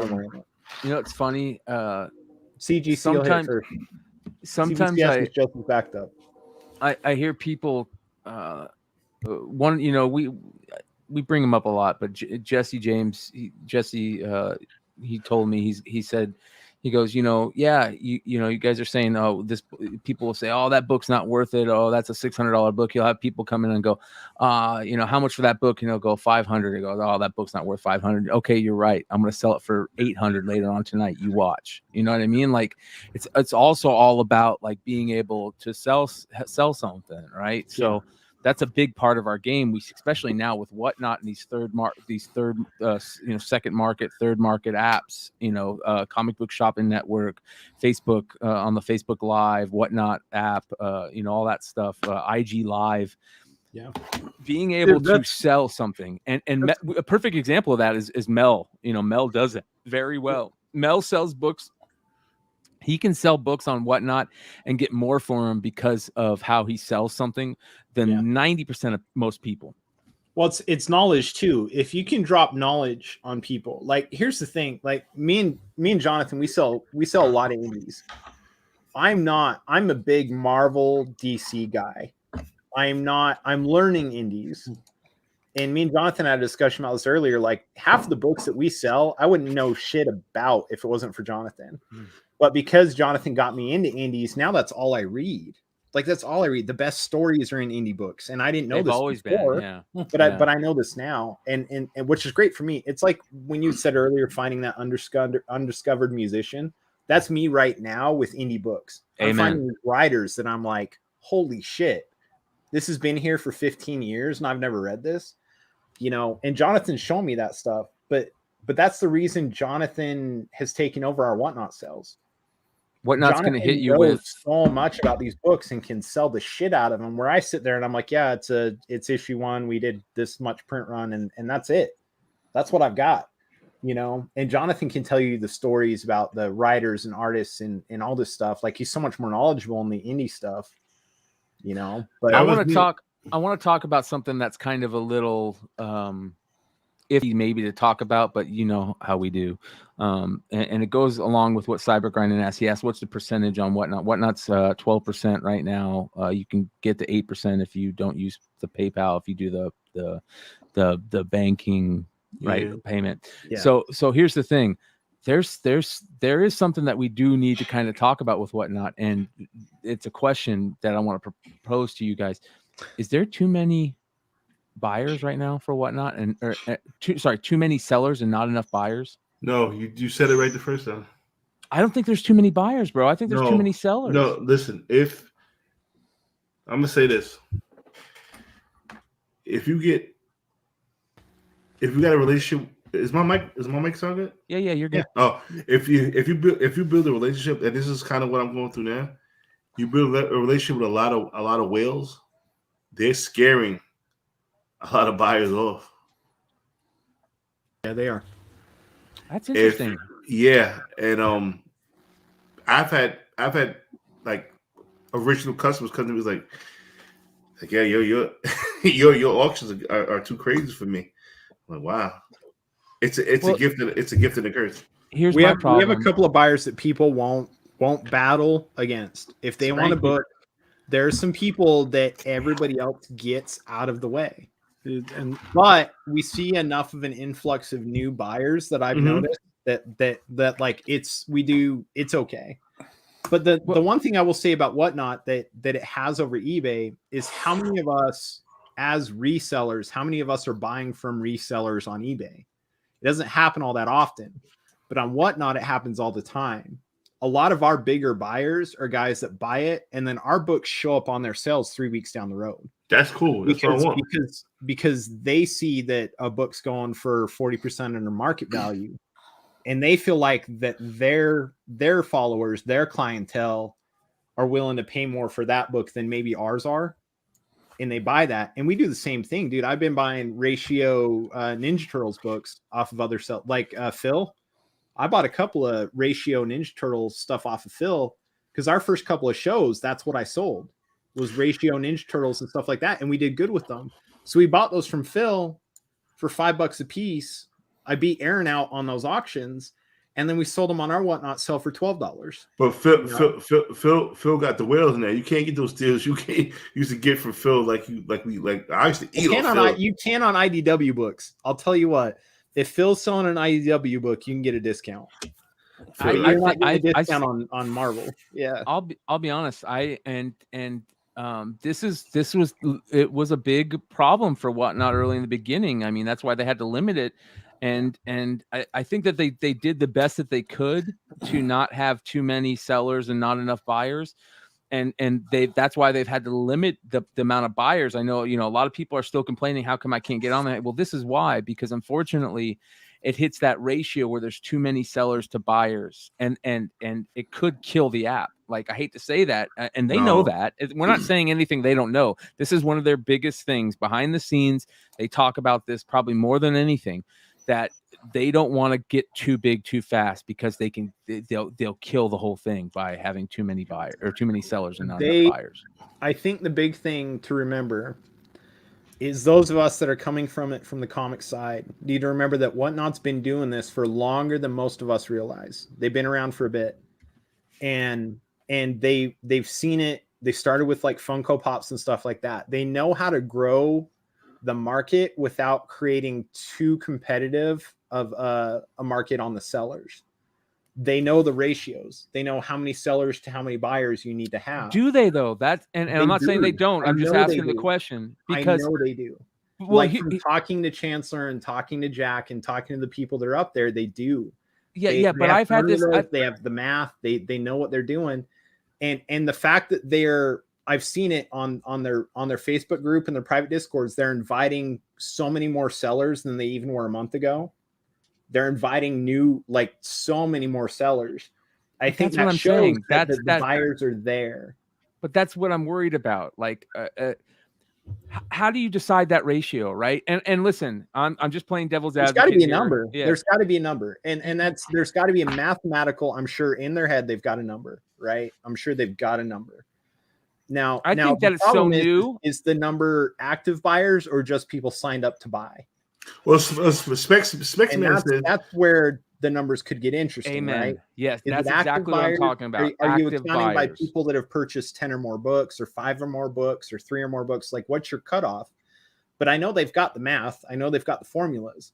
But what's the numbers? And I don't know that. I don't know if is it active. If it's active buyers, that's fucking phenomenal. If that's how they're working off of, like, if they're only counting buyers as buyers if they've purchased more than 5 items or something like that, then cool. And if the math works, then it works. But I mean, I saw a guy that was in the Whatnot Facebook channel that we're in. It's a comic one because they've got ones for each individual thing. The guy had his first sell and has over 700 followers after his first sell. And most people are like, how did you do that? That's impossible. But then they realized, well, he's a store. He sells Funkos, comics, and action figures. His first sale was Funkos, and he had some like vaulted stuff from years ago.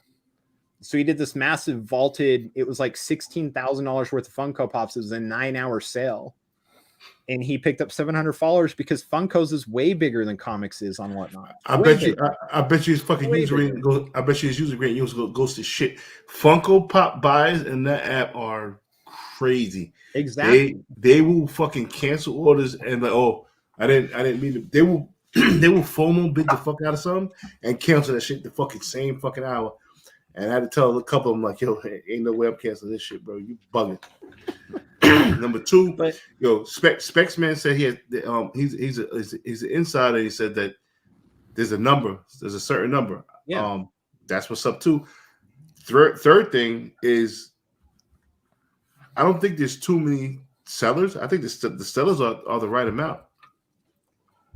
Right? Is that what you said? I think no. I'm worried that they're getting to the point where there might be too many sellers and not enough active buyers yet to keep upping the sellers. And again, I'm talking out my ass here. Like, I'm not, you know what I mean? I'm asking the questions because of what I see.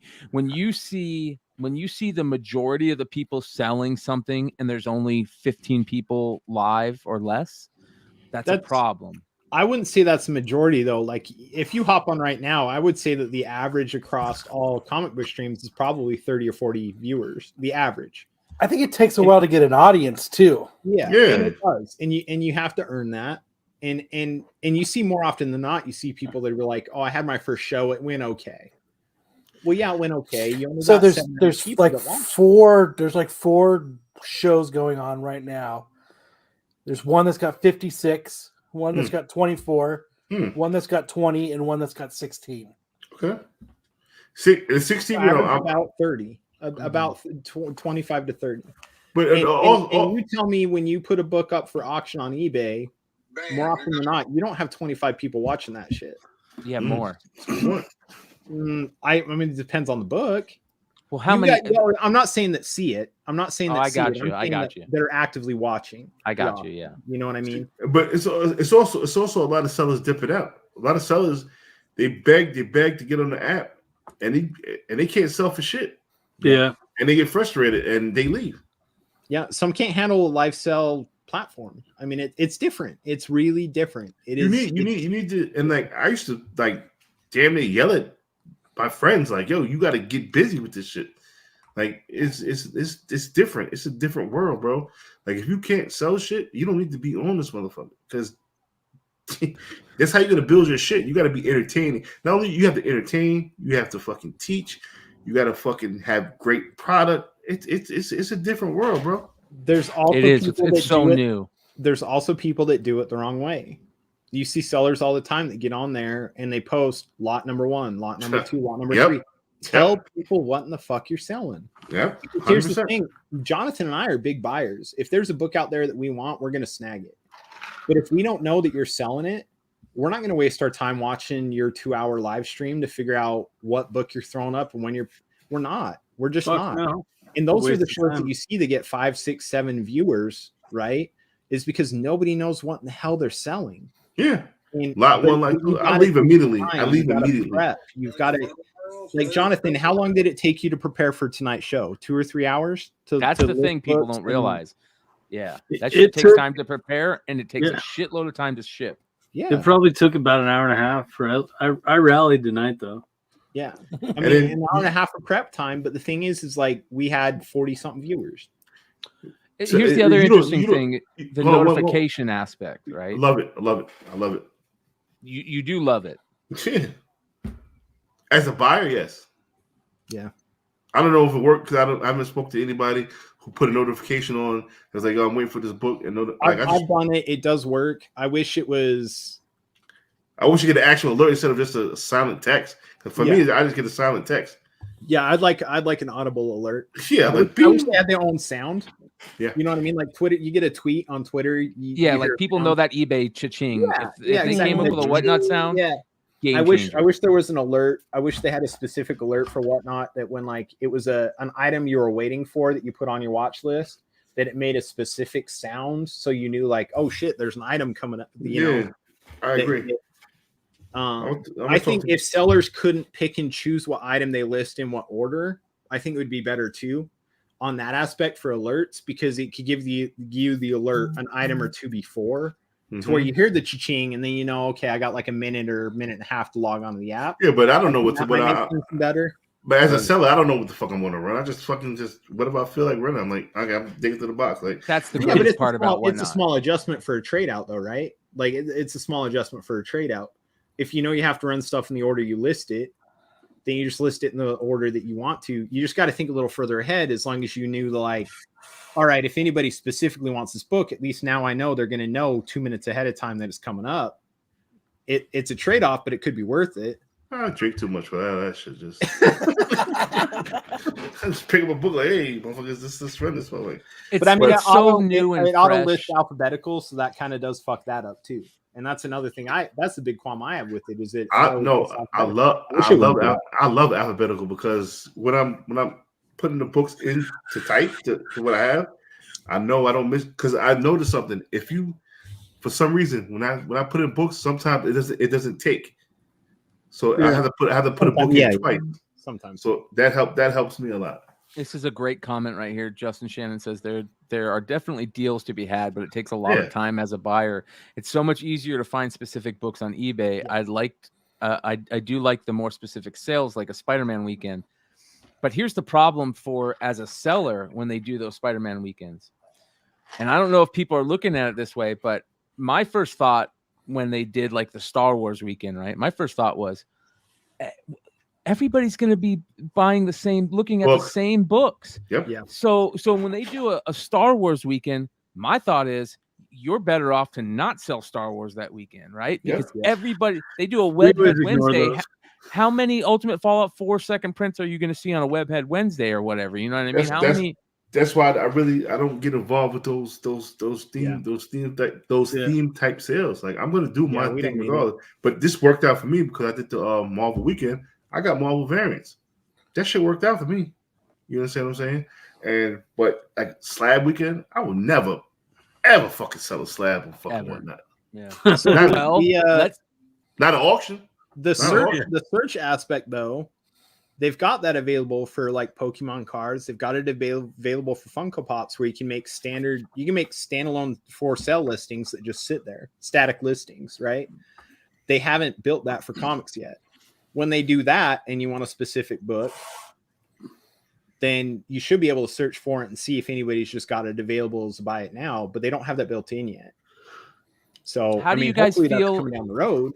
It's on there for other products. So I would assume it's coming for comics. But how do you guys feel about selling big boy books on there? I mean, listen, I'll let you know on Monday. I'm gonna try a couple. We'll see how it goes. I've got some personals that I need to move. So I got extremely fucking lucky doing some wild, dumb, drunk shit. Like I'm right there with you, dude. Yo, fucking the car, Something's Killing Kid. I didn't want to sell that book, but I put it at a fucking price that I knew nobody would fuck with it. Somebody fucked with it. I was like, fuck. Well, here's a perfect example. I know everybody's talking about Frankie's and the Djurjevic. Everybody's talking about that right now. Like not only people going, oh, I can't believe he's selling it on there. Also people going, I'm going to snipe the shit out of that book because I know it's going to go for a quarter of the price. No, right? I think he has it set up to where somebody's going to buy it for. I think it's set up. I think it's a setup. Oh man, I mean, not. Look. For example, I had the fucking Darth Maul #2, 125 for $1,000. If I would have ran at an auction at $1, I wouldn't have got $600 for it. I probably got $700. No, I'm not. No. Look at Easy. I hate to use him as an example, but I know he's kicking himself for selling that Good Boy Kickstarter book.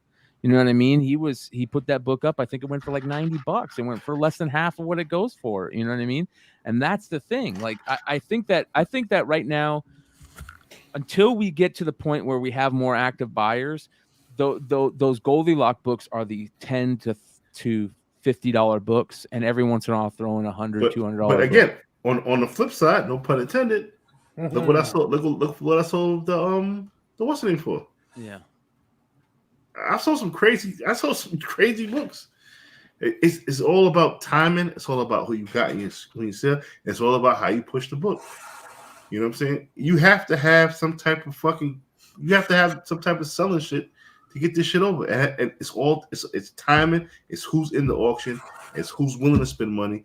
If it's a lot of factors there. Like I've took L's, I've got wins. You understand what I'm saying? This shit ain't for everybody. Well, here's another thing is once it gets to international type things like that's a whole nother ball game, you know. No matter what, I think Whatnot is taking a killing on shipping right now because they're paying shipping prices and they're spending a lot of money on those shipping prices, I bet. And being able to do like, how are they going to do international sales? Are they going to say, okay, if you're in the UK, then you can only buy from UK sellers? You know, like they're going to have to do something because I would if I was Whatnot, I would just do that. If you're in Canada, I would do Canada. If you were in UK, I would do UK. I would definitely do just that. Have you guys had some Canadian buyers already? Yes. Yeah. Okay. And they pay for all the shipping, and I put it in the box, and that's your problem. Yeah. Yeah. But what I do want to see, and this will help sellers crazy, and this will help scared buyers. I want to put a room. I want to make rooms, and I want to limit the rooms. Like have an out like strictly whale sale.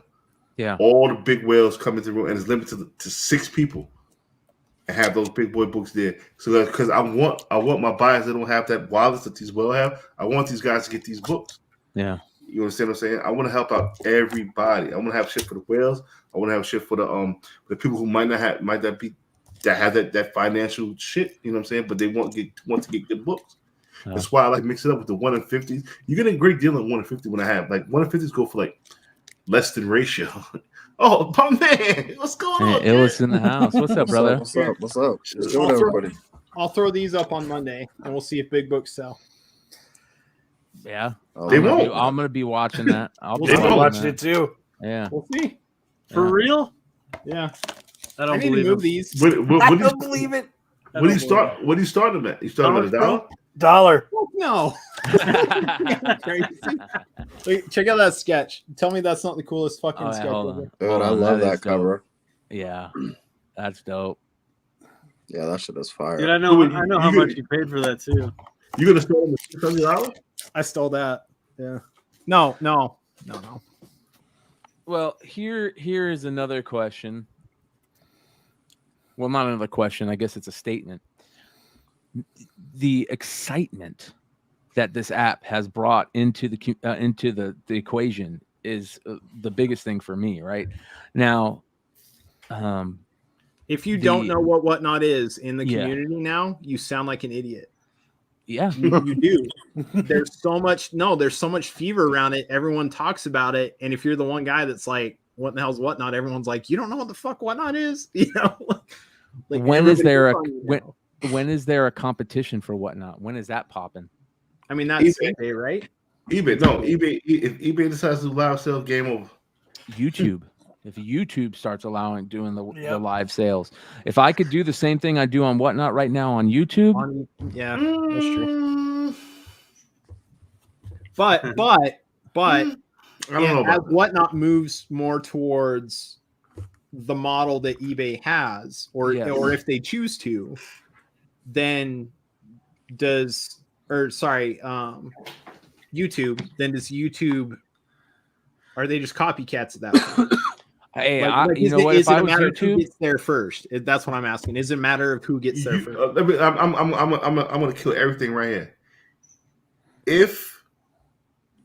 The reason why Whatnot works, this is just for me. The reason why Whatnot works, and eBay works, I don't have to go chase some motherfuckers for my money.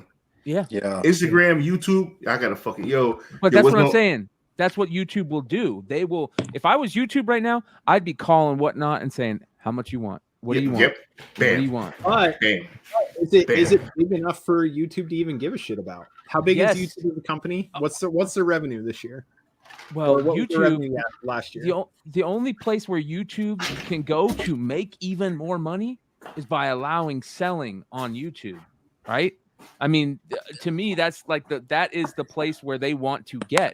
They don't have that infrastructure, that app, that program, that I want that buy it now button. They don't have that Whatnot has. That's what, like Mel said, that's what makes Whatnot so great.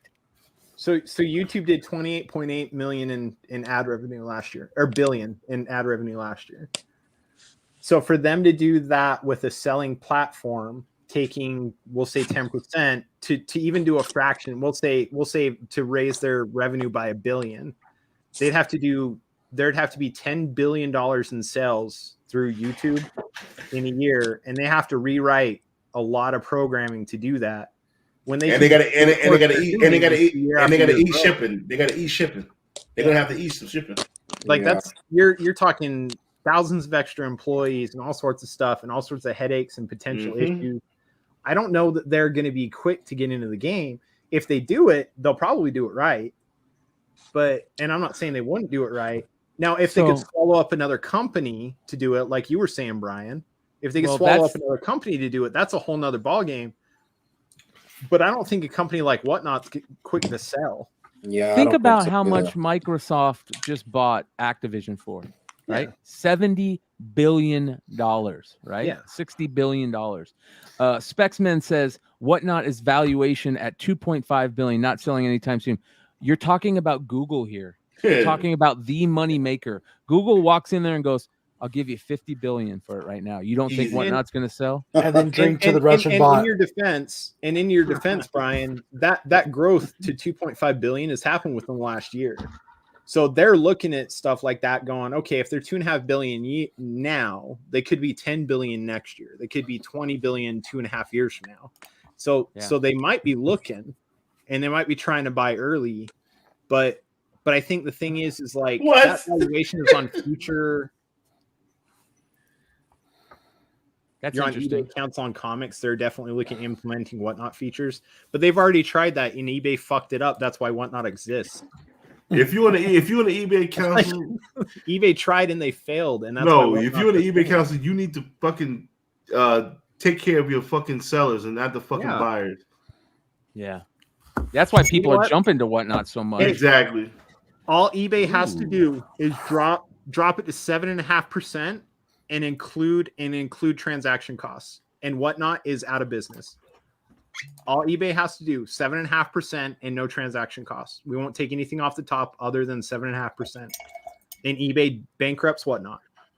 Listen, but every other seller, but eBay won't do that. So, I like the thrill of the sale. I like talking to the people. That shit is so like the only time I get to talk to my customers is when they fucking complain and be dickheads. Like I don't want to talk to you like that. Like I want to talk to my people. Like I want to give people deals. Like if you just, you know what I mean? Whatnot is the truth for me. I'm fucking with Whatnot all day. When I was approached by Jack the first time, it took me like a month to get. I'm like, I don't know, Jack, what the fuck is this shit you keep hitting me about? And it's the truth. It's the truth. Jack, leave me the fuck alone. I say, fuck it. I'm just do this. What the first night I did when it was a Tuesday, I had to go to work the next day. I was on Whatnot till about 6 a.m. Like I ain't going to work. I ain't going to work.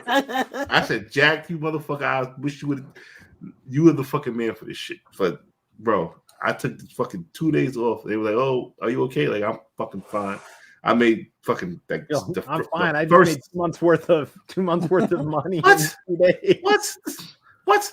I was like, yo, fuck this, man. And ever since then, yeah, but and I'm right there with you. You guys know me. Like I'm over here. I'm behind the scenes, cornbread.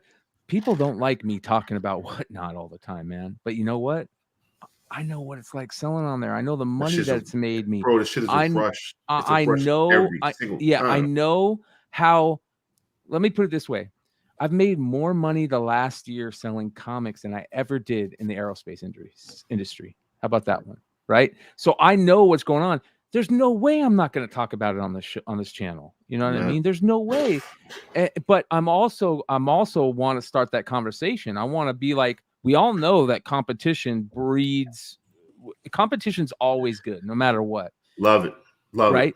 Whatnot is the king of the castle right now.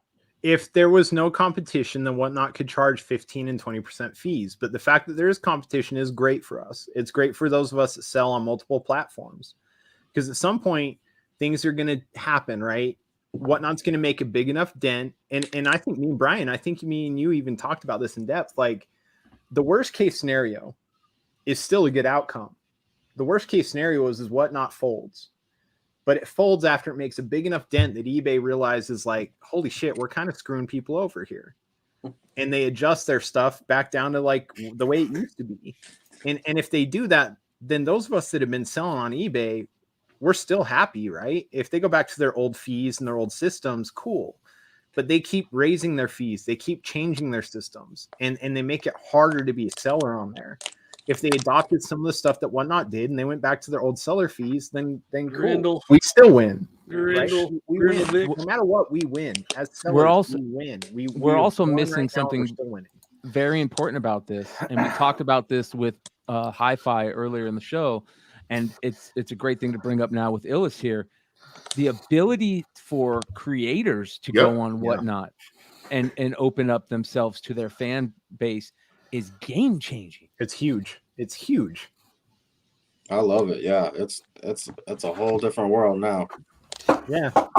Well, you creators and artists don't have to depend on cons. You got it. You don't have to depend on cons. It's or publishers. cons any night you want them to be. It's crazy because If I'm illest, I'm like, damn, I need $1,000 to go to the club tonight. Let me just do a fucking sketch right quick. Make that shit fucking 15 fucking minutes, bro. Like, that's crazy.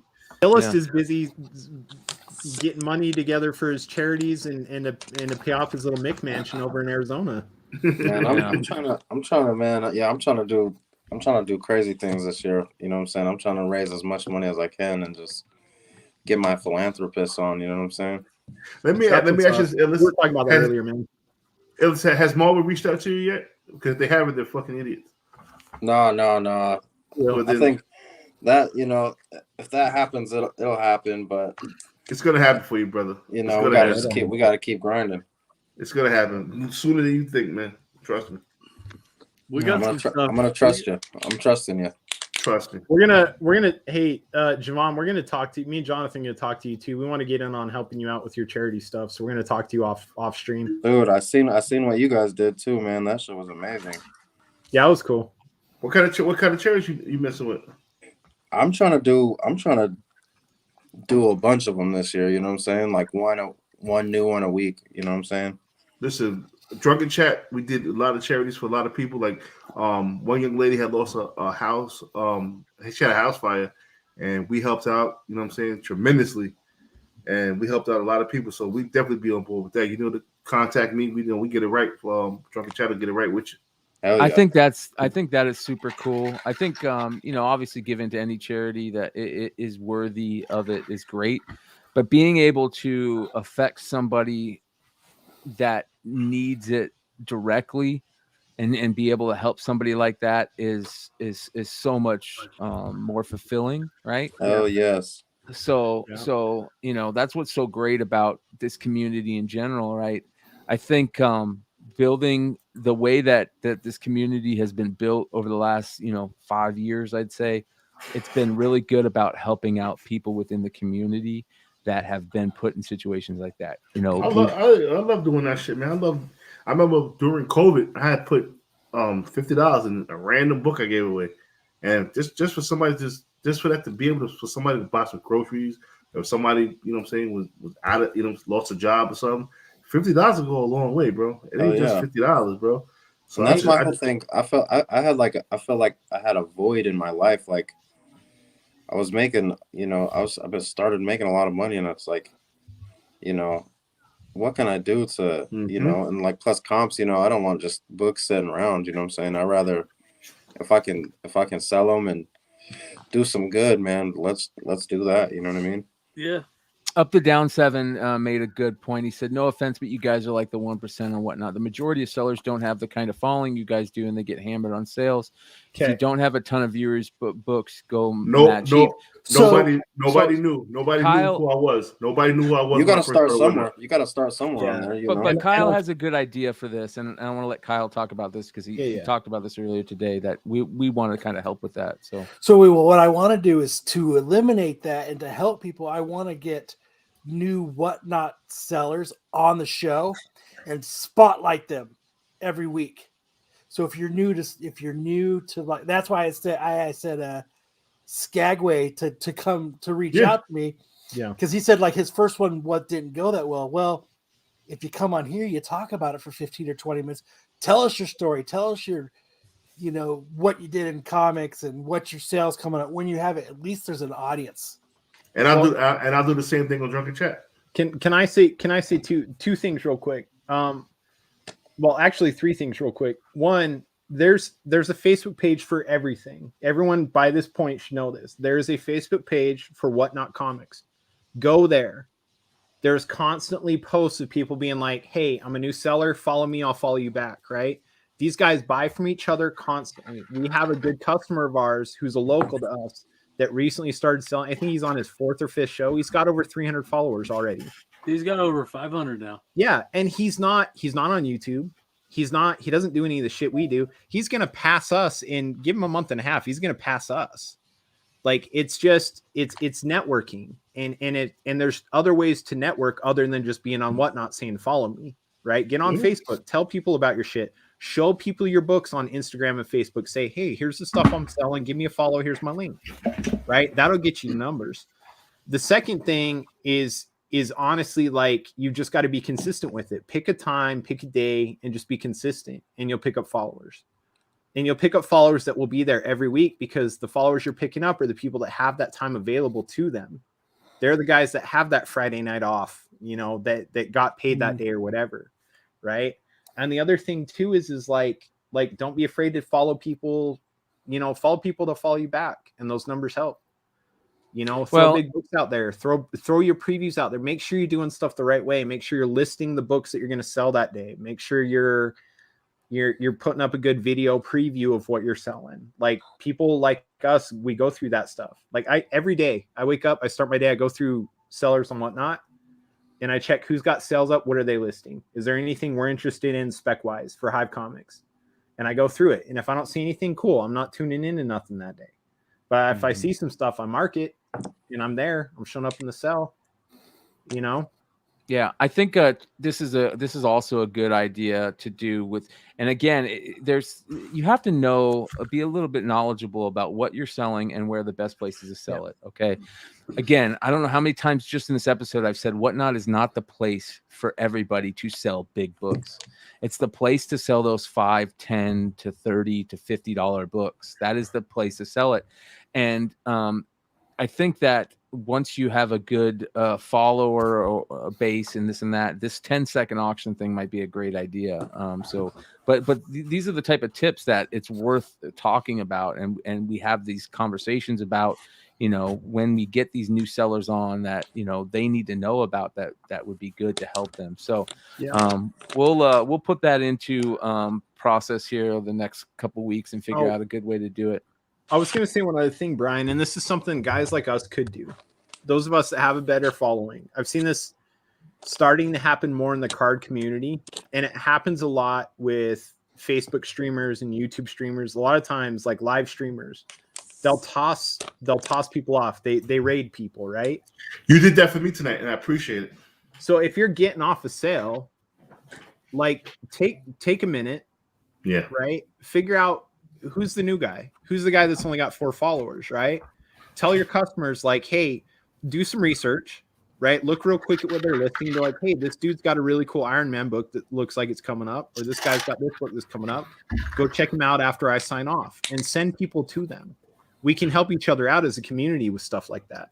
Mm-hmm. If you notice that people buying in your seller or buying a lot of Marvel, and you see a seller that's got a bunch of Marvel listed, you just take a few minutes real quick and be like, hey, I'm going to look through these listings and tell you who I'm going to send you off to, right? Because a lot of people, just because your show ends, that doesn't mean they're done watching Whatnot sales. Exactly.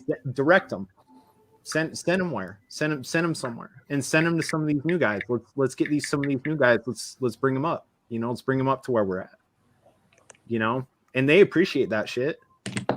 Yeah. So I mean, I see it a lot in the card community. The comic community isn't doing that. We are, because we're friends. Yeah, and we're learning to random people. You see that in the card community. You don't see it here. I think we could start doing that. That'd help a lot. Yeah. By the way, you guys, if you guys are in upstate New York area, go stop by and say hello to Haven for Heroes. He's begging for you to come pick his shop dry. Go cherry picking in his shop. Where upstate? Someone need to take a trip. Where are you at, Haven? Put it in the chat again. I always ask him this, and I always got good books. Me and Jonathan are there. We'll take a trip. Yeah. So Tony H asks, what is the Frankie's Comics Whatnot name? I imagine it's Frankie's Comics. I would think so. I could let you know. I think I've got it bookmarked. I'll look. You bookmark that shit? I want to see what it goes for. It's gonna go for like $30K because it's been set up to go for $30K. It's not. No. Yeah, it is, man. Shut up. I guarantee it. I guarantee it. Well, if that's the case, it's going to be very interesting to see what happens. I hope it goes for like $4,500. Yeah. If it does, I'm buying it. You got that backwards, Chad. You got that backwards, but I love you, brother. I love Chad K. Chad K, a wild boy. Yeah. I picked up some really good indica tonight, man. Let me tell you, I'm looking for that. Looking forward to that. Indicas for pussies? I don't sativas for pussies, brother. I want to hit couch lock every time I smoke, and that is definitely not happening with sativa. I gotta get you some of these gummies, Brian. Oh fuck yeah, man! I'm in. They're Hey, sleepers. Brian, I got Bro, a challenge. I got a what was challenge the- for people watching. I'm Mhm. not Hear even it. gonna. Okay, so here's the deal. We're at James is 900 drawing dick followers. pics on a board over there. Yeah, well, probably. I'm at. No, I saved those for one customer only. Yeah, right.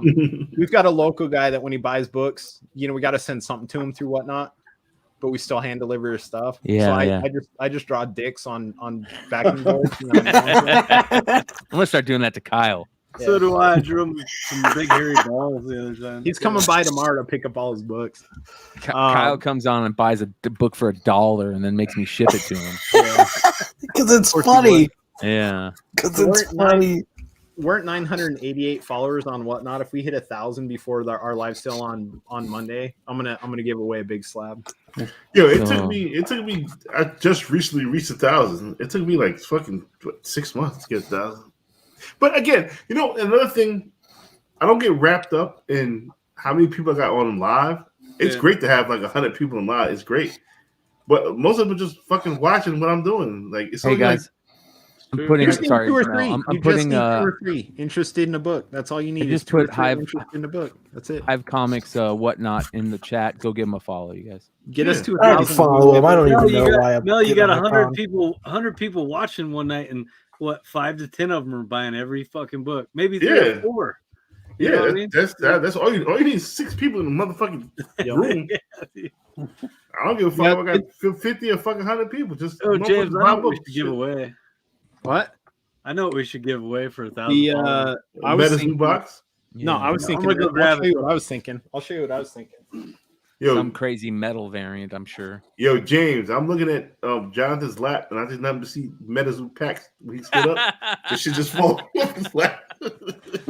Illis, we were looking at your prize on Instagram earlier today, man. That The old scratch. Oh man, I'm thinking one of those. He left. James is gonna cry. This is Franklin and Ghost. Franklin and Ghost Kickstarter. Yeah. Garrett Gunn, signed by Garrett Gunn.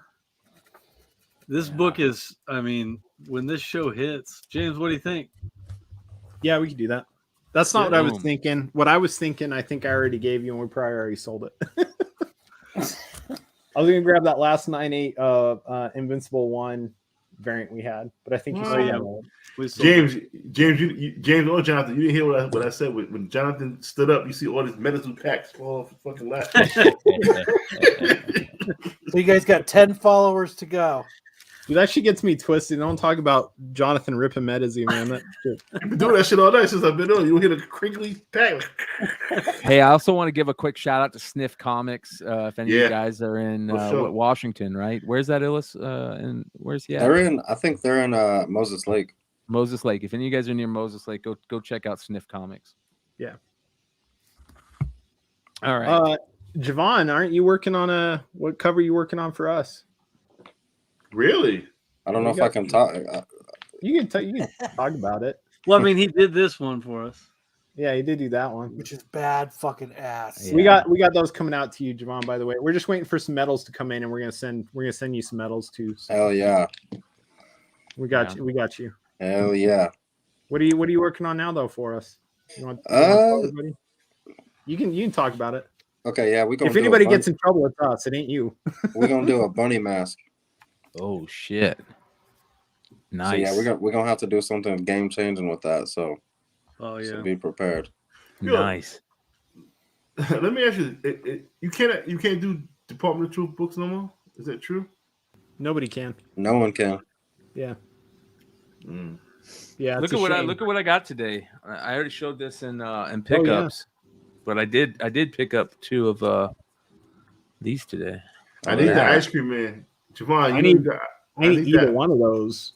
I don't have. I got this in an AOK. I thought that was fucking game changing, man. I thought that was so. I mean, there was like 4 other books in there, and then I saw this. I was like, oh my god. Brian, In a what?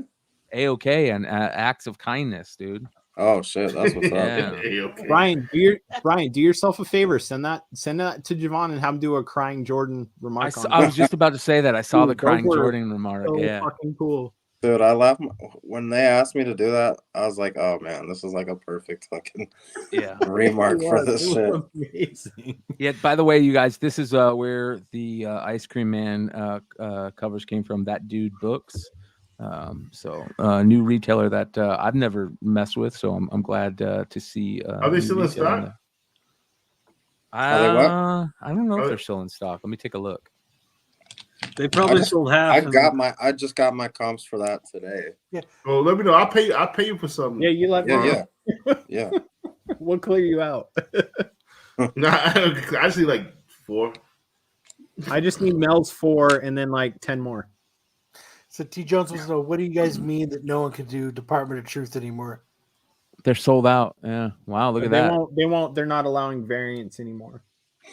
Yo, I had sold out. Yo, I had a perfect. Sold out. I had a perfect Gangsta. Department of Truth shit. Yeah, you did. You told me that idea. It was a cool one. Why'd they do that? Just They're 'cause just there's- done. Paper shortages are making it a little different to where some of these publishers are tightening the reins just a hair on what can be done. So first story Stray arcs, Dogs fucked everything up. So Stray Dogs did fuck everything up. They used an entire forest full of trees. Literally. They got to reseed some shit when we might get some more variants in like 5 years. But, Victor says gone because of comic books over this year. So he bought the Franklin and Ghost Kickstarter raw from your Whatnot sale. It's at CGC. Right on, Victor. Yeah, I gotta get shout out out of here to Lewis. Appreciate you, Lewis. Before my wife kills me and shit. Well, don't feel bad, Mel. We're gonna end it right there. 4 hours 34 minutes. It was an extravaganza tonight. I want to thank Bryan Miller, Hi-Fi Color, just an OG stud in this industry, and I can't thank him enough. We're definitely gonna get him back on the show. He was have him awesome. hang out with us. Yeah, really cool dude. Shout out to him. Thank you guys all 128 live that are chilling with us till the end. We appreciate you guys. Make sure to hit that thumbs up, sub if you're not subbed. I want to thank you for again putting the sale up on Flipside. I want to thank Hive-Comics for fucking just giving me great shit. I want to thank Javan for just hooking me up and coming on my show because he's the artist of Drunken Chat. I want to thank Kyle just being a drunk motherfucker like me. Kyle, what's that blood alcohol level? Let's everybody hold on. Let's do a blood alcohol level check. Russian bot. Drink. Let's go. It's only at 0.05. 0.05. You're not a real fucking professional, bro. Yeah, what is that? And Skagway's called it. Fucking shitty. That should be a contest. Kyle, at the end of the show, Kyle's blood alcohol. We do it every show. You should have been shotgunning those things, dude. Come on. I'll walk around at 0.5. Come on. Nah, I think it's great. We do it every end of every show, the blood alcohol level. So it's become a fun part of the show. You guys know, I'm sure some of you guys are taking part in the drinking game. So send us in a picture of your blood alcohol level if you got one of those too. I'd love to know. I also want to thank the Hive boys. I also want to thank Illist. And you guys make sure to join us again next Saturday. And we will see you next time. Adios.